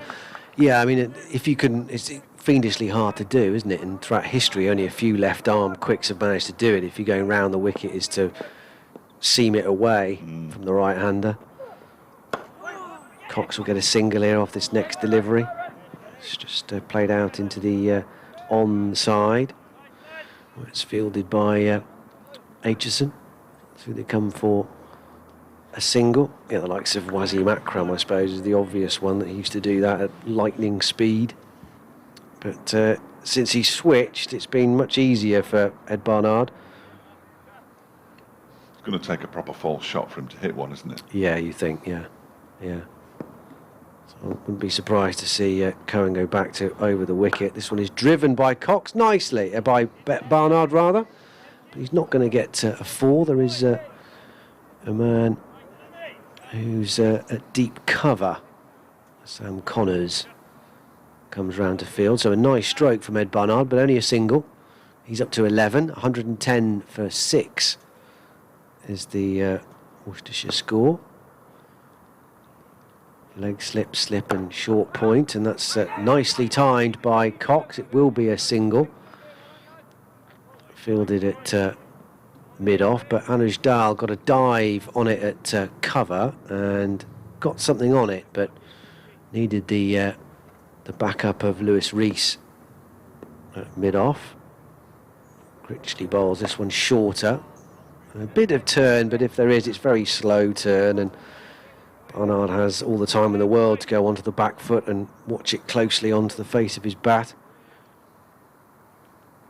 He adjusts his thigh pad as he waits for Critchley, who bowls now. And forward he comes on a good length and smothering it out to Anuj Dal again at cover. End of the over. Barnard 11. Cox is double that on 22. And Nelson on the board. 1-1-1 for 6. This is the one time when it's not a batsman's game, isn't it, cricket? They would say, oh, it's a batsman's game, but in this situation, it is anything but a batsman's game. It's just going to take 4 good balls for Derbyshire to win this one. Mikey Cohen is going to continue from where he's moving to. It looks like he's going to come over the wicket again. I think they're round the wicket. Yeah. Wayne Madson's just had a quiet word with him. Well, I think that's the right ploy there. Yeah, I couldn't agree more. Oh no, he's going around the wicket. Oh, crikey. He's moved back to around the wicket. Oh, Mikey, what are you doing to us here? Don't do there we go. So he's ready to come in from around the wicket to bowl to Ben Cox. His first one is outside the off stump, way outside the off stump. He goes through to Ali Hussain. No need to play at that one. How many of that exact delivery have we seen now from round the wicket? Quite a few. I think at least 7 in an over and a ball. No more than 7, though. Because you'd think you'd have the natural angle to make him play everything, wouldn't you? Well, he's coming in, but nothing's. He's miles outside the off stump. His body. He's not turning his body enough, is he? He's in again, and that's as wide outside the off stump as all the others have been. It's almost like in a holding pattern from the far end, just to allow Matt Critchley to come back on. Well, if you're going to do that, well, might as well bowl himself at 27.5 minutes past 3. I only say that because the music came on in my ears. Right. Yeah. I best go then, Fletch. Well, no. Well, I don't know. 27. I'm confident. Oh, yeah. That I'll miss it. All right now. It's gardening phoning anyway. Is it? Yeah. Oh, excellent. Yeah. I don't mind a gardening phoning. I've not got a garden. Going in. Well, that's a bouncer that goes down the leg side this time, and Harvey Hussain tumbles across to his left to make sure that the ball doesn't run away for 4 byes. Bit of Simply Red I've got at the moment. Which one? Every Time You Say Goodbye. Saw them before they'd released their first album at Liverpool University in the early 80s, because my cousin was their manager. He's in again, Cohen, and that one's back to being wide of the off stump. And there's no run because it goes through to Harvey Hussain. He needs to go over the wicket here, Mikey Cohen. He needs to do something. 1-1-1 for 6. Nelson on the board. Ben Cox 22, Ed Barnard 11. No wickets since just before 3 o'clock. Tea will be at 3:40 no matter what. Final day of play, of course. So a lengthy evening session coming up as Cohen is in and bowls outside the off stump. Good pace this time, and it's taken shoulder height by Harvey Hussain, the Derbyshire keeper.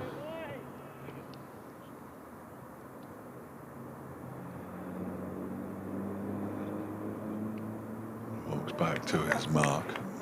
Excuse me. A couple of slips, short leg, gully, man at backward point, man at square leg. So relatively attacking field for Cohen, who's in again around the wicket. That's better. He's played it back to the bowler, but it was the last ball of the over. Ben Cox remains on 22. Barnard 11. 111 for 6 at the end of the 44th over. 40 to go. Rate required for Worcestershire has now climbed above 7. We're going to see some Sam Connors.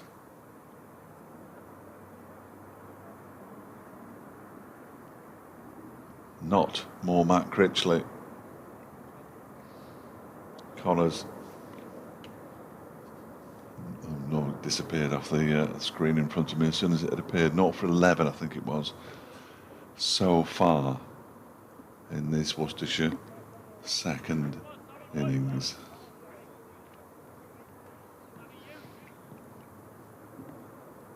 $111 for 6. Update coming up.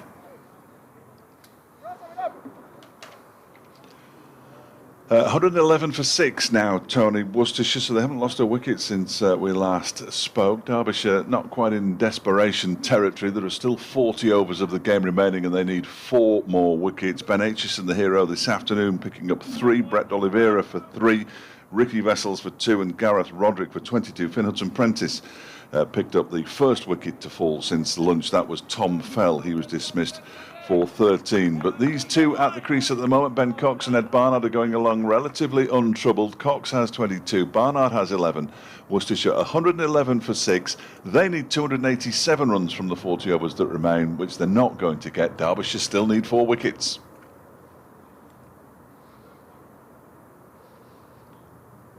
Sam Connors from the racecourse end hasn't picked up a wicket in this second innings yet. He's in and bowls, and that one cuts back in towards the stumps, and it's a good leave in the end from Ed Barnard as it goes through to Harvey Hussain. good angle, and it did definitely move back in off the seam.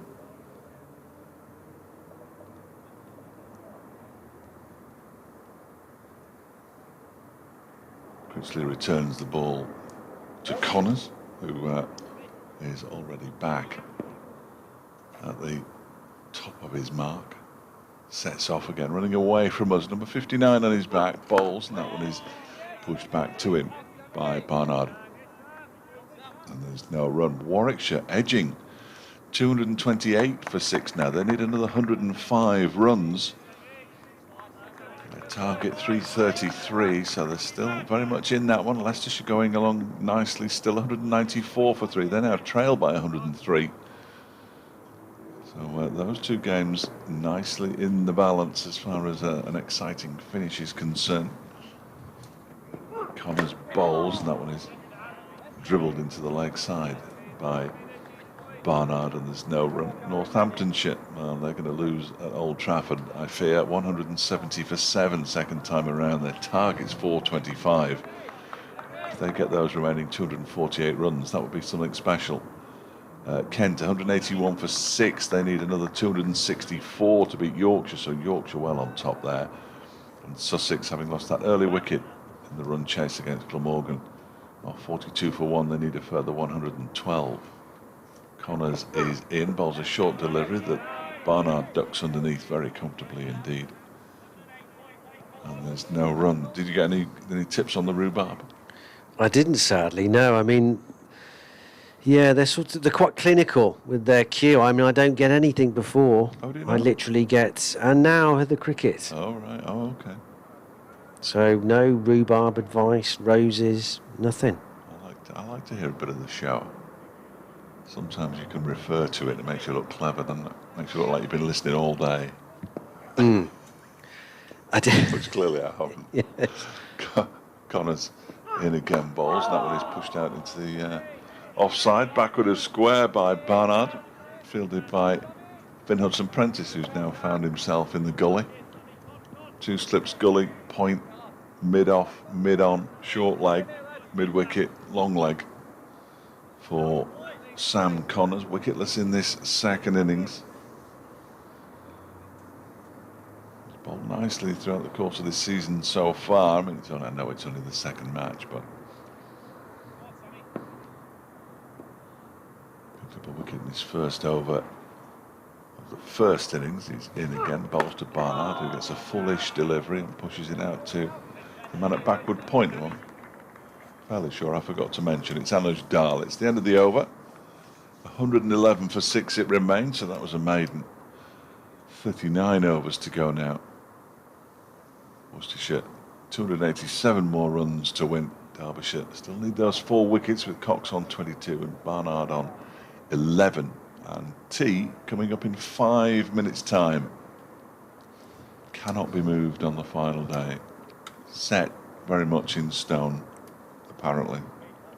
Never really understood why. There's some really vague Why is that? conditions, isn't there, attached to cricket. Very strange. And now Matt Critchley swapped back to the City end. It's a short-lived experiment from this one, wasn't it? He didn't like this end. Didn't like this end at all. The racecourse end. So he's replaced Mikey Cohen at the City end. Here he is then, in and bowls, and Cox is forward. Won't get a run here. It does dribble away from the fielder to short leg. Brooke guessed, but he scampers back quick enough to make sure they can't pinch a single. Critchley bowls, and Cox defending back up the pitch. And there's no run, so depending on how quickly he gets through this over, well, this will be the last one, won't it? He'll be marched off at 22. Well, he might have time to squeeze another one in. I don't know. This one's in the air from Cox, but plenty of room on that onside. He'll pick up a couple here comfortably, I would think. Might chance one on the arm of Finn Hudson-Prentice. They do. And they come back safely in the end. So 3 to Cox. He just checks with Ed Barnard that he's okay. The thumbs up there. Need to try and pick up everything they can, Worcestershire. This victory target is the stuff of fantasy, but need to try and obviously keep this going as long as they can, keep these 4 wickets intact right to the end if they possibly can achieve that, as Critchley bowls and Barnard strokes it out to Hudson Prentice at mid-on. Critchley is ready, slip, leg slip and short leg, driven out to Anuj Dal, who threatens to be taken off his feet by the pace of that piece of fielding. Well, he's okay, stays upright, gives it back to Critchley. In he comes once more. Forward comes Barnard. Anuj Dal sweeps in, underarms it back to Harvey Hussain. End of the over. And we are going to get one more over in. Thought they might. 114 for 6 at the end of that over. Cox has 25. Barnard has 11. Yeah, another over of Sam Connors before the tea interval arrives. And get back into action just after 4 o'clock. They'll have 20 minutes no matter when they start it. So 14 for 6. Lengthy conversation between Wayne Madsen, who's clearly the on-field skipper, with Billy Godleman having failed to return after lunch with that groin problem. He took a catch this morning at full length. Wouldn't have done his groin any good at all, that I don't suppose. And with the next match starting on Thursday, it'll be fingers crossed for Godleman. Hasn't missed skipper in the Red Ball side since 2017. Appointed in 2016. He missed the first 2 matches after he was appointed with a broken thumb. In the final game of that season as well, as in comes Connors and bowls the first delivery of a new over that's defended by Cox out into the offside. There's no run. I hadn't realised, which this will be of no interest to anybody other than Derbyshire supporters, that Hamish Rutherford captained the side the first time I commentated on Derbyshire, which was down at Bristol. I knew Billy Godleman wasn't playing, but I hadn't realised that Hamish Rutherford was the captain. That'll be some interest to Worcestershire fans. Well, yes, there is a Rutherford. Yes, there is obviously. I couldn't barely get 2 words out of him. Connors bowls. This one's outside the off stump, goes through to the keeper, Harvey Hussain. I really wanted to get to know him bad, but it just never happened. He was in the same side as Neil Broome that season, another New Zealander who basically turned became English or something. I don't know how they did it, but they did it. Then he went back to New Zealand and became an international. But he hadn't been an international prior to that. Connors in again, bowls a full delivery, and that's well kept out by Cox. Gets the bat down on it, pushes it out to mid-on, where it's fielded by Lewis Rees. Hudson Prentice is just showing me why you should never grow your hair as long as he has, because he's scratching his head, he's had his cap off, readjusting his headband. A lot of faff, I always think, hair. I mean, I'd love some, don't get me wrong, but a lot of faff. I'll show you a picture of me when I was younger, and I want you to give an honest reaction to it when you see it. I think you'll enjoy this. Okay. You might not.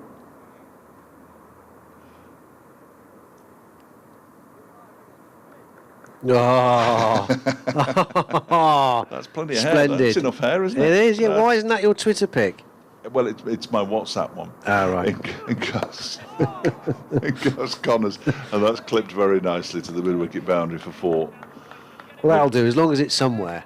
Yeah. Yeah. Lovely shot by Ben Cox. Shoulder-length hair. That's me, not Ben Cox. It's not dissimilar to what's under my cap at the moment. Is that right? Yeah. Yeah. I meant to do that, though. Yeah. The longer the better. Fresh-faced. Innocent. Suits you, though. Well, that's very kind of you to say. Look like I've just been arrested, actually.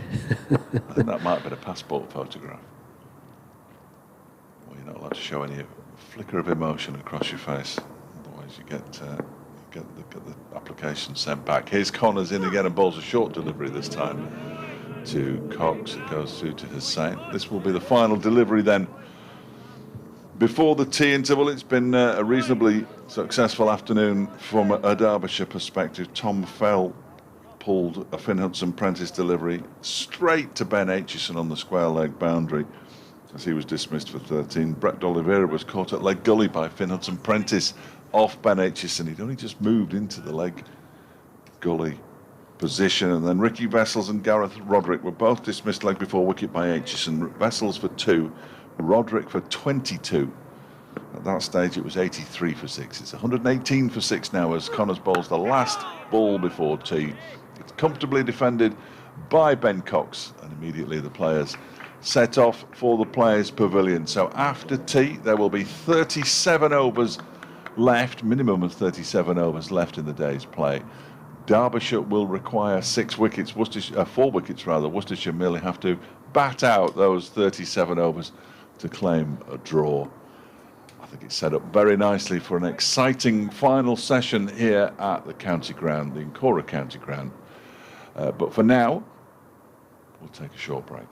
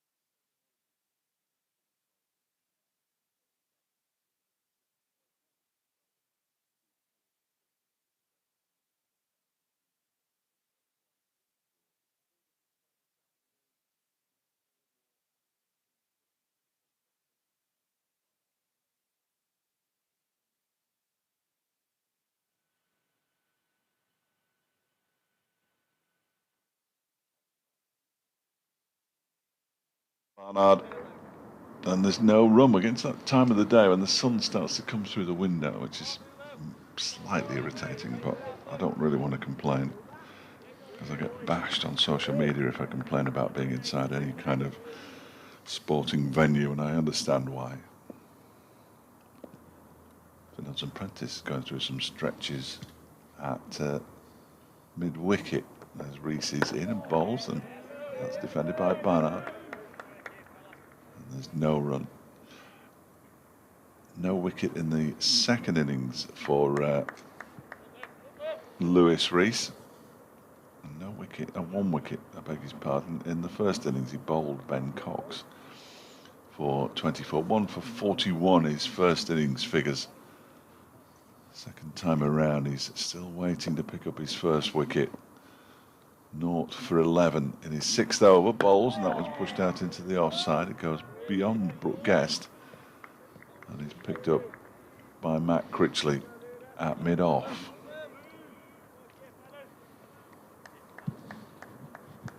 Got a huge amount of chat out there from the Derbyshire. 1 wicket will get them going, I'm sure, but they need to pick up that wicket as quickly as they can to ease any nervousness.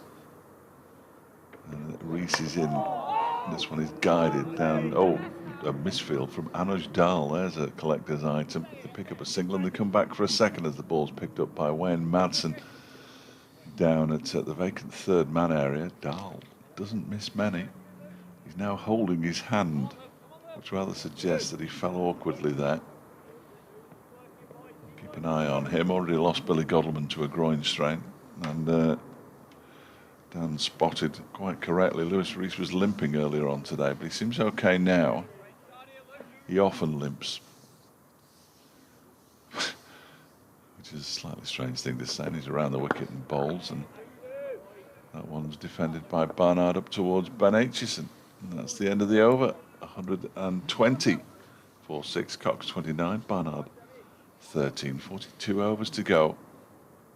Derbyshire still need 4 wickets. He does often limp though, and what I was going to say earlier, it's triggered my memory, is that in the first innings apparently there was somebody out there encouraging him by shouting, "Come on, the best one-legged all-rounder in the country." So even his teammates have spotted that he's always limping. I think they're probably the first to spot that kind of thing. So it wasn't necessarily a reason why he didn't bowl this afternoon then? No, I don't. Kind of would have made sense. Yeah, but I don't think so. I don't think so. Well, it seems okay. He got through that over all right. 120 for 6. Only another 216 deliveries at least for Worcestershire to try and keep out here. I don't know what sounds harder to do. At least 36 overs or at least 216 balls. Did you do that in your head? No, of course not. I was going to say, that's a terrific idea. What do you think I spent 20 minutes at tea doing?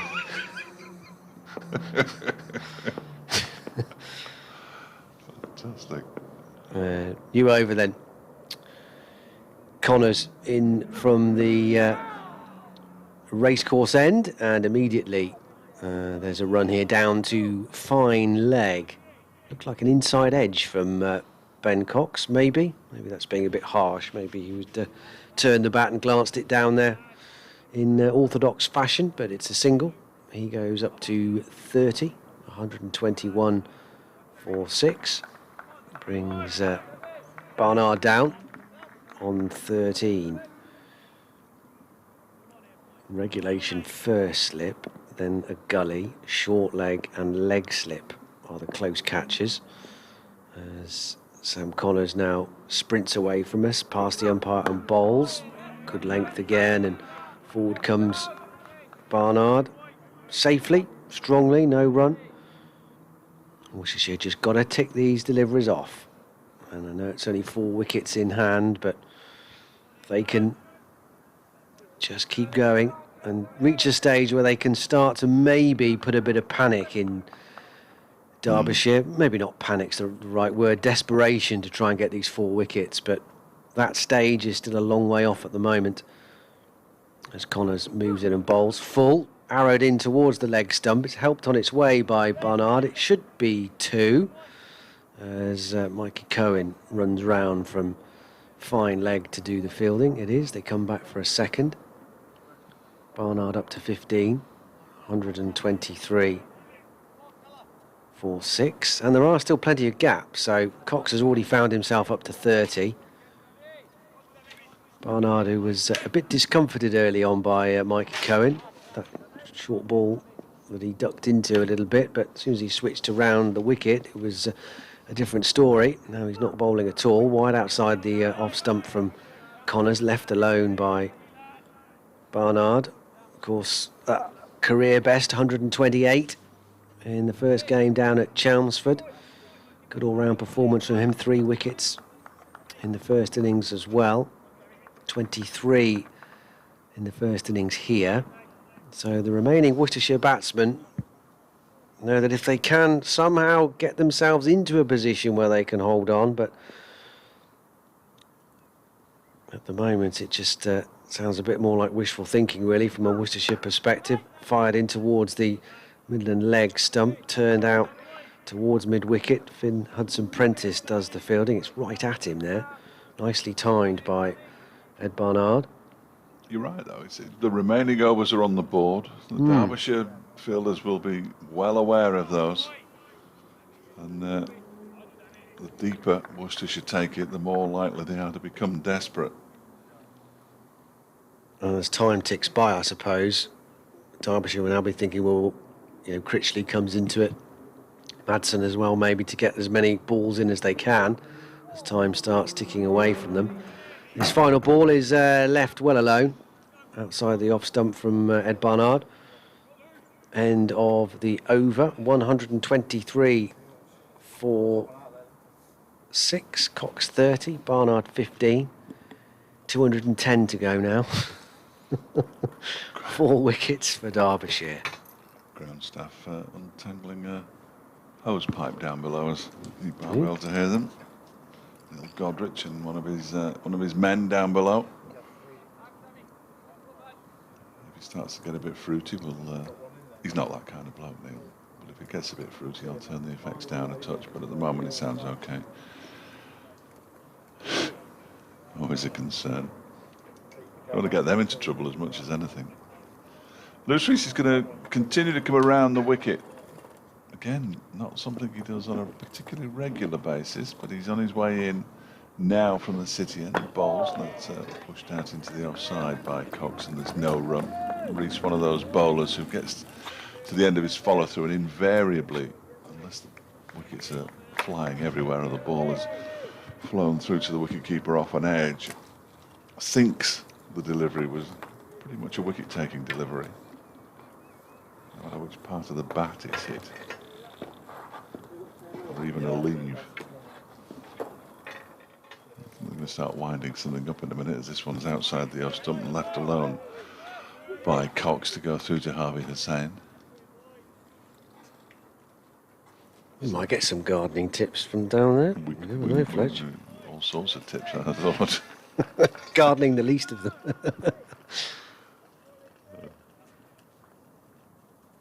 Yes. I suppose he's looked up and seen a big fluffy thing sticking out the window, pointing at the pitch with the wires dangling from it, but... Oh, the effects mic. That's the one. Hey. Oh, dear. It's late in the day. Isn't it?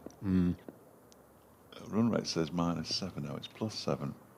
In comes Rees again, that's turned very comfortably into the leg side by Cox for a single. He moves on to 31. 124 for 6 now.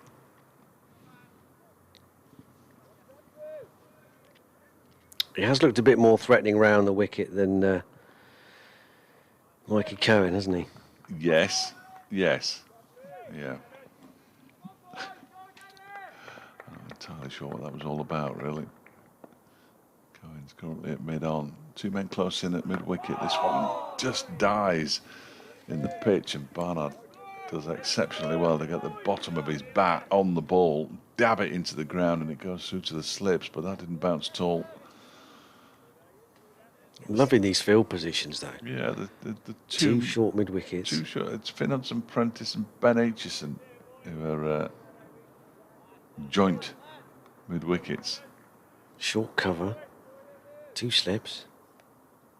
Well, I mean, the runs is now out of the equation, isn't it? So it's all a matter of picking these wickets up, as that one's left alone by Barnard outside the off stump. So Derbyshire can do pretty much what they want with the field, because it would take something relatively spectacular, even by Alzari Joseph standards, from the first innings to win the game from here. Kent doing what they can to hold up Yorkshire. 211 for 6 now. They still need another 234, which they're clearly not going to get. I'll be the same once another helmet brought out. Fortunately, it's on the boundary's edge, so it's not going to take too long for that process to be completed. And Warwickshire, at 252 for 6, they need another 81. That is going to possible. Be, Notts have forgotten how to win. Derbyshire got to 400, I think. I can't remember the exact numbers, but it was a lot to win last August at Trent Bridge. Rees is around the wicket and bowls. It's driven but not timed by Barnard out into the offside. It's Brooke Guest who does the fielding there. That's the last ball of the over. 124 for 6, Worcestershire, after exactly 50 overs of their second innings. There are 34 left. Madsen and Rees deep in conversation. Cox has 31, Barnard has 15. I think this is going to go to the wire, you know. I've got a nasty feeling that this is going to go to the wire. More sweat. Oh, it's the sweater for Lewis Rees that's brought out by Derbyshire's 12th, but no idea who it is. Young man. Blue surgical gloves, mask, blonde hair. Could be anybody. Well, it's not Billy Godalming, but it could be anybody else. Connors then, continuing from the racecourse end, bowls, and forward comes Cox. He'll pick up 1, maybe 2. Anuj Dal is on the slide. He's fumbled it, so they'd come back for 2 anyway, actually. So what was a tight-ish second run has turned into quite a gentle amble through in the end. 2 more to the total. 126 for 6. Cox 33. Barnard has 15. And Worcestershire just have to keep staying in, keep ticking over. Connors bowls, and a bit outside edgy, perhaps from Cox. Slightly turned round by that, but that would be a clue to the stifled appeal, but in control nonetheless. Out towards Anuj Dal at cover, and no run. 2 slips, first slip and a third slip. He's in quite close there. Short leg slip is back a bit, maybe leg gully really. There the one's waiting for a catch. As Connors bowls, it's short of a length, up onto his toes. Goes Cox, plenty of time though to get into line. And back out to mid-off, and there's no run. Huge boost for the county during the build-up to the season that Ben Cox signed a new 3-year contract. I was looking at one stage where he might be leaving, having turned down the initial offer of a new deal. His old contract was expiring at the end of this season, but he's staying for another 3 years, which is great news.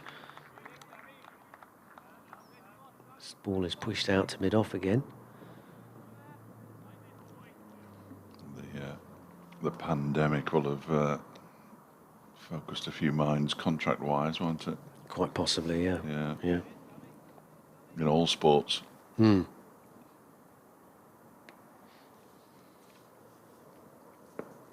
It's certainly one of the key names that Worcestershire will want to nail down, and they have done. As Cox doesn't really have to duck under this very short ball from Connors. It's so short and loopy that barely has to even bow his head as that disappears over towards Harvey Hussain. 126 for 6. It's a big effort, isn't it, for a little reward, really, that. Yeah. Grunt from the bowler as he puts a little bit more into it. Now wants leg gully moved a bit finer here, Sam Connors. So that is more of a leg slip. Here he goes then. Snared D'Oliveira in similar fashion earlier today, Derbyshire. Think about maybe trying to put some pressure on Matt Critchley as he comes in from cover, the two Worcestershire batsmen there, but think better of it. Last ball of the over safely seen off. 126 for 6 is the Worcestershire total. 33 to Cox, 15 to Ed Barnard. Another over ticks by, at least 33 to go for Worcestershire. One at a time is what they'll be thinking. He's done it again. There's deploy, look. Off has come down have come the trousers. Pants off off. have come the pads. That might suggest he's going to bowl. I don't think he's going to bowl now. He isn't, because Lewis Rees is going to bowl, but he's removed the... he's removed several things. He's at slip. And Harvey Hussain is going to stand up to the stumps to Lewis Rees to make sure that Ed Barnard doesn't creep forward to try and get maximum swing, as this one is driven back to him by Barnard. The batsman, of course, will bat outside the crease to try and negate the swing, so that Harvey Hussain has to go and stand up. Of course, if there's a nick, it lessens his chances of taking the catch.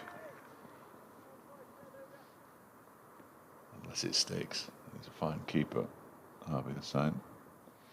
Crouches down behind the stumps now. Barnard waits and ducks underneath this delivery from Lewis Rees. It's a good take by Hussain, moving to his left above his head. There was a signal there, was there, from the bowler? I didn't see one. No, I didn't. If not, that was a very good take. Was, wasn't it? Crikey. Yeah. Took a couple of steps to his left and took it with both hands above his head, at arms at almost full stretch. Decent keeper.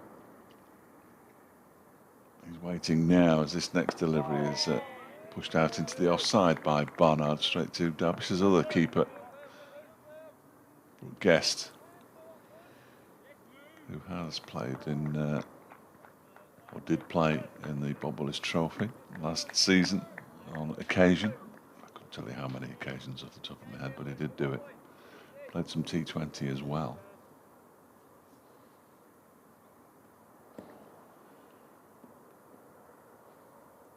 And here comes Rees again, bowls. That looked like an attempted slower ball, but it was spotted by Barnard, who's driven it away to the extra cover boundary for 4 runs.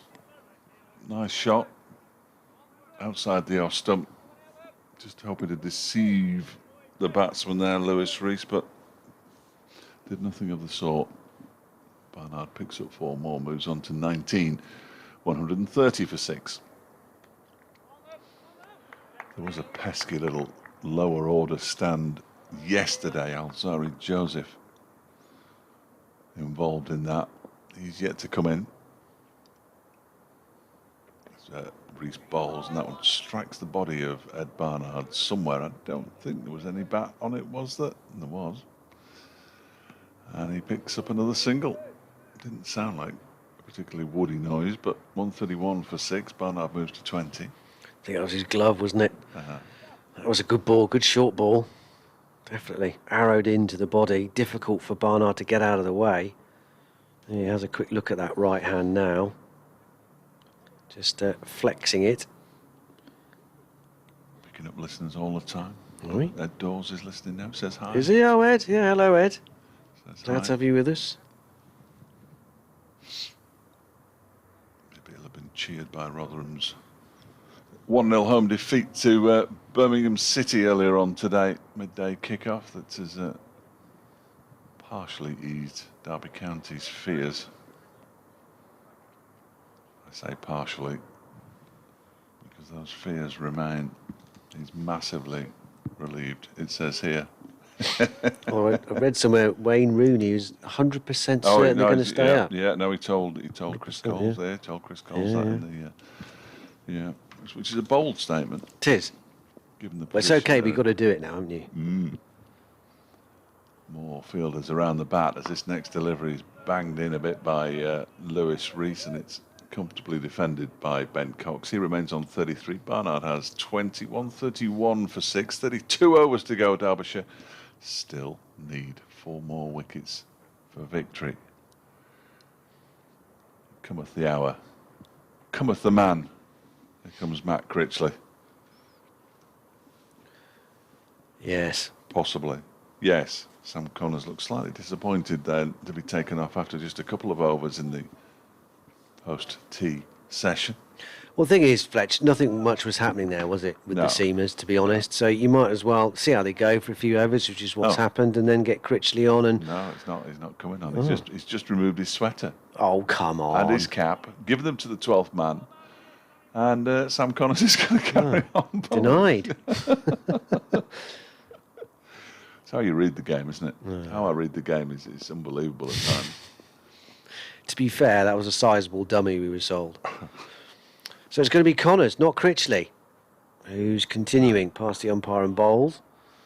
And turned round the corner by Ed Barnard for a couple. As Mikey Cohen comes in from the deep to field. To be fair, Connors has bowled beautifully all season. 50 partnership, I think, between those two, isn't it, that one? Yes. Yeah, 50 partnership between Barnard and Cox, holding Derbyshire up here and doing a good job for their county. Twice as good as the best one so far, which was the opening standard 25. 133 for 6. And this is a bit of a waft outside the off stump from Barnard, the drive coming out, and that was very close to tickling behind. And looks to the skies in frustration.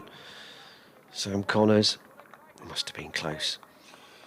Yes, which is why it's only going to take 4 deliveries, isn't it? It just depends how soon they arrive and if they arrive, but it'll only take 4 deliveries to deliver a Derbyshire victory. 4 poor shots like that, really. Uncharacteristically poor. He is coming on soon, Critchley. Look, he's windmilling his arms. Connors sprinting up to the wicket and bowls full, arrowing in on that base of the middle stump, and Barnard does well to get the toes out of the way and the bat down on it in time. Keeps it out. Still 31 overs at least to go after this one. That does sound like a very long time. About 180 deliveries. Yeah. Something like that. That kind of region. Yeah. Mustn't forget the gardening update. It's onto his toes. Nicely timed. They come through for a single. They've picked out Anuj Dal, who shies at the stumps, misses, but had he hit, I think he was safely home. They're both gone when they should go. Cox and Barnard, no hesitation. So through they come. 134 for 6. Barnard 23.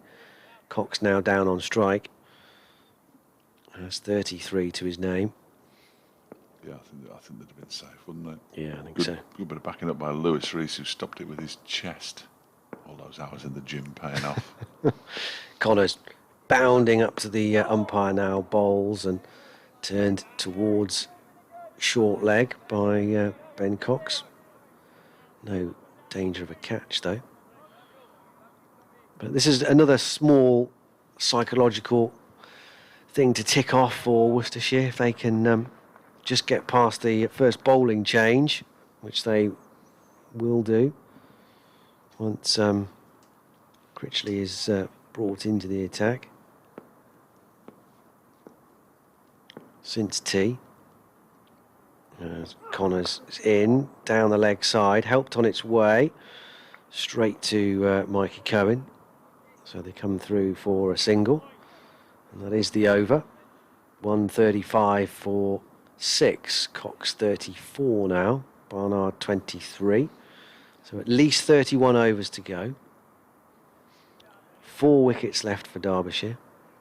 135 for 6. Critchley's got 16 overs to win this game for Derbyshire. Probably get all on his shoulders, of course, but he's coming on now from the City end, replacing Lewis Rees. The end from which he's bowled all but one of his overs in this Worcestershire second innings. He had 1 over from the racecourse end, didn't like it, went back to the top end and carried on. They can attack. Runs virtually immaterial now. 263 more off the final 31 overs. They're not going to get that, Worcestershire. Can Derbyshire get the 4 wickets they require to force the victory here in their first home game of the season?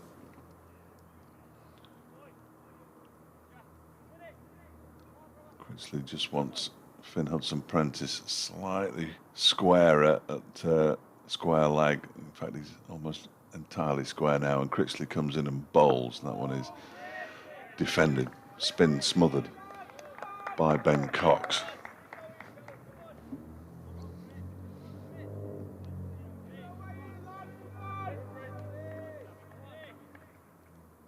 Questions bound to be asked if they don't do it about why they batted on this morning, as this next delivery is cut away off the back foot into the offside and fielded by Anuj Dal.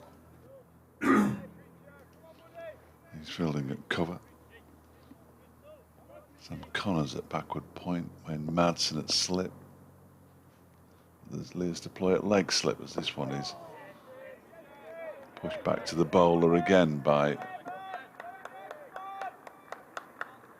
Ben Cox. Hudson-Prentice on his back with his legs in the air, clearly going to bowl soon. Why else would you do that? In comes Critchley again, bowls. This one's turned into the leg side. A chase on here for Finn Hudson-Prentice. He'll get to the ball before it reaches the boundary. They're going to come back for a third. They are. They take on the Hudson-Prentice arm. It was a decent throw, actually, from a long, long way away. But they have picked up 3 more. 138 for 6.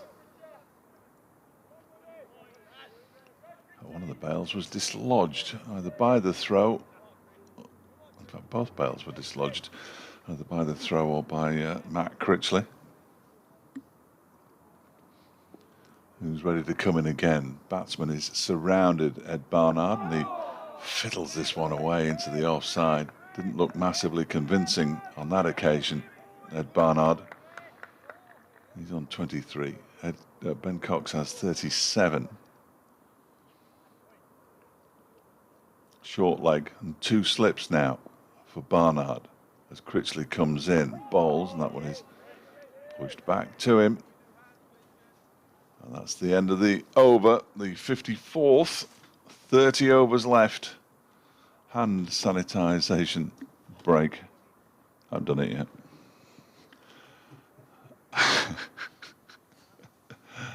Take the rest of the sanitisation break off. Here we go. Is it David Soul, that? I think it was. 138 for 6. David Soul it was. I got it. Got it. The mystery year, mystery guest. Oh. 1976, I'm going. 138 for 6. Mystery year. That is on Tony Lyman's show at the moment. The year that Elvis Presley died. I think it was 76. Could have been 77. Oh, it was 77. Who'd have thought? Finn Hudson-Prentice is going to come back from the racecourse end. Headband and all. Just sorting his field out at the moment. Yes, we've just got 30 overs remaining in the day now, and Derbyshire still needs 4 wickets to force victory. I keep saying 6, that's because Worcestershire are 138 for 6 at the moment. Ben Cox and Ed Barnard batting nicely, put on 50 already for the 7th wicket. Barnard is on 23, Cox on 37. 4 wickets fell in the afternoon session, 3 of them to Ben Aitchison, 1 to Finn Hudson-Prentice, who's just returned. But they may be relying heavily on Matt Critchley, who so far has picked up 1 wicket today. Worcestershire 138 for 6. Derbyshire need 4 more wickets to win. Here comes Hudson-Prentice, and his first ball is short and outside the off stump and punched away for 4 runs up to the players' pavilion. Anish Dal is giving it a right old go to try and chase it down. He fails in that bid to chase it down. And it's 4 more to Cox, who moves on to 41, 142 for 6. Critchley from the other end then, presumably? Yeah. Yeah. Yeah. Gone back to the old faithful. I was surprised to see a little dart from Ben Aitchison at some point, perhaps replacing Hudson-Prentice in 4 or 5 overs' time. But you'd have Critchley just for the remaining 15 overs from the far end, wouldn't you? From the city end, I would imagine. We'll soon find out. Hudson-Prentice, hair flopping everywhere, runs away from us. That one's turned into the leg side, just to the left of Brooke Guest, who's in at short leg. Kept a bit low again, isn't it? Yeah. Just a touch. We've seen a couple of Worcestershire batsmen undone by that today. Jake Libby by Hudson-Prentice. He was bowled for 21, seemed to get an inside edge maybe onto his off stump, which was knocked out the ground, and then Ricky Vessel's given out LBW from Ben Aitchison for 2. Cox waits, and this one is turned into the leg side, and that was very aerial indeed, just to the right of Brooke Guest. Perhaps the best of the chances, well, certainly the best of the chances we've seen since tea. That was in the air for a long, long time. It went quite quickly past Guest, but it didn't stick, didn't go to hand. Well, they played about with that short leg fielder a lot today, haven't they, in terms of the distance? Sometimes he's quite deep, other times he's orthodox and quite close. And he's just taken a yard back. Now he's moved half a yard forward, so he's gone half a yard back. He crouches down, and this next delivery's turned into the leg side. There was a little inside edge on that one as the ball runs into the leg side. Was there? No, there wasn't. Leg by, signalled by Tim Robinson, 143 for 6. I mean, you can't really criticise short legs for being too close, can you? Because there's nothing worse than being in that position and not being close enough to catch the little dolly. Yeah. So you want to be as close as you can, and then if one like that, what we saw, just comes bulleting at you. Yes, I mean, he didn't really stand a chance. No, it was just really in the air for some time, wasn't it? But past him quite quickly as Hudson-Prentice is in again, and Barnard looks to duck out of the way of that one. It barely got off the ground. Went through to Harvey Hussain, Derbyshire's wicketkeeper. There are 2 slips, point, cover, / mid-off. Mid-on is quite close. There's a straight mid-on as well. That's Ben Aitchison. Then there's a sort of wideish, close-ish mid-on. There's a mid-wicket, short leg. There's a long leg down in the distance as well. That's Mikey Cohen. As Hudson-Prentice bowls, and this one is dabbed into the offside by Ed Barnard to complete the over. 143 for 6, 29 overs remaining, and Worcestershire haven't lost a wicket for a long time, just before 3 o'clock. So these two have been together for an hour and 40, including the tea interval, and done a very good job indeed.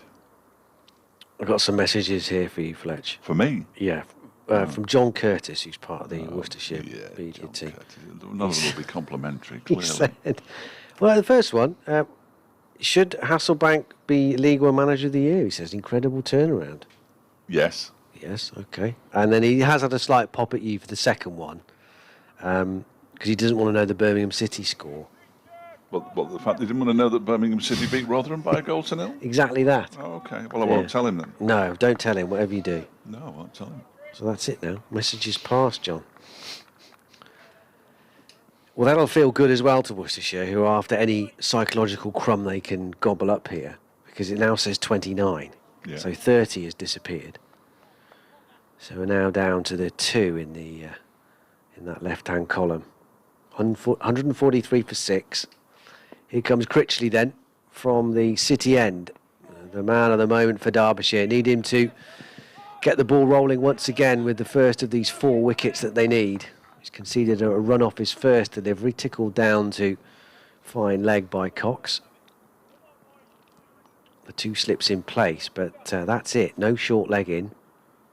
Everyone else orthodox in the ring on the offside and the leg. This is short, cut away by Barnard. Might come for 2 here.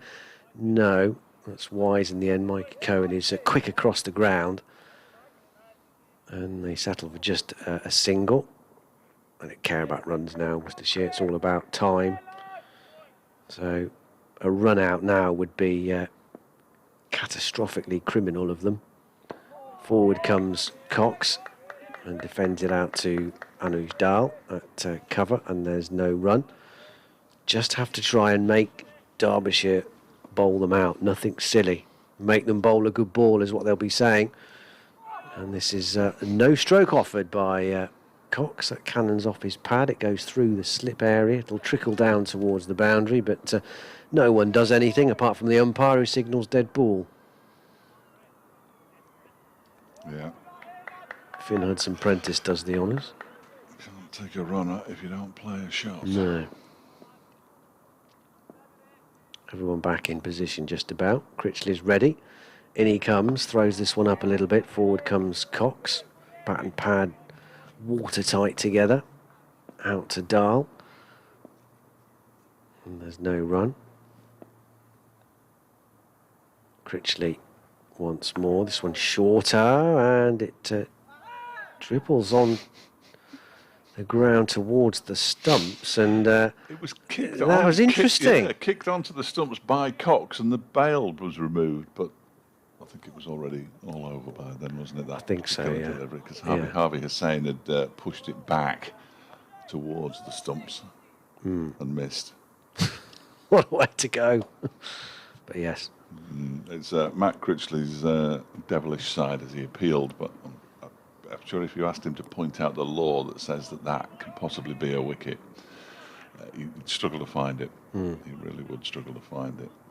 End of the over. Another one gone. 145 for 6. At least 28 left for Worcestershire to try and get through. Well, the team that's forgotten how to win, Nottinghamshire.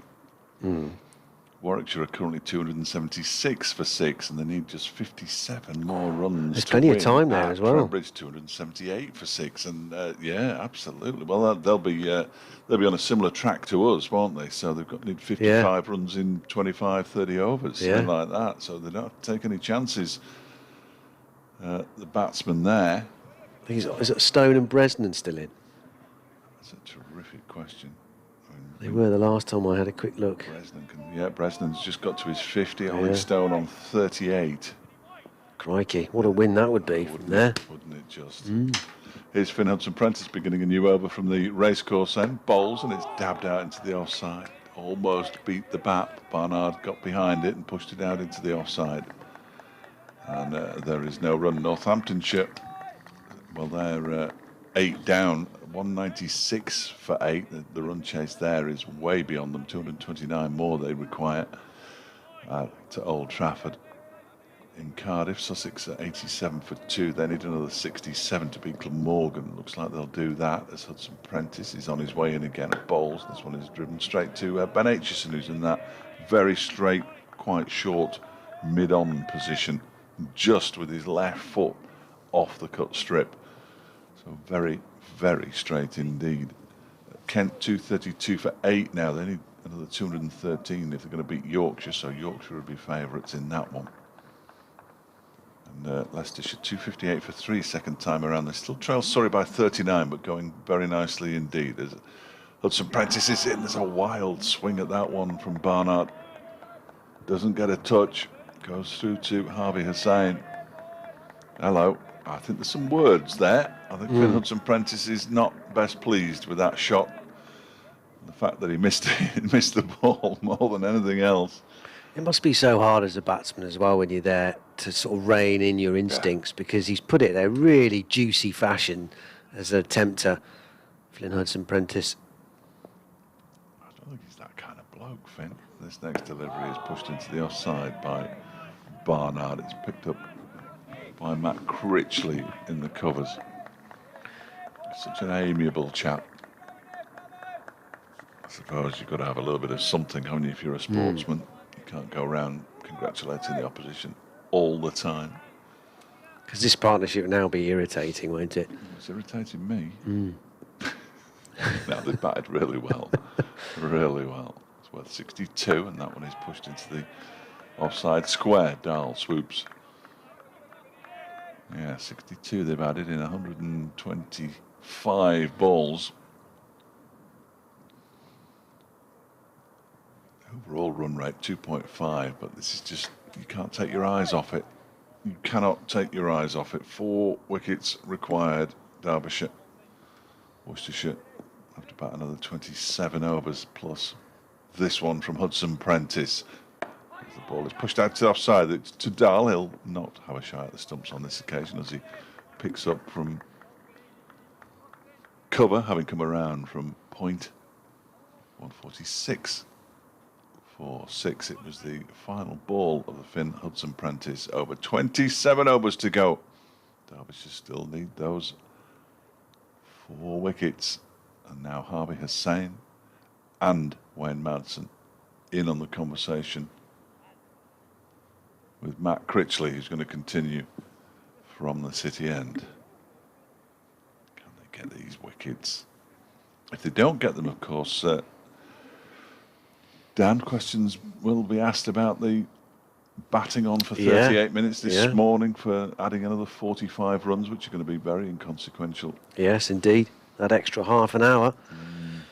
Critchley then with his 2 slips waiting outside the off stump, and Barnard has nothing to do with that one. Can afford to leave all day here, Worcestershire, if they don't have to play the ball. 26 overs to go after this one.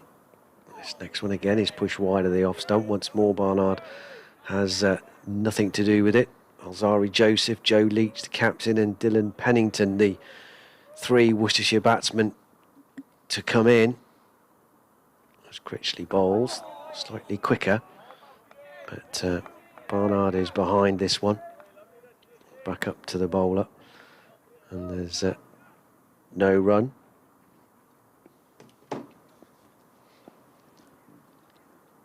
Ben Aitchison's going through some exercise. That's a cracking ball. There's an appeal for a stumping. Umpire Tim Robinson unmoved. Cracking ball though from Chris. The first one we've seen actually that's turned in orthodox fashion for the leggy, on that sort of length and direction, spinning past the outside edge of Barnard's forward defensive prod. Don't think his back foot left the crease. No. This one's a bit lower from Critchley. No shot played by Barnard. I was hoping that Elliott would come up with a replay there, but he's failed to do so again. Has he? Yeah. Critchley bowls, and another big appeal, and Harvey Hussain was the leader there, and Critchley kind of got more into it as he kind of ended up travelling further towards the batsman, I think, but there was no great conviction to start with from him. Unmoved umpire Baldwin, end of the over. 146 for 6. Cox 42, Barnard 25. These two came together with the score on 83 for 6 when Gareth Roderick was LBW to Ben Aitchison for 22. Mitchell for 8, Libby for 21. Those were the 2 to go before lunch for Worcestershire. And Fell for 13, D'Oliveira for 3, and Vessels for 2 alongside Roderick were the 4 that were out in the afternoon session. But so far, since the resumption in the final session, Worcestershire have kept them all intact. In goes Finn Hudson-Prentice from the racecourse end, pushed out into the offside by Ben Cox, whose 42 is the highest score in this second innings from an individual batsman, and Ed Barnard's 25 is the second highest.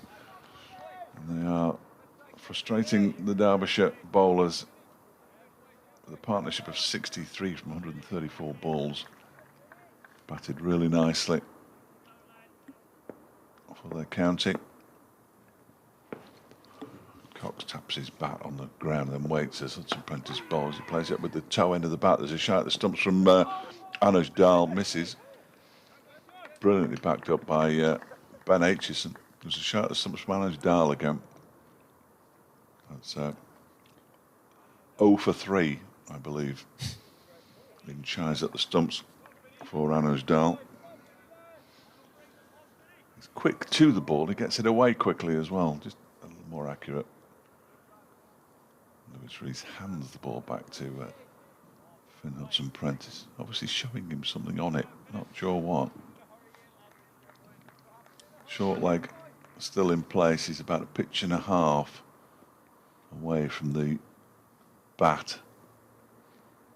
Crouches down as Hudson Prentice is in. It's pushed into the offside. They got through for another quick single, and Hudson Prentice says he wants the fielder on that offside a bit closer to stop those singles from being taken. And Matt Critchley says, if you think I'm standing there, you've got another thing coming, so he doesn't get his way.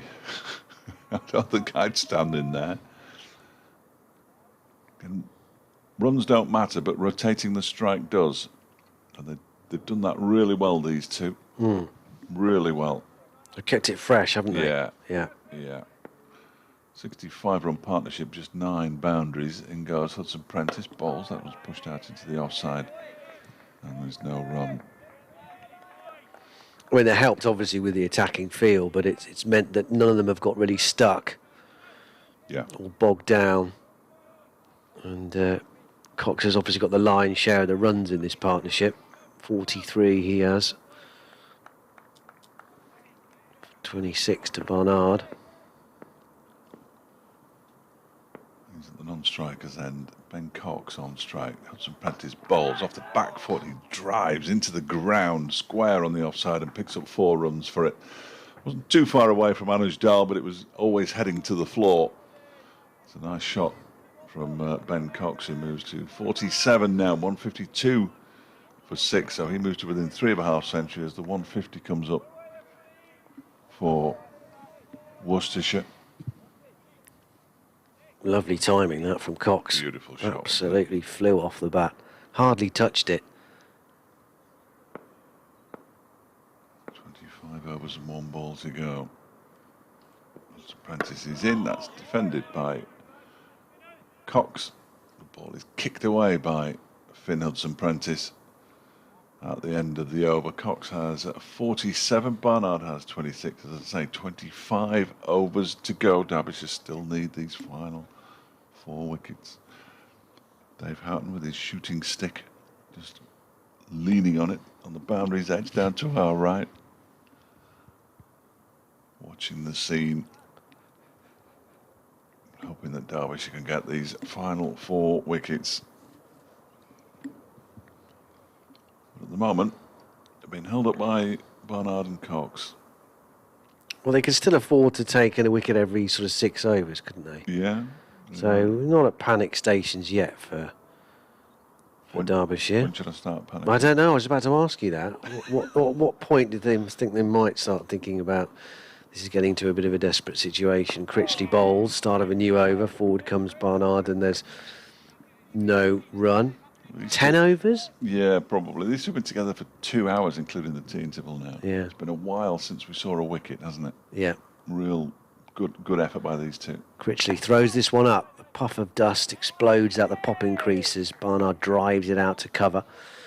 He hits Mikey Cohen. And there's no run. Critchley in, down the leg side. Mostly pad, I think. I'm not sure. There might be a bit of bat on there. I don't know. Wait for the signal from umpire Baldwin. And I think that's going to be leg by, is it? Yes. Taps his left knee in elegant fashion.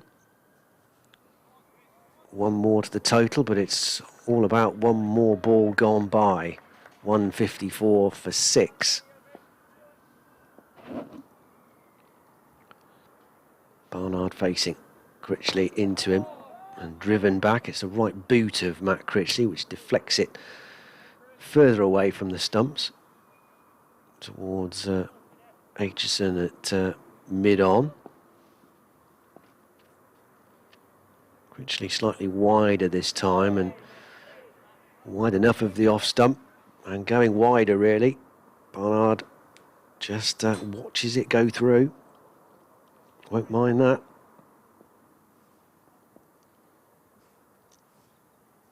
Critchley once more. This one's shorter, gives Barnard some time here, and he goes on to the back foot and he cracks it through the covers for 4. So not a brilliant over from Matt Critchley. He hasn't carried the threat so far that we thought he might do, certainly when he prized out Daryl Mitchell first off earlier on today. But that one was short and stood up, and Barnard dispatched it emphatically to the fence. He goes to 30. Cox has 47, 158 for 6. Another over drops off the scoreboard.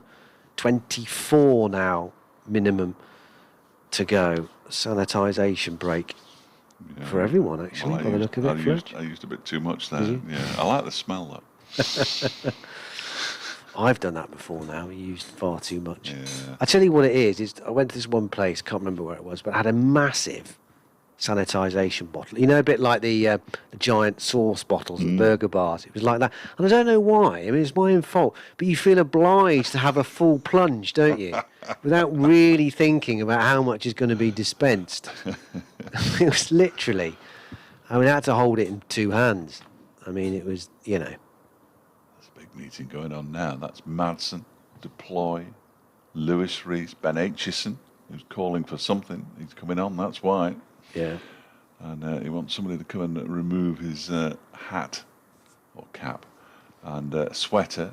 And the other man who was involved in the meeting was the man who was going to replace Finn Hudson-Prentice. So we're going to see Ben Aitchison, who sparked things into life inside half an hour a little earlier on this afternoon, removing Brett D'Oliveira, Ricky Vessels and Gareth Roderick. And if you can do something similar here, you'd put Derbyshire on the brink.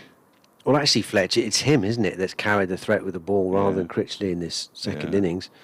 And, a good move in the end, I think, to bring him back in. Let's see what he can do. Still the discussions continue between Madsen and Finn Hudson-Prentice, and now he's coming to have a chat with his bowler, Ben Aitchison. Lewis Rees is there. Matt Critchley's pretending that he's bowling from this end. Can I do both ends? Madness, absolute madness out there.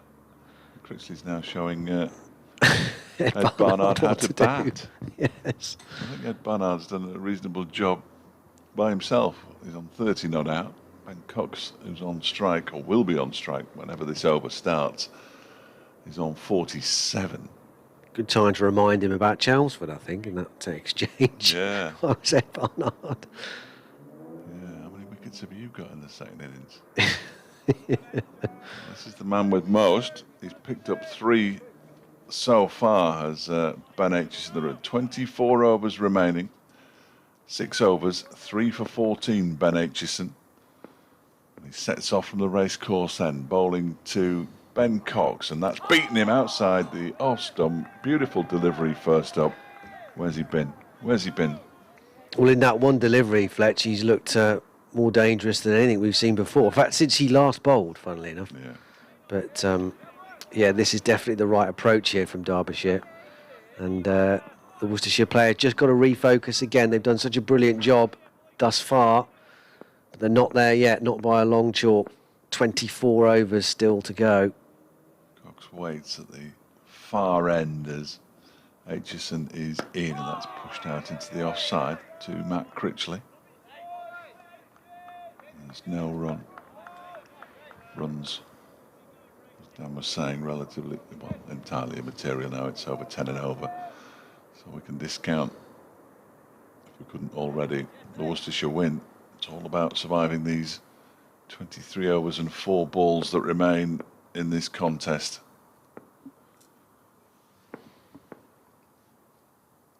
Aitchison in again. It's a full delivery and it's driven away beautifully by Cox, and he will reach his half century as the ball crosses the boundary rope now.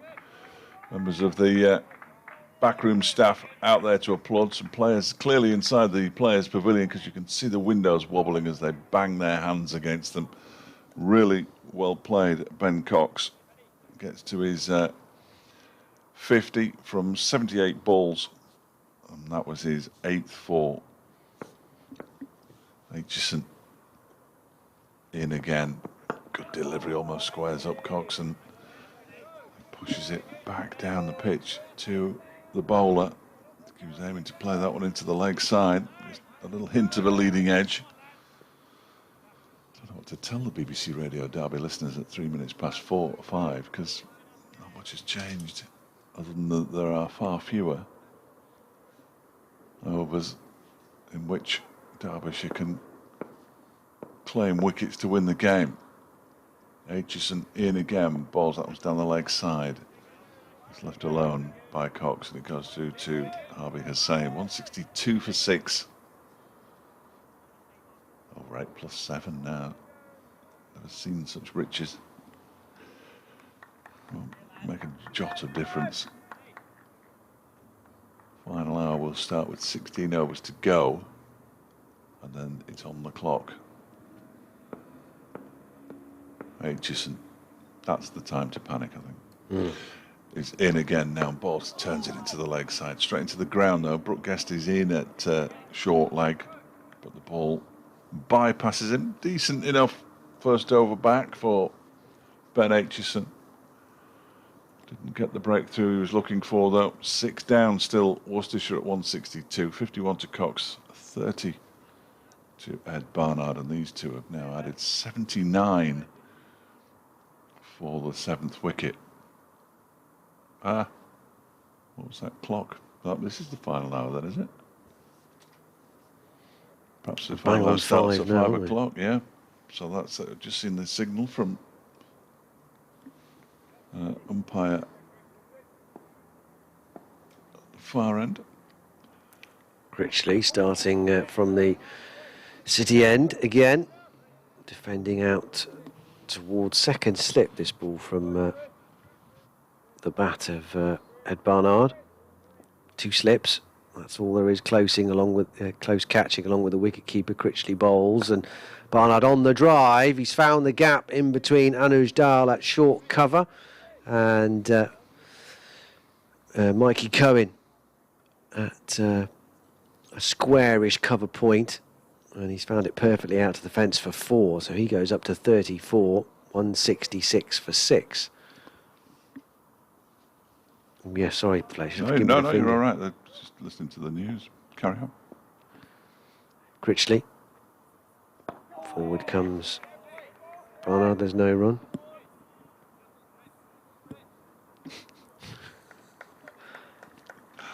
This is where it's awkward that you can't hear the cue, but they're still well in the news. Critchley bowls. There'll be a run here on the leg side to Barnard. I've got your finger in my peripheral vision. Go on, Fletch, you finish this off. We've still got 30 seconds. Oh, go on. Critchley in and bowls. This was wide of the off stump. Cox just watches it go past and into the hands of Harvey Hussain. Just 22 overs left after this one. These two have added 84 so far, as this next delivery is defended immaculately by Ben Cox. Back towards Matt Critchley. He stops it with his foot. The ball has been left at this end for Ben Aitchison to come over and pick up. And there are now 22 overs to go. They'll not get more than that in the final hour. Update coming up.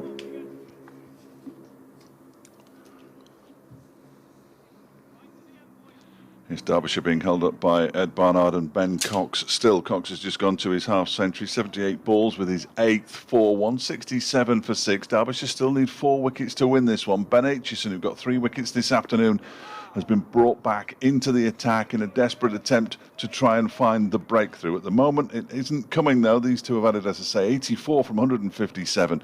Worcestershire 167 for 6. Derbyshire need 4 wickets, and they've got 22 overs in which to get them. They sound sufficiently desperate there as that was just played into the leg side and there's no run. Aitchison turns at the top of his mark once again on his way. Bowls, and that one is dabbed into the offside this time by Barnard, who's looked very accomplished indeed. Well, apart from his opening over against Mikey Cohen, where he did look a bit uncomfortable, I mean, yeah, he's looked at ease pretty much since Cohen switched around the wicket. And bowled him 8, 16, 12, I mean, how many deliveries it was wide of off stump. Didn't have to play, just made no sense. It goes Aitchison in and bowls a full delivery, and he has a go at that one outside the off stump bar, and I think it went past the inside edge of the bat through to Harvey Hussain. Looked like a slightly slow one there, maybe. Good bowling again from Aitchison. Thinking here, trying to mix it up. Still plenty of encouragement out there for Ben Aitchison. Lewis Rees has got into that straightish, shortish, mid-on, right on the edge of the cut strip. Barnard waits, and this next delivery is banged in, and he did well to keep it down and play it into the offside. And his Dahl moves to his right, does the fielding. All our correspondents are so nervous. Are they? They've just dried up. Just dried up completely. Well, they've got no nails left, that's why. Yeah. Can't text, it's too painful. It's all gone below the quick. Yeah. That's horrible when that happens. Oh, terrible. Yeah. Aitchison in again, bowls. That one strikes the pad, but was clearly arrowing down the leg side, so no appeal. Score remains 167 for 6.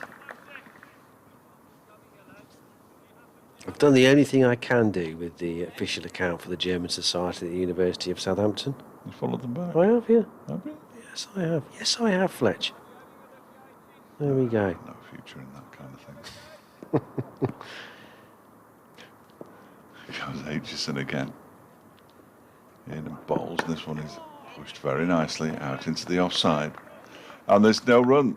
The only consolation is that Warwickshire are 296 for 6 and need 37 runs to win at Trent Bridge. They will, well, they already have scored the highest total of the match on their way to what looks to be a victory over the Trent Rockets, or whatever they're called. And Nottinghamshire's search for a first win since 2017 in red ball cricket goes on. If they don't, then, yeah, good preparation as far as Worcestershire are concerned for Notts up next for them. Their first home game of the new season at New Road, starting next Thursday. Crikey, if Notts don't get that over the line. Then Notts come here after that, week after that, so... Well, that one looked like a nailed-on victory, didn't it? When they were set the highest total of the match to try and win. That generally is an indication that you're on top. Yeah, 60 runs the highest of the match, actually, if they get there. Critchley's gone round the wicket this time, the leggy, to the right-handed Cox. He's pushed that one way outside the off-stump, though, and Cox leaves it alone.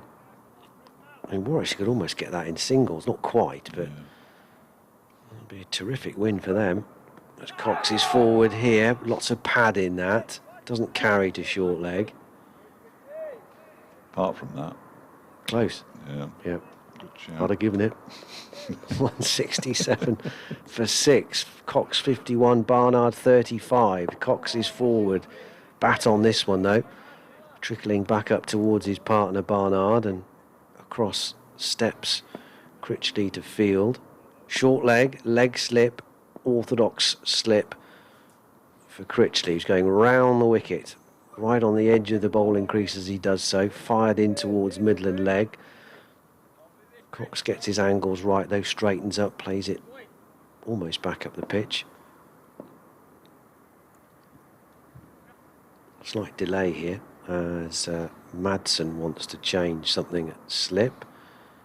And Lewis Deploy is going from leg slip to silly point. And the man is being moved behind square on the leg side. So he's just square leg, but just a bit round. This is short and cut away by Cox down into the ground. A sliding Darl Fields at cover. And there's no run.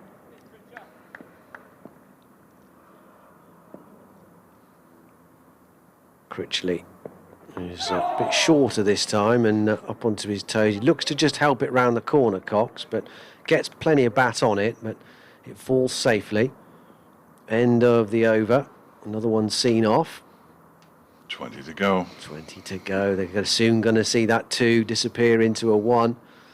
Another boost for the battling Worcestershire batsmen here. What a job Cox and Barnard have done between them. 83 for 6 when Gareth Roderick was out. It looked like it would all end quite quickly. But these two have had other ideas. 167 for 6, as we've been saying, the runs don't matter. They've doubled the total. Yeah. +1. 20 overs to go. First of those is going to be bowled by Ben Aitchison from the racecourse end when Madsen takes up his place at almost third slip. As he comes in to bowl to Ed Barnard, who pushes this foolish delivery out into the offside. Backward of square, it's picked up by Anuj Dal. And the balls continue to be ticked off by these two Worcestershire batsmen. Did Derbyshire need to bat an extra 38 minutes this morning? There's Aitchison again, and this time Barnard defends it straight back to him. And there's no run. Could they have declared last night? Did they contemplate it? All these questions and more coming to a radio station near you will be asked after 6 o'clock. Yeah. Already had noticed that Billy Godalman's going to join us on Zoom. As Aitchison is in again. This one's left alone by Barnard outside the off stump, goes through to Hussain. I get a chance to chat with head of cricket Dave Houghton as well. If you don't catch it on breakfast on BBC Radio Derby, it'll be available in the podcast that will be out later this week. Second edition. Available via BBC Sounds, of course. And Aitchison is in again, closer to the stumps it appeared that time, and it's defended into the offside by Barnard, who goes on a little jog around the crease. Quite high up on the bat, I think, that one. Fielded by Anuj Dal. Motorcyclists back from Matlock Bath, wherever they've been this glorious Sunday afternoon. Plenty of blue sky up above, light never been an issue over the course of the game. Barnard waits and gets one that goes down the leg side from Aitchison, leaves it alone, lifts his bat well out of the way. Hussain moves to his left to collect. Again, it's almost false enthusiasm, it sounds like now. Well, I heard something on the effects mic. The first time I've heard, obviously you can't hear most of what's going on, but the previous Aitchison over the start of that, I heard someone say, "Come on lads, fight to the end." So maybe that just betrays a little bit of what Derbyshire are feeling at the moment. I think so. Barnard waits as Aitchison delivers this next one, and it's pushed out into the offside. And there is no run as the over comes to an end. 19 overs now remain. 167 for 6. Derbyshire still need those 4 wickets. And the other point about the batting on that was made by a correspondent earlier was the batting on for 38 minutes. They effectively ruled out the new ball because the new ball will be available in 15 overs time, and they will have 4 overs with the new ball. Now, that might make a difference. Who knows? I don't think we're going to finish before then, because Derbyshire will continue to believe that they can take 4 wickets in 4 overs. They took 4 wickets in 4 overs at the end of day 1. Well, you would, wouldn't you? With a new ball. I mean, you'd only stop when it's not possible. Yeah. Critchley to continue. Here he comes, still round the wicket. That's deflected off the back foot by Cox into the shins of Brooke Guest at short leg. Mikey Cohen doing press-ups out there. I saw him doing that earlier, actually, down at long leg. Cox is forward to this next one, squeezing it out into the offside. There's no runners. Lewis Deploy trots away after it from Silly Point. Silly Point, short leg and slip for Critchley, who struck early to get rid of Darryl Mitchell, but since then, not been much. Here he is again, wider from round the wicket this time, and tickled round the corner by Cox, but it's not going to be a run. Man on the 45 there, Flynn Hudson-Prentice. Critchley 1 for 66 from his 23 overs before this one. Another dot ball squeezed out to short leg by Cox. He was 51, 27th first class score of 50 or more, or between 50 and 100 obviously. Played out to Silly Point this time. 167 for 6. Barnard has 35. Critchley bowls. Cox is forward, playing it out this time to mid-off, the end of the over. Another one goes by. Still the wickets stay intact for Worcestershire. Still Derbyshire need those 4 as they head off for another sanitisation break. Ollie Stone's out. Oh, is he? 43. He's been joined now, Tim Bresnan, by Danny Briggs. They're 297 for 7. Still to bat, Oliver Hannon-Dolby and Dom Sibley. Ah, Sibley with his dodgy finger. Yeah. So, will he bat? Well, we shall find out, or potentially find out, in the fullness of time. Warwickshire need 36 more runs to win that one at Trent Bridge. It's going right down to the wire. It's almost as close as this. But this is slightly more one-sided in that respect, because Worcestershire can't win the game, obviously. They're 167 for 6. Hands are suitably sanitised. Mikey Cohen comes back. Interesting. From the racecourse end, he bowled from the City end earlier on today. Go over the wicket, Mikey, for goodness sake. Looks like he is. Yeah, it does, doesn't it? At least that's something from his point of view. And everybody else's. Sussex closing in on victory at Cardiff still. No major alarms. Leicestershire and Surrey have shaken hands at the Oval. That's a pretty decent result for Leicestershire. 295 for 3 in their second innings. Having been some considerable distance behind, the thick end of 300 behind on first innings scores. Lancashire have beaten Northamptonshire by 206. Yeah, Derbyshire searching for 4 more wickets. And they've been searching for 4 more wickets for almost 2.5 hours now. Cohen then on his way in, bowls, and that one is bang on target. Barnard defends it perfectly, but it was bang on target. I mean, it sounds simple, but that's all they've got to do. All they've got to do. They've just got to make every ball count, haven't they? Yeah. I mean, okay, there's still 18 overs to go, but the base requirement here is make the batsman play. I mean, and they just have been guilty of not doing that enough recently. But so far, so good for Mikey Cohen. Stay over the wicket. Small sample size. Yes, admittedly. He's in, and that one's outside the off stump, and Barnard doesn't have to play at it. And we know that the ball has misbehaved from this end, but the odd one that's kept low, certainly the one that got rid of Jake Libby, kept low. Finn Hudson-Prentice bowling him pretty much under his bat. And it was by no manner of means a Yorker length delivery. So Mickey Boy, somebody wants him to fire it up here. Sets off. And ball's a short delivery. It was a well-directed short delivery, but Barnard, with the greatest of ease, just ducked underneath it. And it goes through to Harvey Hussain. It was on target. But once the target had ducked, it was easily dealt with by Ed Barnard. He's on 35. Cox has 51, 167 for 6. He's been out there a couple of hours now, hasn't he, Ed Barnard? Pace of the pitch. Seeing it nicely. And he waits. And this next delivery has a go at and almost gets the edge.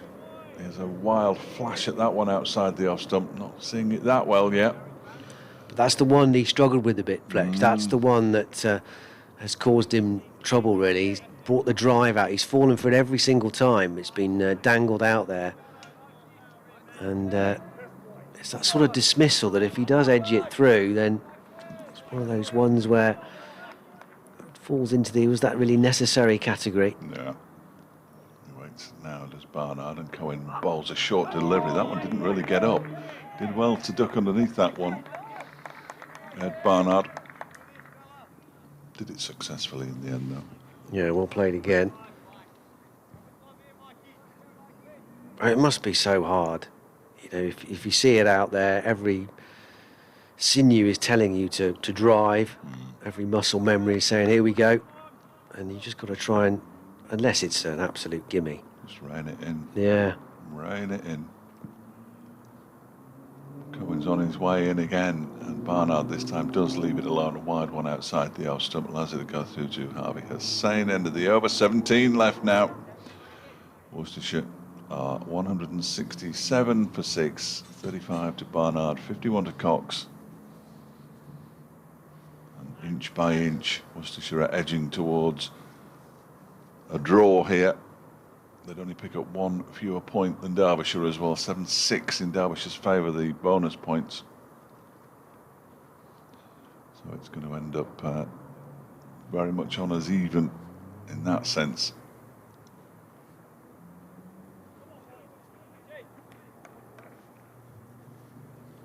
Matt Critchley will continue from the city end. Can he find the breakthrough? So much expected of him today. One wicket only. Here he comes then, still round the wicket to the right-handed pair of batsmen here. Cox defends the first one out to short leg. Guest does the fielding. And there's no run. Critchley once more drags this one down a little bit, and Cox almost gets himself in a tangle. Drops the ball down to his feet and it trickles back towards his stumps, but fortunately for him is well wide of his leg stump. Critchley bowls, onto the back foot goes Cox. Easy single here, just played out into the deep. Through they come. 168 for 6, Cox up to 52.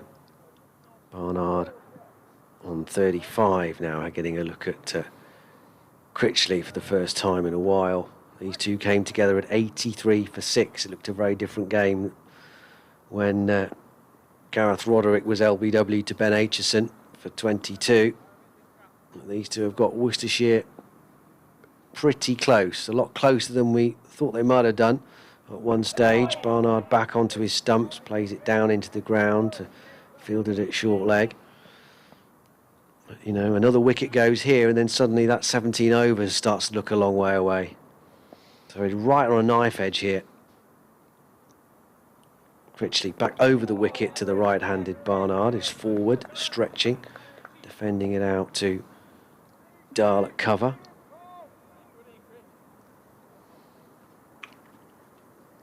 Lovely late evening sunshine bathing the county ground, shadows lengthening. Big appeal, and he's gone. It kept a little bit low, maybe. Barnard back onto his stumps, and the long resistance from this Worcestershire pair has finally broken. Derbyshire move 1 wicket closer to victory. Now only 3 needed. And Ed Barnard's fantastic effort lasting over 2 hours has finally come to an end. Pinned on the back foot in front by Matt Critchley. He's gone for 35. And Worcestershire now 168 for 7. Derbyshire needing just 3 more wickets for victory. Yeah, I just watched a replay of that as well. Not much doubt about that one. It was bang in front of off stump. Terrific delivery from Matt Critchley, and he's given Derbyshire that little ray of hope. 110 deliveries out there. Terrific effort from Ed Barnard. Yeah. But in the end, with still 16 overs remaining, it's a real sniff now for Derbyshire. What time was that? 24. And here he comes, the entertainer, Alzari Joseph. I'm not sure whether defence is the best form of defence. No. For Alzari, given the way he batted in the first innings. I wasn't here for some of it, for much of it, in fact, 'cause I was at the Pirelli Stadium. But I was watching the stream, and it was highly entertaining as he carted it around the county ground in the first innings. Good to hear from Terry, who says, as runs aren't an issue, surely it would be better to bowl just wide of the off stump in the hope that Barnard will have a go, as he has done on a few occasions. Just like that, I assume he sent that, and apologies, I was going to read it out during the next over. Just as he wafted at one from Mikey Cohen, who's going to continue from the racecourse end. And then he's put, enjoyed the commentary today, which sort of implies that he's never enjoyed it any other day. But I know what you mean, Terry, and it's very kind of you. I don't normally read out praise, but I just thought it was quite amusing that he enjoyed it today. Yeah, rather than any other day that he's been listening. See how much he's enjoyed it if Derbyshire can get these remaining 3 wickets in the last 16 overs. Here's Mikey Cohen bowling to Ben Cox, who's on 52, and Cox goes onto the back foot and punches it up towards mid-off. Good tumbling stop by Lewis Rees. It's quite a lengthy chat between Alzari Joseph and Ben Cox as well when Joseph was walking in. Don't do anything silly. Yeah. Oh, and one more thing, don't do anything silly. No. That kind of chat I fancy. Don't hit it unless you have to. Yeah, Lewis Rees has pushed back. I think they look happy to give Cox a single here as Cohen bowls to him. They're not going to take the single though. Lewis Rees allows the ball to come to him rather than attacking it. Warwickshire 27 runs away from victory now at Trent Bridge. It's all going off in the East Midlands. Can we get 2 good results in one day? Cohen, you know what I mean. I do, yeah. Yeah, good. That means the listeners will. Cohen is in and ball short delivery, ducks underneath it. Cox, bit of a waste, really. Oh, he's going to go round. He's going to go round. Oh, not sure. Do you have a 5:30? I do. Is okay. that? No, it's no. I just wondered if you 27, had one. yeah. Well, you know. Thanks, Fletch. I looked at 20 past and I thought, nah, plenty of time. Ages away. That's miles away. Yeah. And then, whoops. No, I know I've got one.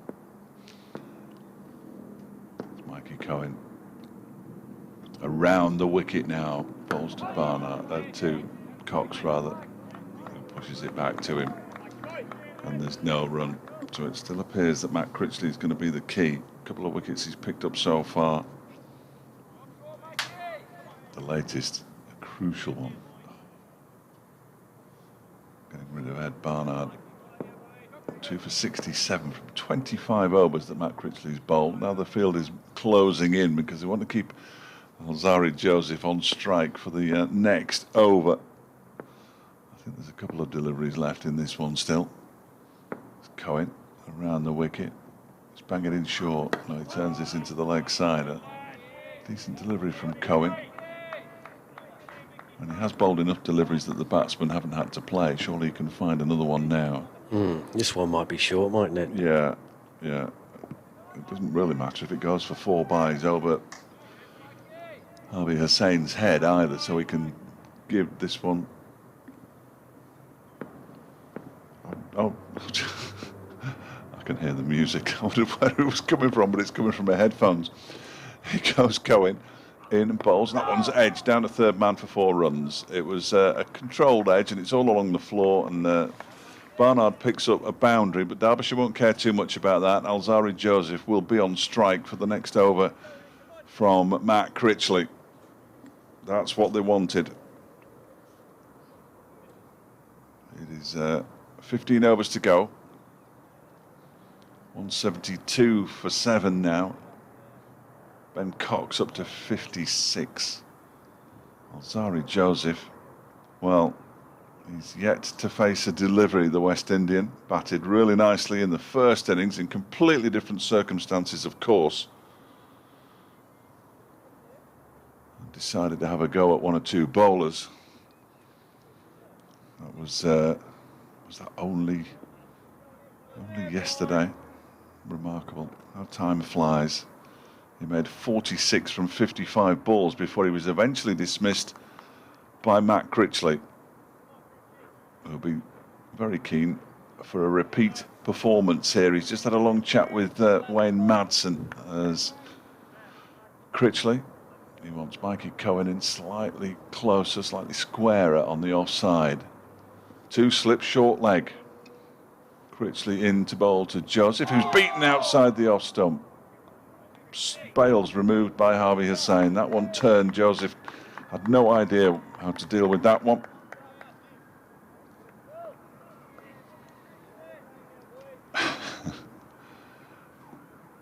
Critchley in again. Bowls, and that one's left alone by Joseph outside the off stump. Good leave. It was at least a yard wide of off stump. Update coming up for FM listeners. Critchley bowls again, and Joseph pushes this out into the offside.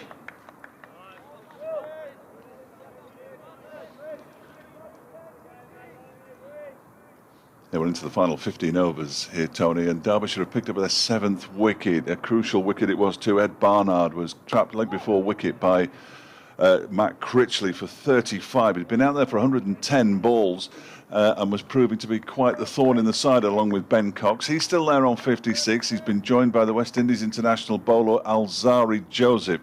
He's just hit the 4th ball he's faced for 4 runs. Runs are immaterial. Worcestershire have moved to 176 for 7. Derbyshire need these final 3 wickets to force the victory, and they've got a little more than 14 overs in which to do it.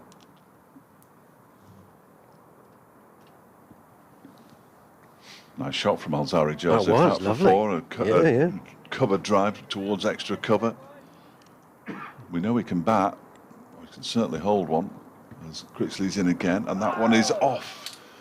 A leading edge out into the offside. Loops into the offside where there isn't a fielder. Not sure how much bat there was on it, in all honesty, looking at the replay. Critchley's in again, bowls this one. He strikes the pad, big appeal, and he's gone. Critchley's got another. Joseph can't believe it. He stands there and stares back at the umpire. And now as he's leaving, he's still staring at him. But Critchley struck in successive overs. Alzari Joseph goes for 4. Worcestershire are 8 down. Derbyshire are 2 wickets away from victory. Well, maybe spoke too soon about Matt Critchley not playing the leading hand in this second innings of Worcestershire, but now he's stepping up when his team need him the most with these 2 wickets. And has he broken the resistance here of Worcestershire late in the day? Still got 14 overs to go, just less than that actually. That does seem a long way off. Now only 2 wickets in hand. Cox is still there. He's taking this break to have a drink. He's on 56. Joe Leach, the captain, will be the next man in. Nervous stuff here for Worcestershire. They've done so well to get into this position. Derbyshire always favourites heading into this final day. And we did raise some eyebrows and some questions about their decision to carry on this morning and bat for an extra half an hour, which at one stage today looking like it might prove very significant. I mean, who knows, it may still do so. They added 42 in that 35 minutes or so this morning before declaring, setting Worcestershire an academic 398 to win. It was all about how long it would take them to take those 10 wickets. And at 83 for 6, just before tea, it looked like was pretty much job done, but a tremendous stand from Cox and Barnard. 85 at over 2 hours has just not put the game necessarily back in the balance of 50-50, but it certainly discomforted and annoyed Derbyshire and made them work a lot harder than perhaps they thought they'd have to. 176 for 8, but just 2 wickets left for the home side now to prize out.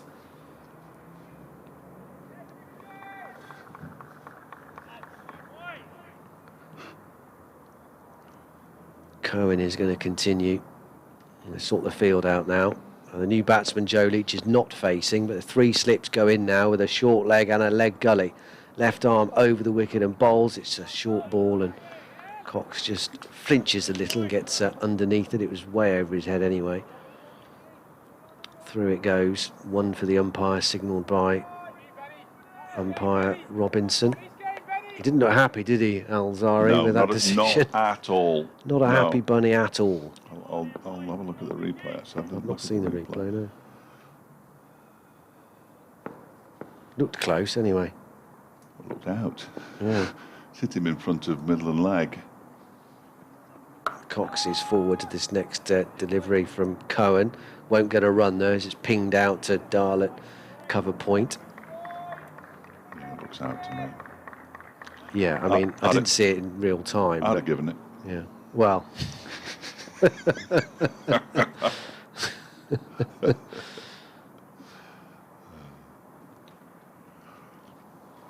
That's what they need out there, me. Could have been all over at 10 o'clock. Oh, yeah, we wouldn't have been here today. We wouldn't have been here today. Switched around the wicket then from Cohen. It's proved less effective angle for him so far. Here he comes, and wide outside the off stump. Cox ignores it. Through it goes. He has looked far more of a problem over the wicket, the left armour, but I'd like to switch it round. I guess it just keeps the batsman thinking, doesn't it? Retaking his guard. Yeah, yeah. Just checking the field. It gets inside his head, I suppose. Stops him settling. Cox on 56 as he waits. He's forward solidly, defending it back up the pitch. It'd be better if it got him a wicket, though, wouldn't it? Yeah. As much as it's good to have the batsman thinking and slightly unsettled. Not sure whether Ben Cox is going to be too fussed by this. The way he's batted beautifully for his 56. Been out there a long, long time. Over 100 deliveries himself now. Back he goes to over the wicket. Cohen. I think that's sensible. He's just being made to wait a little bit as Cox and Leach have a quick chat. Here he comes then. 3 slips go down as he bowls a short ball again, and Cox very easily just stoops to get out of the road. He's putting everything into it, isn't he? Is, I mean, there's no question that he's not putting everything into it. Everything is at full tilt, isn't it, with him? Yeah, there are no half measures. But Paul says if only we'd got a 6'8" international to finish it off. Well, he might arrive soon. You never know, Billy Stanley. He'll be here at some point. Cohen now starting this busy run to the wicket, bowls, and it's wide of the off stump, angling across the right-handed Cox, who plays no stroke. End of the over. Through it goes to Harvey Hussain. 176 for 8. Cox 56. Leach yet to get off the mark. Yet to face a ball, actually. 13 overs is the key figure for Worcestershire here. 13 overs to survive. Can they keep Derbyshire out for these last 2 wickets? Cox has batted for over 2.5 hours for his 56. Terrific work between him and Barnard to even get Worcestershire in this position. Can they finish it off? But a terrific finish to this match, late into the final hour of this Caddy Championship match. We should do it all again on Thursday, shouldn't we? Yeah, I would. Yeah. Bernard Jones and Jean are both listening, watching. Thank you for the kind words, and thank you for listening and watching. We're here all week. Wind's completely changed round now, hasn't it? Yeah. Critchley to Leach, who allows that one to go through to Harvey. Hussain Warwickshire need 20. Still 7 down at Trent Bridge. Here, 13 overs, including this one to go. Worcestershire skipper Leach pushes this one out into the onside. It's fielded by Brooke Guest, who's in it. Short leg. Another funky field with those 2 short covers. Oh, yes. They're almost like the Thompson twins, as this one is turned down towards third man. Off a bit of an edge, but the ball hit the deck pretty sharpish. It brings Cox back onto strike. Leach off the mark with the single, 177 for 8. And as Dahl just moves back a bit on the offside for the man who's in, Ben Cox. Critchley bowls to him, and that one takes an edge. That one definitely turned, judging by the way the balls ended up. The one problem with this stream is that wherever the ball is going to land, the umpire's in the way because the camera's not quite high enough, but they're learning. This next delivery is given a little bit more oomph by Critchley, and again Cox pushes it out into the offside. Picked up by Finn Hudson-Prentice.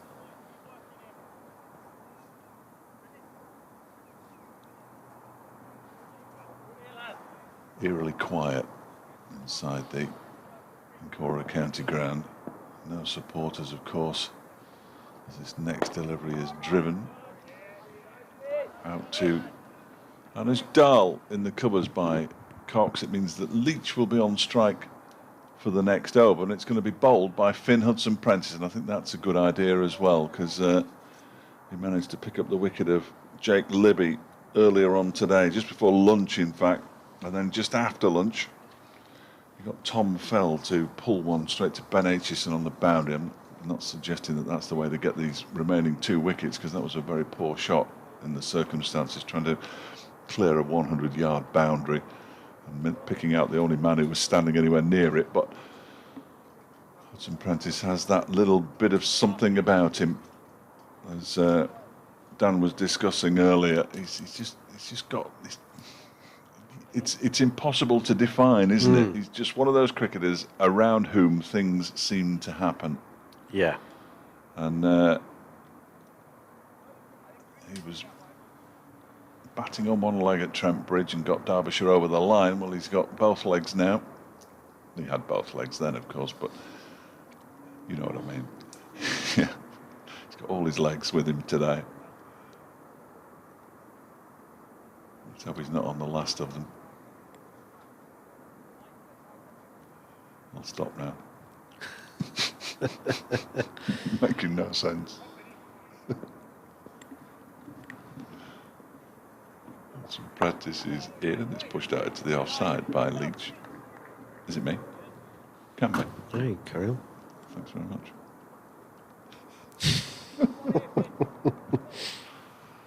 It's a fine balancing act here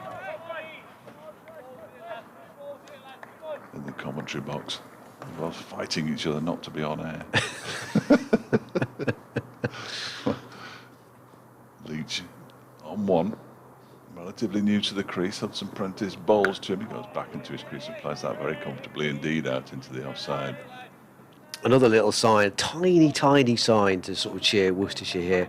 The amount of, a little bit more time that Derbyshire are taking over their field, a bit more deliberation in exactly where people are going, getting it exactly right, taking a bit more time than they usually do or have done to this point, a bit more of a discussion. Here comes another tweak in the field. So it just shows you again that they're just searching. Yeah. They're searching. Hudson Prentice is in, bowls outside the off stump. Leach leaves alone. He's not going to be tempted into a rash shot outside the off stump. No. He's a calm head, Joe Leach. Sam Connors is windmilling his arms, which suggests that he might get a little dart towards the end. The new ball will be available in 8 overs time. There are 12 remaining. So they'll only get less than a handful of overs with the new ball. If they require it, this Hudson Prentice is in. Leach has to play this one, but goes back, comfortably plays it out into the offside. Dahl does the fielding. 3 wickets then for Matt Critchley, 3 wickets for Ben Aitchison, a couple for Finn Hudson Prentice, accounting for the 8 that have fallen today. Lewis Rees and Mikey Cohen, the wicketless bowlers. I'm not sure we'll see either of them again this evening. Might see Lewis Rees, I suppose, as this next one from Hudson Prentice is outside the off stump. Just nips back a touch, but it's a good leave from Joe Leach as it goes through to Harvey Hussain. Yeah, it was just about exactly what I was going to say, Fletch. Really good play there by the Worcestershire captain, because that was another tempter, wasn't it? That was in the slot and just left it alone. All he could have done there, really, if he'd have driven at it, was get a thick inside edge onto his stumps or somewhere else, but that's always a possibility. Hudson Prentice is in and bowls, that's bang on target, and it's pushed out into the onside by Leach, fielded by Cohen. Critchley, I'm sure, will continue from the, well, why wouldn't he? He's taken 2 wickets in a couple of overs. He'll continue from the City end, whereas Wayne Madsen, who's in charge of matters out there, will almost certainly fiddle around with the seamers at the race course end. 177 for 8. Cox has 56. Leach has 1. And we now have 13 overs to go. 11 overs to go. I beg your pardon. 11 overs to go. That's not enough overs. I'd like 13, please. Almost into single figures, almost for Worcestershire. That will be the next thing to look out for from their point of view. Critchley to continue. Silly point. Short leg and 2 slips go down as he bowls to the right-handed Cox. There's a and ah, as you can no doubt hear on the effects mic, as that threatens to scuttle through the forward defence of the Worcestershire wicket-keeper. He keeps it out though. 56 to his name. Off 114 balls. Forward stoutly again to this one. It's not getting through that defence. Approaching 3 hours now at the crease, Ben Cox.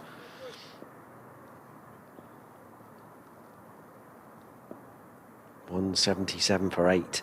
Critchley throws this one up. It lands on about leg stump, and Cox plays it dead weight out into the onside, where Guest runs back a couple of yards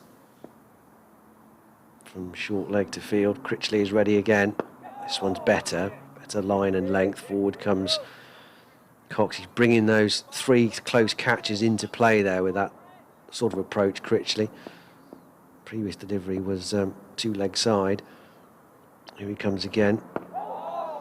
Forward again, Cox. It's the obligatory sound effects after every single delivery. Straight out the middle of the bat. Yes.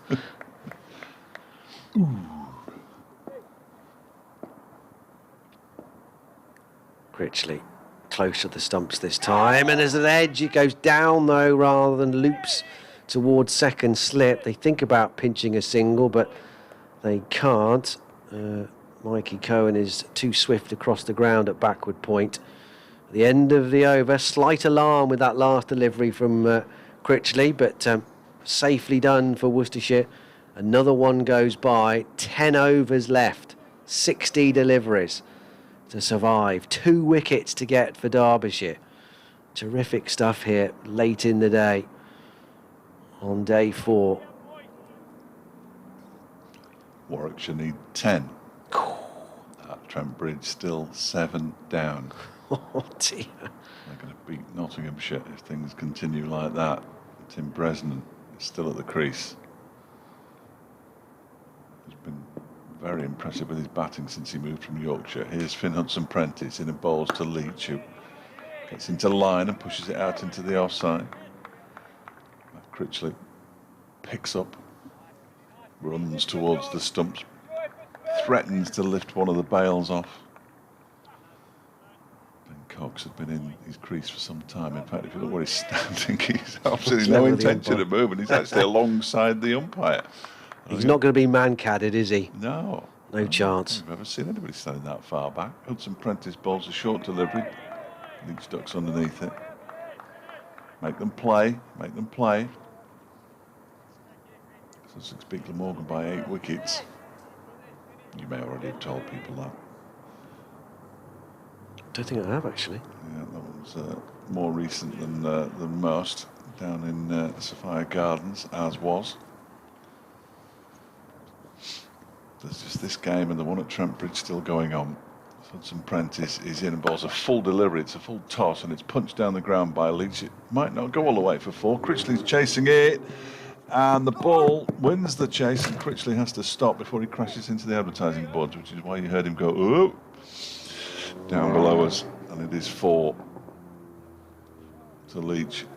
181 for 8. Leach goes on to 5.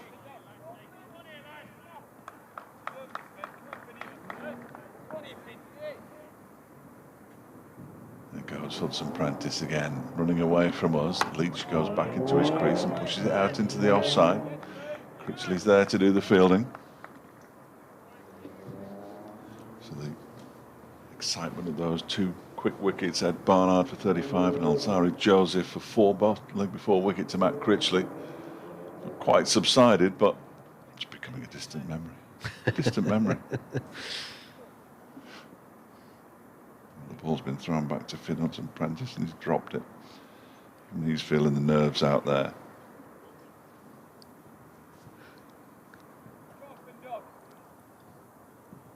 Hudson-Prentice from the racecourse end in and bowls to Leach, who gets an edge on that one and gets 4 runs down to 3rd man. It was soft hands and always along the floor, really. There was never a chance of a slip catch. Again, runs don't matter, but it's another ball survived by Worcestershire. Oh, it's changed to balls now. Yeah. That's always a clue that we're getting near the end. Worcestershire required 213 off 55 balls, it says here. Well, with 2 wickets remaining, it should really say Derbyshire required 2 wickets off 55 balls. Hudson-Prentice bowls, and that one is off a pad into the leg side, just backward of square end of the over. 185 for 8. Cox has 56, he'll be on strike. Leach has 9. And we have 54 balls remaining. I can't convert it back into overs. 9. I should be able to. It's quite simple, isn't it, really, that's a very simple mathematical equation. I didn't go into that equation, the conversion, until it was 10 overs. I thought that's my level. Yeah. So just Dylan Pennington to come in for Worcestershire. Critchley to continue. I've got 3 slips and one of them's kneeling down. And he's staying knelt down. Critchley bowls, and Cox in a rather exaggerated movement, as if it kept a bit low, but got plenty of bat on it back up to Critchley. I don't think I've seen one team create so many different fielding positions as Derbyshire have in this day today. This one's not going to be chanced into a run by the Worcestershire players. It did come off the inside edge of Cox's bat down to Sort of 45 on the one behind square on the leg side.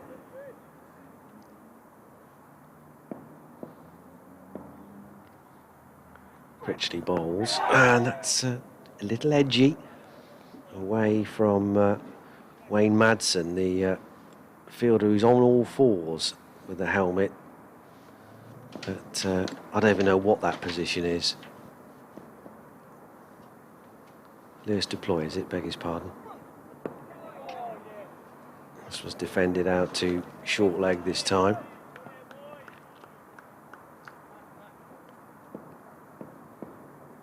He's just tired, and that's why he's kneeling down.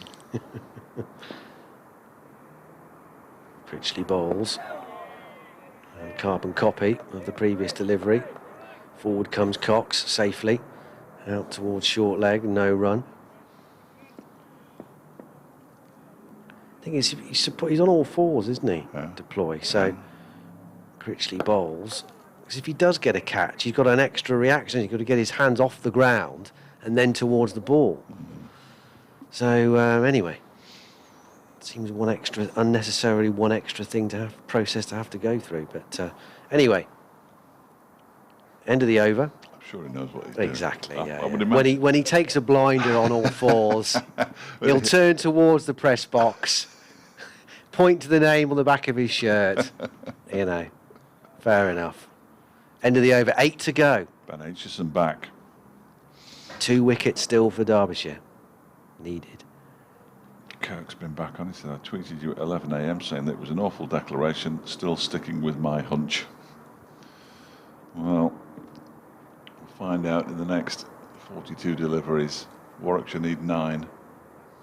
8. Going to do it, aren't they? Still with 7 down. They're It looks gonna like do it. it. It looks like it. Remarkable. Remarkable. Team that's forgotten how to win could lose again. So Ben Aitchison just has a couple of little practice deliveries.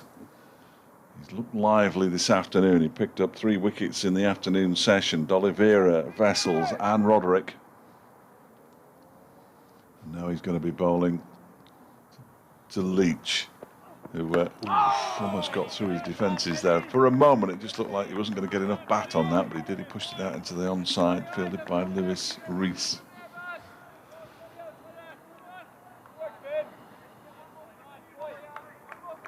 It's tense.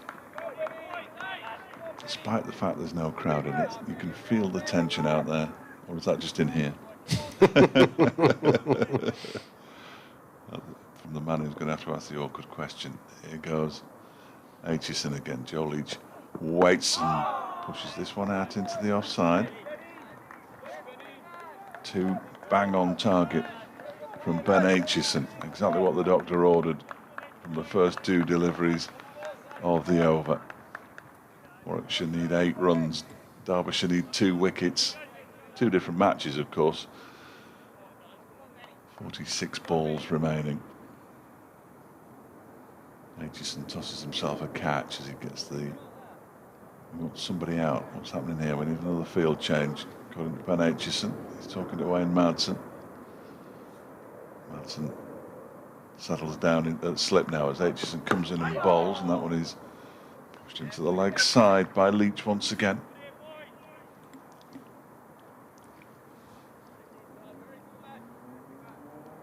He's had quite the haircut round the sides, hasn't he? It's like one of the extras off Peaky Blinders. Well, they got the caps for it, haven't they? Yeah, they're quite the old baggies. They're quite baggy, aren't they? I like the Derbyshire caps.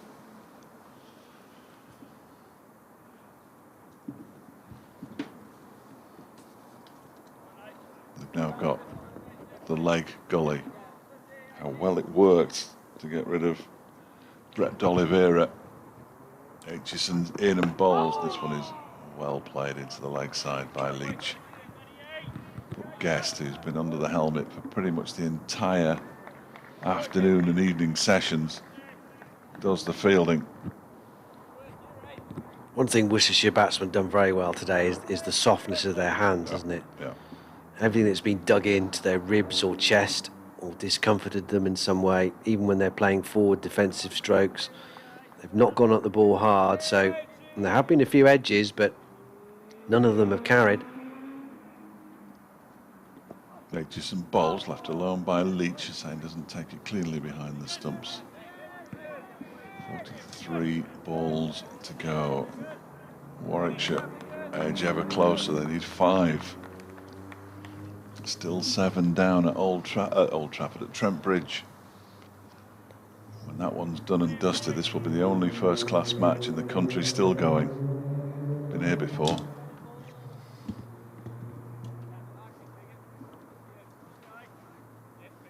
Aitchison turns at the top of his mark. Runs away from us at the racecourse end. Bowls to Leach, and Leach pushes it back to Aitchison. End of the over. Another one ticks by. 7 now remaining. Derbyshire need 2 wickets to force victory from 42 deliveries. Matt Critchley to continue from the City end. Can they get Dylan Pennington out? What on earth is going through his mind? Dear, oh dear, now we've got Finn Hudson-Prentice removing his trousers. He's going to field in class. There's been an awful lot of trouser removal today, I think it's fair to say. Bit too much for my liking, really. But hey, you can't have everything. So it's going to be Matt Critchley to continue, of course.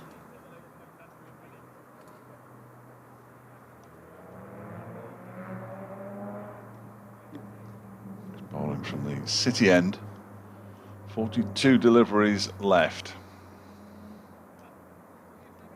21 of those, they will have a new ball available. There are now 1, 2, 3, 4, 5 men around the bat, 4 of them on the offside. One of those is kneeling down.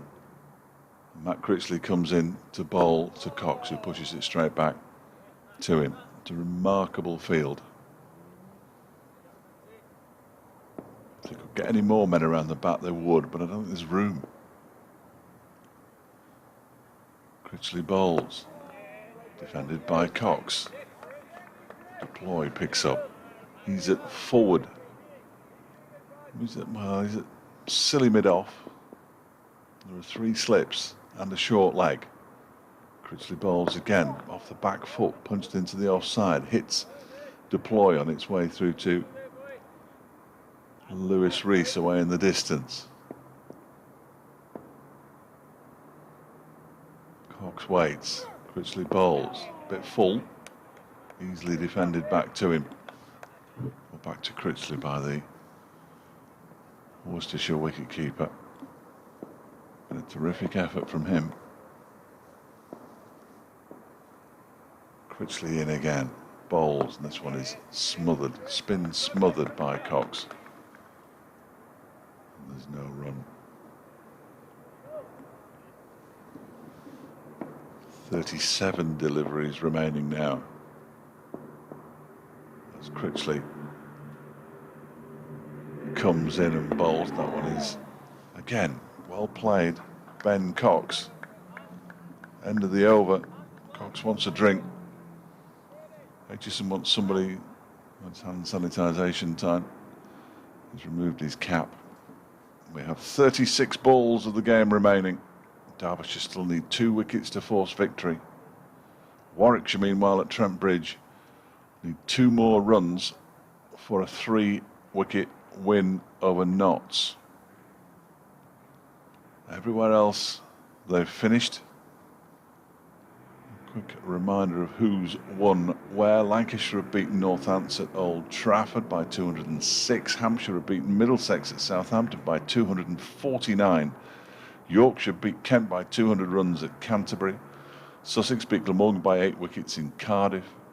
Essex beat Durham by 44 runs at Chelmsford. Gloucestershire beat Somerset by 8 wickets at Taunton. And the game between Leicestershire and Surrey ended in a draw. Warwickshire have just beaten Nottinghamshire by 3 wickets at Trent Bridge.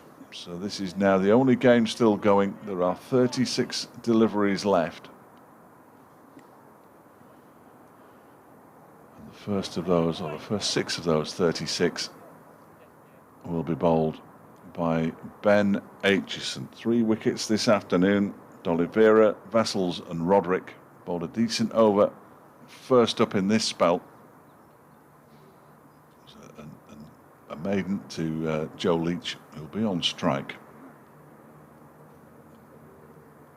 Quite know how Derbyshire always managed to be the last match going, but somehow that's how it seems to turn out. Cox on 56, Leach has 9, 185 for 8. Derbyshire need 2 wickets in the last 36 deliveries. First delivery is defended by Joe Leach into the offside. Good afternoon and welcome to listeners on Sports Extra to the final game still going in the County Championship in the second round of matches. The situation is that Worcestershire were set 398 to win from 84 overs after Derbyshire batted on for 38 minutes this morning. What now seems entirely unnecessarily.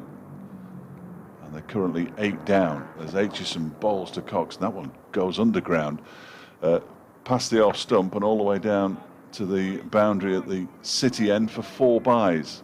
Runs, however, immaterial. Worcestershire 189 for 8 now. It's all about the wickets column. 8 wickets down. We've seen some stubborn resistance from Ed Barnard, and in particular from Ben Cox, who's 56 not out. He's at the non-strikers end. Joe Leach, the Worcestershire skipper, is on strike as Aitchison bowls to him and beats him. And it goes through to Harvey Hussain. Matt Critchley falls to the ground. Wayne Madsen, who's skippering Derbyshire in the absence of Billy Godleman, who's been off the field for the last 2 sessions with a groin strain that he suffered while batting yesterday, has his hands on his head.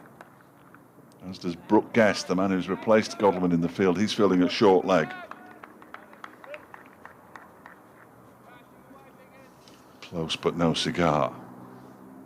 Aitchison sets off and then aborts his run. Turns again at the top of his mark, bowling from the racecourse end here at the Incora County Ground in Derby.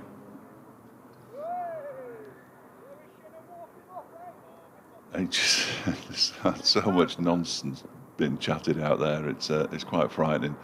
Here goes Aitchison again. He's in and bowls to Leach. That's a good leave. That is a good leave. He just raises his bat out of the way and allows it to go through to Harvey Hussain. 32 deliveries left. The new ball will be available to Derbyshire for just 3 overs. That's our understanding, because they batted on this morning. They might have declared last night but declined. Matt Critchley, who's got a century, a fifer, a half century, just got his side back into the game in the last 3/4 of an hour or so, as this next delivery is defended by Leach.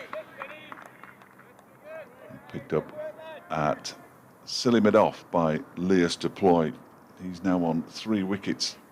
The leg spinner, 3 for 72 from 30 overs. Ben Aitchison, who's currently bowling, 3 for 18. And he turns Aitchison at the top of his mark. He's on his way in to complete this over. In and bowls. That one wraps up Joe Leach. And the over comes to an end.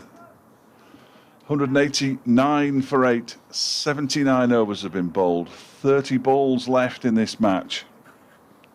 Is there going to be a victory for Derbyshire, or will Worcestershire hold on? Dave Fletcher from BBC Radio Derby and Dan Wheeler from BBC Hereford and Worcester will be here to let you know. Yeah, what a game it's been to get this deep into the final day. Fantastic stuff, and great credit from a Worcestershire perspective has to go to Ben Cox and Ed Barnard in particular. turning this game around.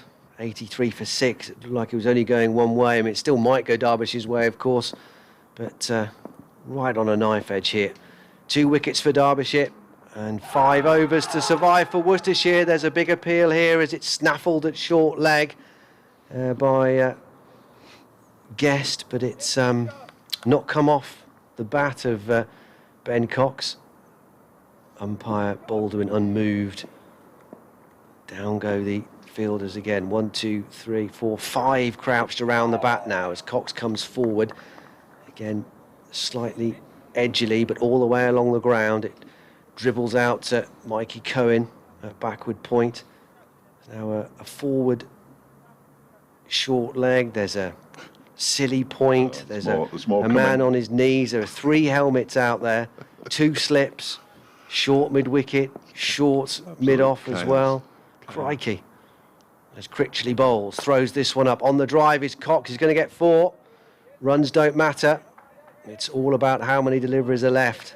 As Anuj Dal gives chase out towards the cover boundary. 189 for 8 is 193 for 8 is the academic score. Cox up to 60 with that boundary. Batted well, hasn't he? Really, really well. 134 deliveries he's faced now. Yeah, 3 hours at the crease, give or take. Critchley bowls to him now, and there's more hands-on heads as that one just wriggles free of Brooke Guest at short leg. That one did sound like it was off the bat of Ben Cox, but I don't think that was a catch. No, it was into the ground before it was left the cut strip. Looking at the replay. New ball available after this over. Sam Connors windmilling his arms around at mid-wicket. Leg slip now moves from the offside into position. Forward comes Cox, and there goes leg slip after it. Flynn Hudson-Prentice, the man under helmet number 3. Another ball goes by for Worcestershire. Well, if they can escape with a draw, this will feel in many ways like a win for them. But still not there yet. Cox waits, comes forward again, bat and pad very closely together, no way through there. The ball dribbles out to Anuj Dal, who walks towards it and fields the end of the over. The 2 Worcestershire batsmen, the captain Joe Leach and Ben Cox, bash gloves in the middle of the pitch. They know they're 1 more over closer to their target. 4 overs to go. 2 wickets left for Derbyshire and the new cherry available. And it's being taken, I fancy, because Sam Connors, 22 years of age, quick bowler, decent start to the season, is just about to bowl, or will be bowling. There it is, confirmation from umpire Robinson that the new ball has been taken and Derbyshire will have 24 deliveries with it. Bit of a waste, really. Still be quite shiny when they finish. Well, again, it raises the question, doesn't it, about the timing of the declaration, yes, and not having enough overs with this new ball, perhaps, for exactly this sort of eventuality. Well, they were set 398 in 84 overs. They've got to 193. So even if Derbyshire had bailed out overnight, they'd have had a new ball some time ago, had it been required. And it might have been more of an incentive for Worcestershire to have a go for the run chase, because they've never really, I mean, they didn't stand a chance in the first place, but they've never given it a go.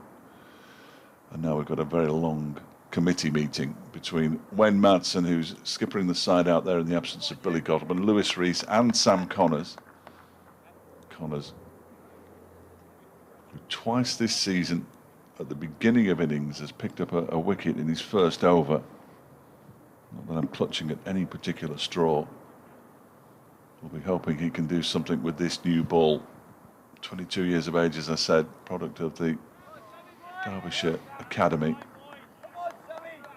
Breakthrough season last season in the Bob Willis Trophy.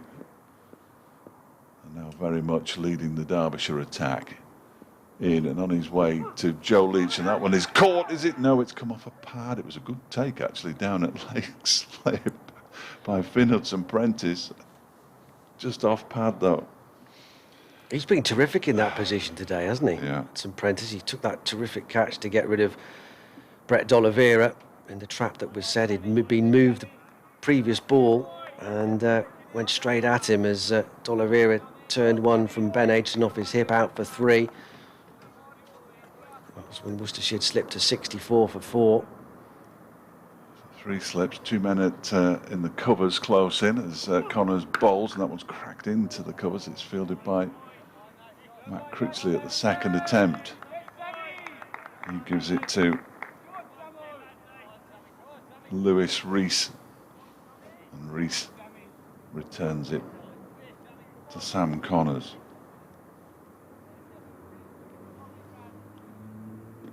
Turns at the top of his mark. Runs away from us at the racecourse and does a full delivery, and without much footwork, Leach does exceptionally well there, just to dab his bat down on it and prevent it from going through. He didn't move his feet at all. Joe Leach, why bother moving your feet when you don't need to? His bat was probably about a foot away from him when he played that, but it was effective nonetheless. He's looking to get his side over the line for the draw. Plenty of encouragement for Connors as Leach waits and leaves this one alone outside the off stump to go through to Harvey Hussain, the Derbyshire wicket keeper.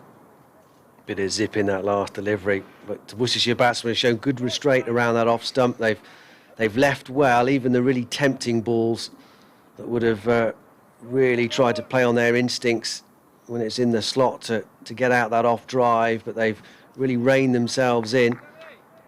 Played very few false shots outside the off stump. They've made Derbyshire bowl to them.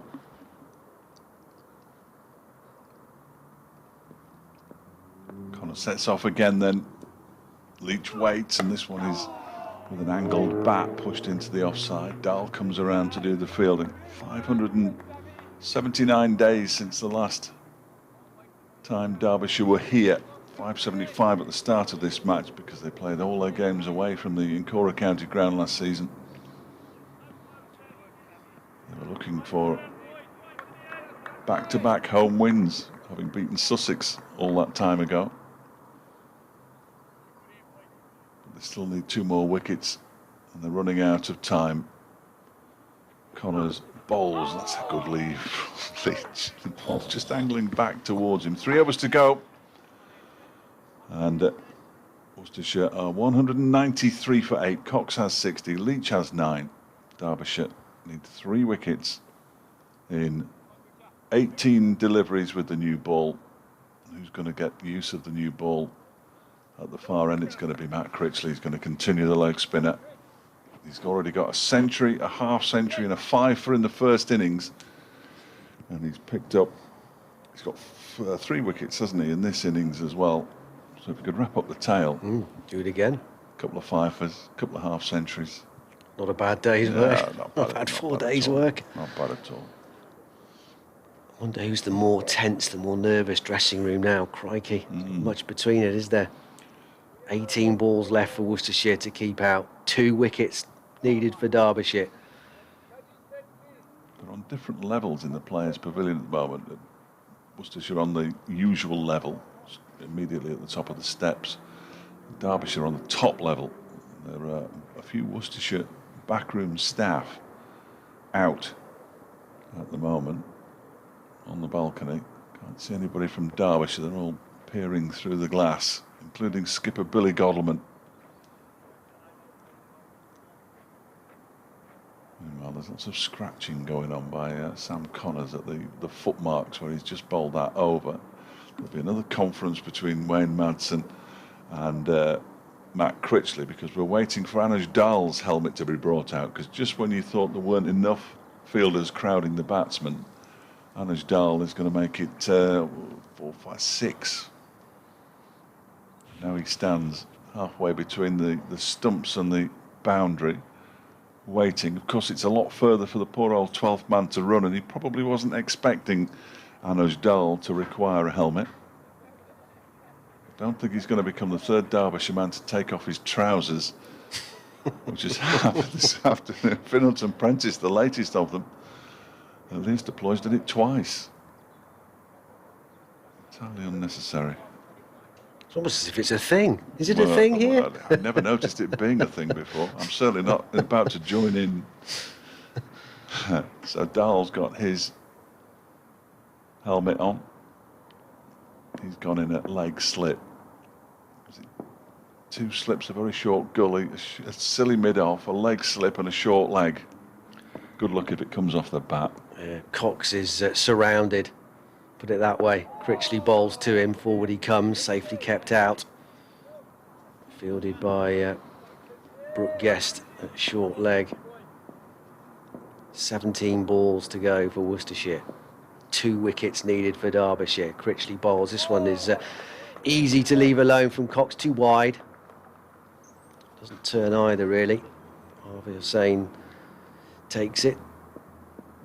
4 men on the offside around the bat, 2 on the leg side for Critchley, who bowls again carefully.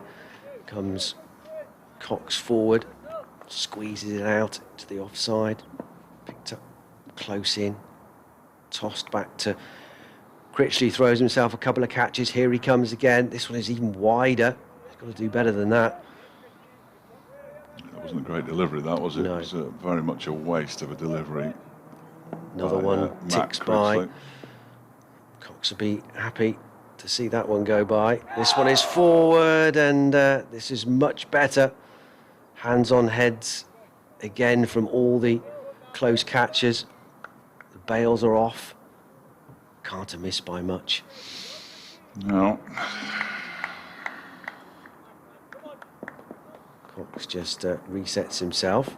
So does Critchley. False start there. Here he goes again. Right arm leg spin over the wicket to Cox.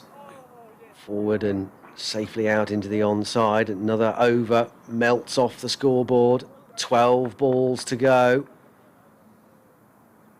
193 for 8. Cox has 60. Leach has 9. But it's all about the wickets column for both sides. Worcestershire need to stop it getting to 10. Derby need those 2. If Worcestershire can escape here with a draw. 2 draws, so they're opening 2 games on the road at the defending champions Essex and here at Derby, where they've been behind in the game. Would be a terrific return for them as they face Nottinghamshire next at home next week, and their first home match of the new season. What kind of mood they'll be in. Yeah. So losing to Warwickshire at Trent Bridge in this group. Group 1. Essex finishing off Durham earlier on, and now there's going to be another conference. It looks as though Ben Aitchison is coming up potentially to bowl. I might have to do an update here, which is absolutely remarkable, but I'm not sure. It's going to be Ben Aitchison. He's taken the ball off Sam Connors.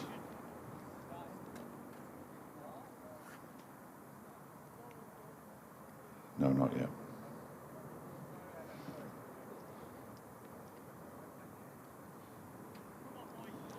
Aitchison, who picked up 3 wickets in the afternoon session. Brett D'Oliveira, Ricky Vessels and Gareth Roderick. 1 caught at leg gully by Finalton Prentice. That was D'Oliveira. The other 2 were both trapped leg before wicket. Final throw of the dice by Wayne Madsen, you feel. Can Ben Aitchison make himself a Derbyshire hero? Turns at the top of his mark and runs away from us. No, he doesn't. He aborts his run off. Tearing the nerves again to everybody here. 193 for 8. Struggling to put one foot in front of the other here now. Yeah. What a game it's been, though. It's been a terrific contest. Wow. Terrific contest. We've seen some really good cricket over the course of the past 4 days, and we still don't know the result with 12 balls remaining. Aitchison on his way in and bowls, and that one just leaves Leach a touch, but he was always leaving it, and it thuds into Harvey Hussain's gloves, and it's down to 11 deliveries. A little bit of swing there, I think, as well, but it seemed to be after it had passed the stumps. Yeah. Aitchison signed from Lancashire at the start of last summer, played in the Bob Willis Trophy before suffering an ankle injury up at Chesterler Street. Fully fit again now and racing into his stride. And Leach right behind that one. It was bang on target. Never for a second did it look like getting past Leach's defences. When he plays like that, Joe Leach's bat looks enormous, doesn't it? It does. And everything in the line there as it should be. 3 slips, a leg slip and a leg gully, short leg, short mid-wicket, short cover, and a man at point for Ben Aitchison, who is in again, bowls a full delivery, and it's into the leg side, but it didn't reach Brooke Guest at short leg. He's standing a pitch and a half away, and he managed to get it into the ground quickly enough there, Joe Leach, to prevent the catch from being taken, but it was close. He lunged forward, did Guest, with his right hand, but couldn't get it underneath the ball. We've said it a few times with that short leg fielder that's been in 1 minute, out the next. Again, if he was just a half a yard closer, that would have carried.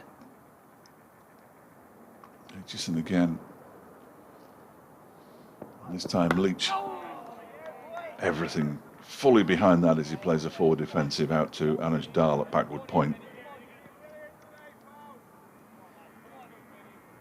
Do now start to suspect that Worcestershire's batsmen are going to hold on for the draw here.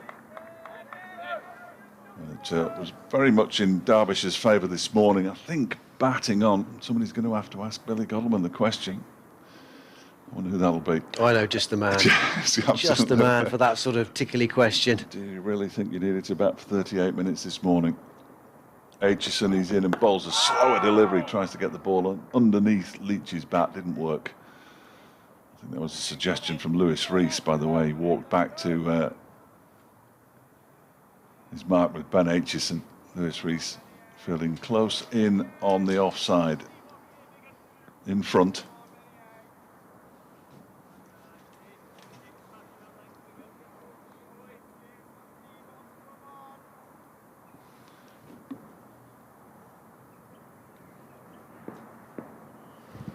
Aitchison bolts his run up again initially, and he's in now and bowls, and the ball is pushed out into the offside, and there's no run. 1 over to go. 1 over to go. You can guarantee that the update will come right in the middle. Well, I have just had to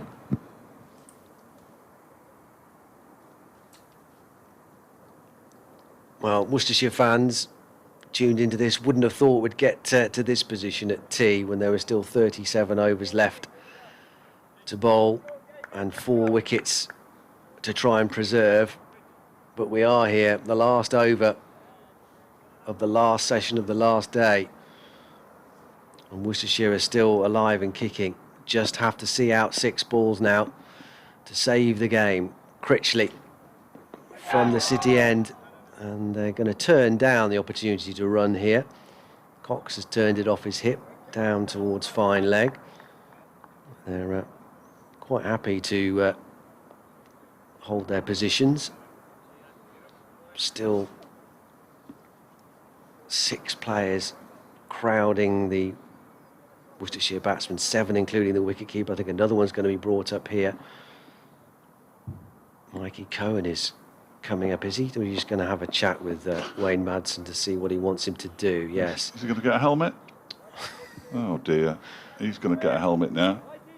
How many helmets does it take to win a cricket match? There are 4 helmets out there, and that doesn't include the 2 batsmen. Mikey Cohen's going to get his helmet, but it's going to take a while because the 12th man who was sitting on the boundary's edge has to go back in, up 2 floors, root around in his kit bag, and come all the way back down again to deliver the helmet to Mikey Cohen. So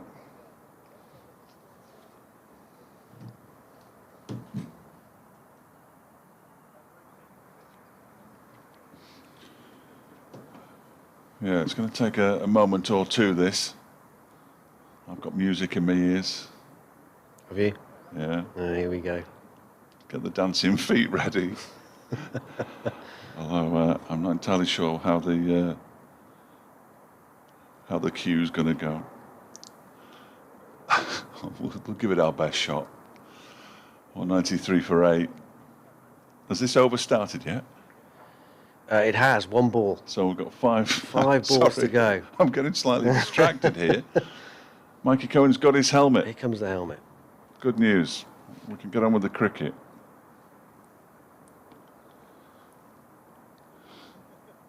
Finally, on it comes.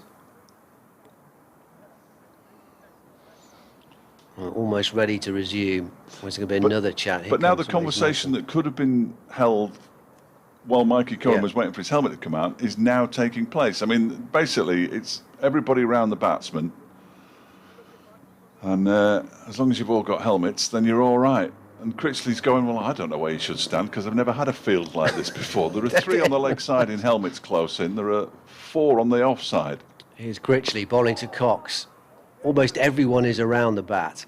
Cox is defending back up the pitch and there's no run. 4 balls to go. See, I'd written down 5. I hadn't written down 5. Now it's 4. Critchley in, throws this one up a little bit. Cox is forward. Safe negotiated. 3 gone, 3 to go. 7 players, plus the wicket keeper, waiting for an edge. Cox is forward, not one there, smothering any kind of spin there. Next delivery does it, doesn't it? 2 to go. Yes. Yeah. I was always bad at penalty shootouts as well. Ben Cox just needs to keep this out for Worcestershire, and they save the game. And he's done that. And it trickles out to short leg. Last ball they are is shaking not hands. going to be bowled. Yeah, there it they're is. shaking hands. So it's finished in a draw here at the Incora County Ground. Let's hand back to Kevin Hells on Sports Extra. What a game.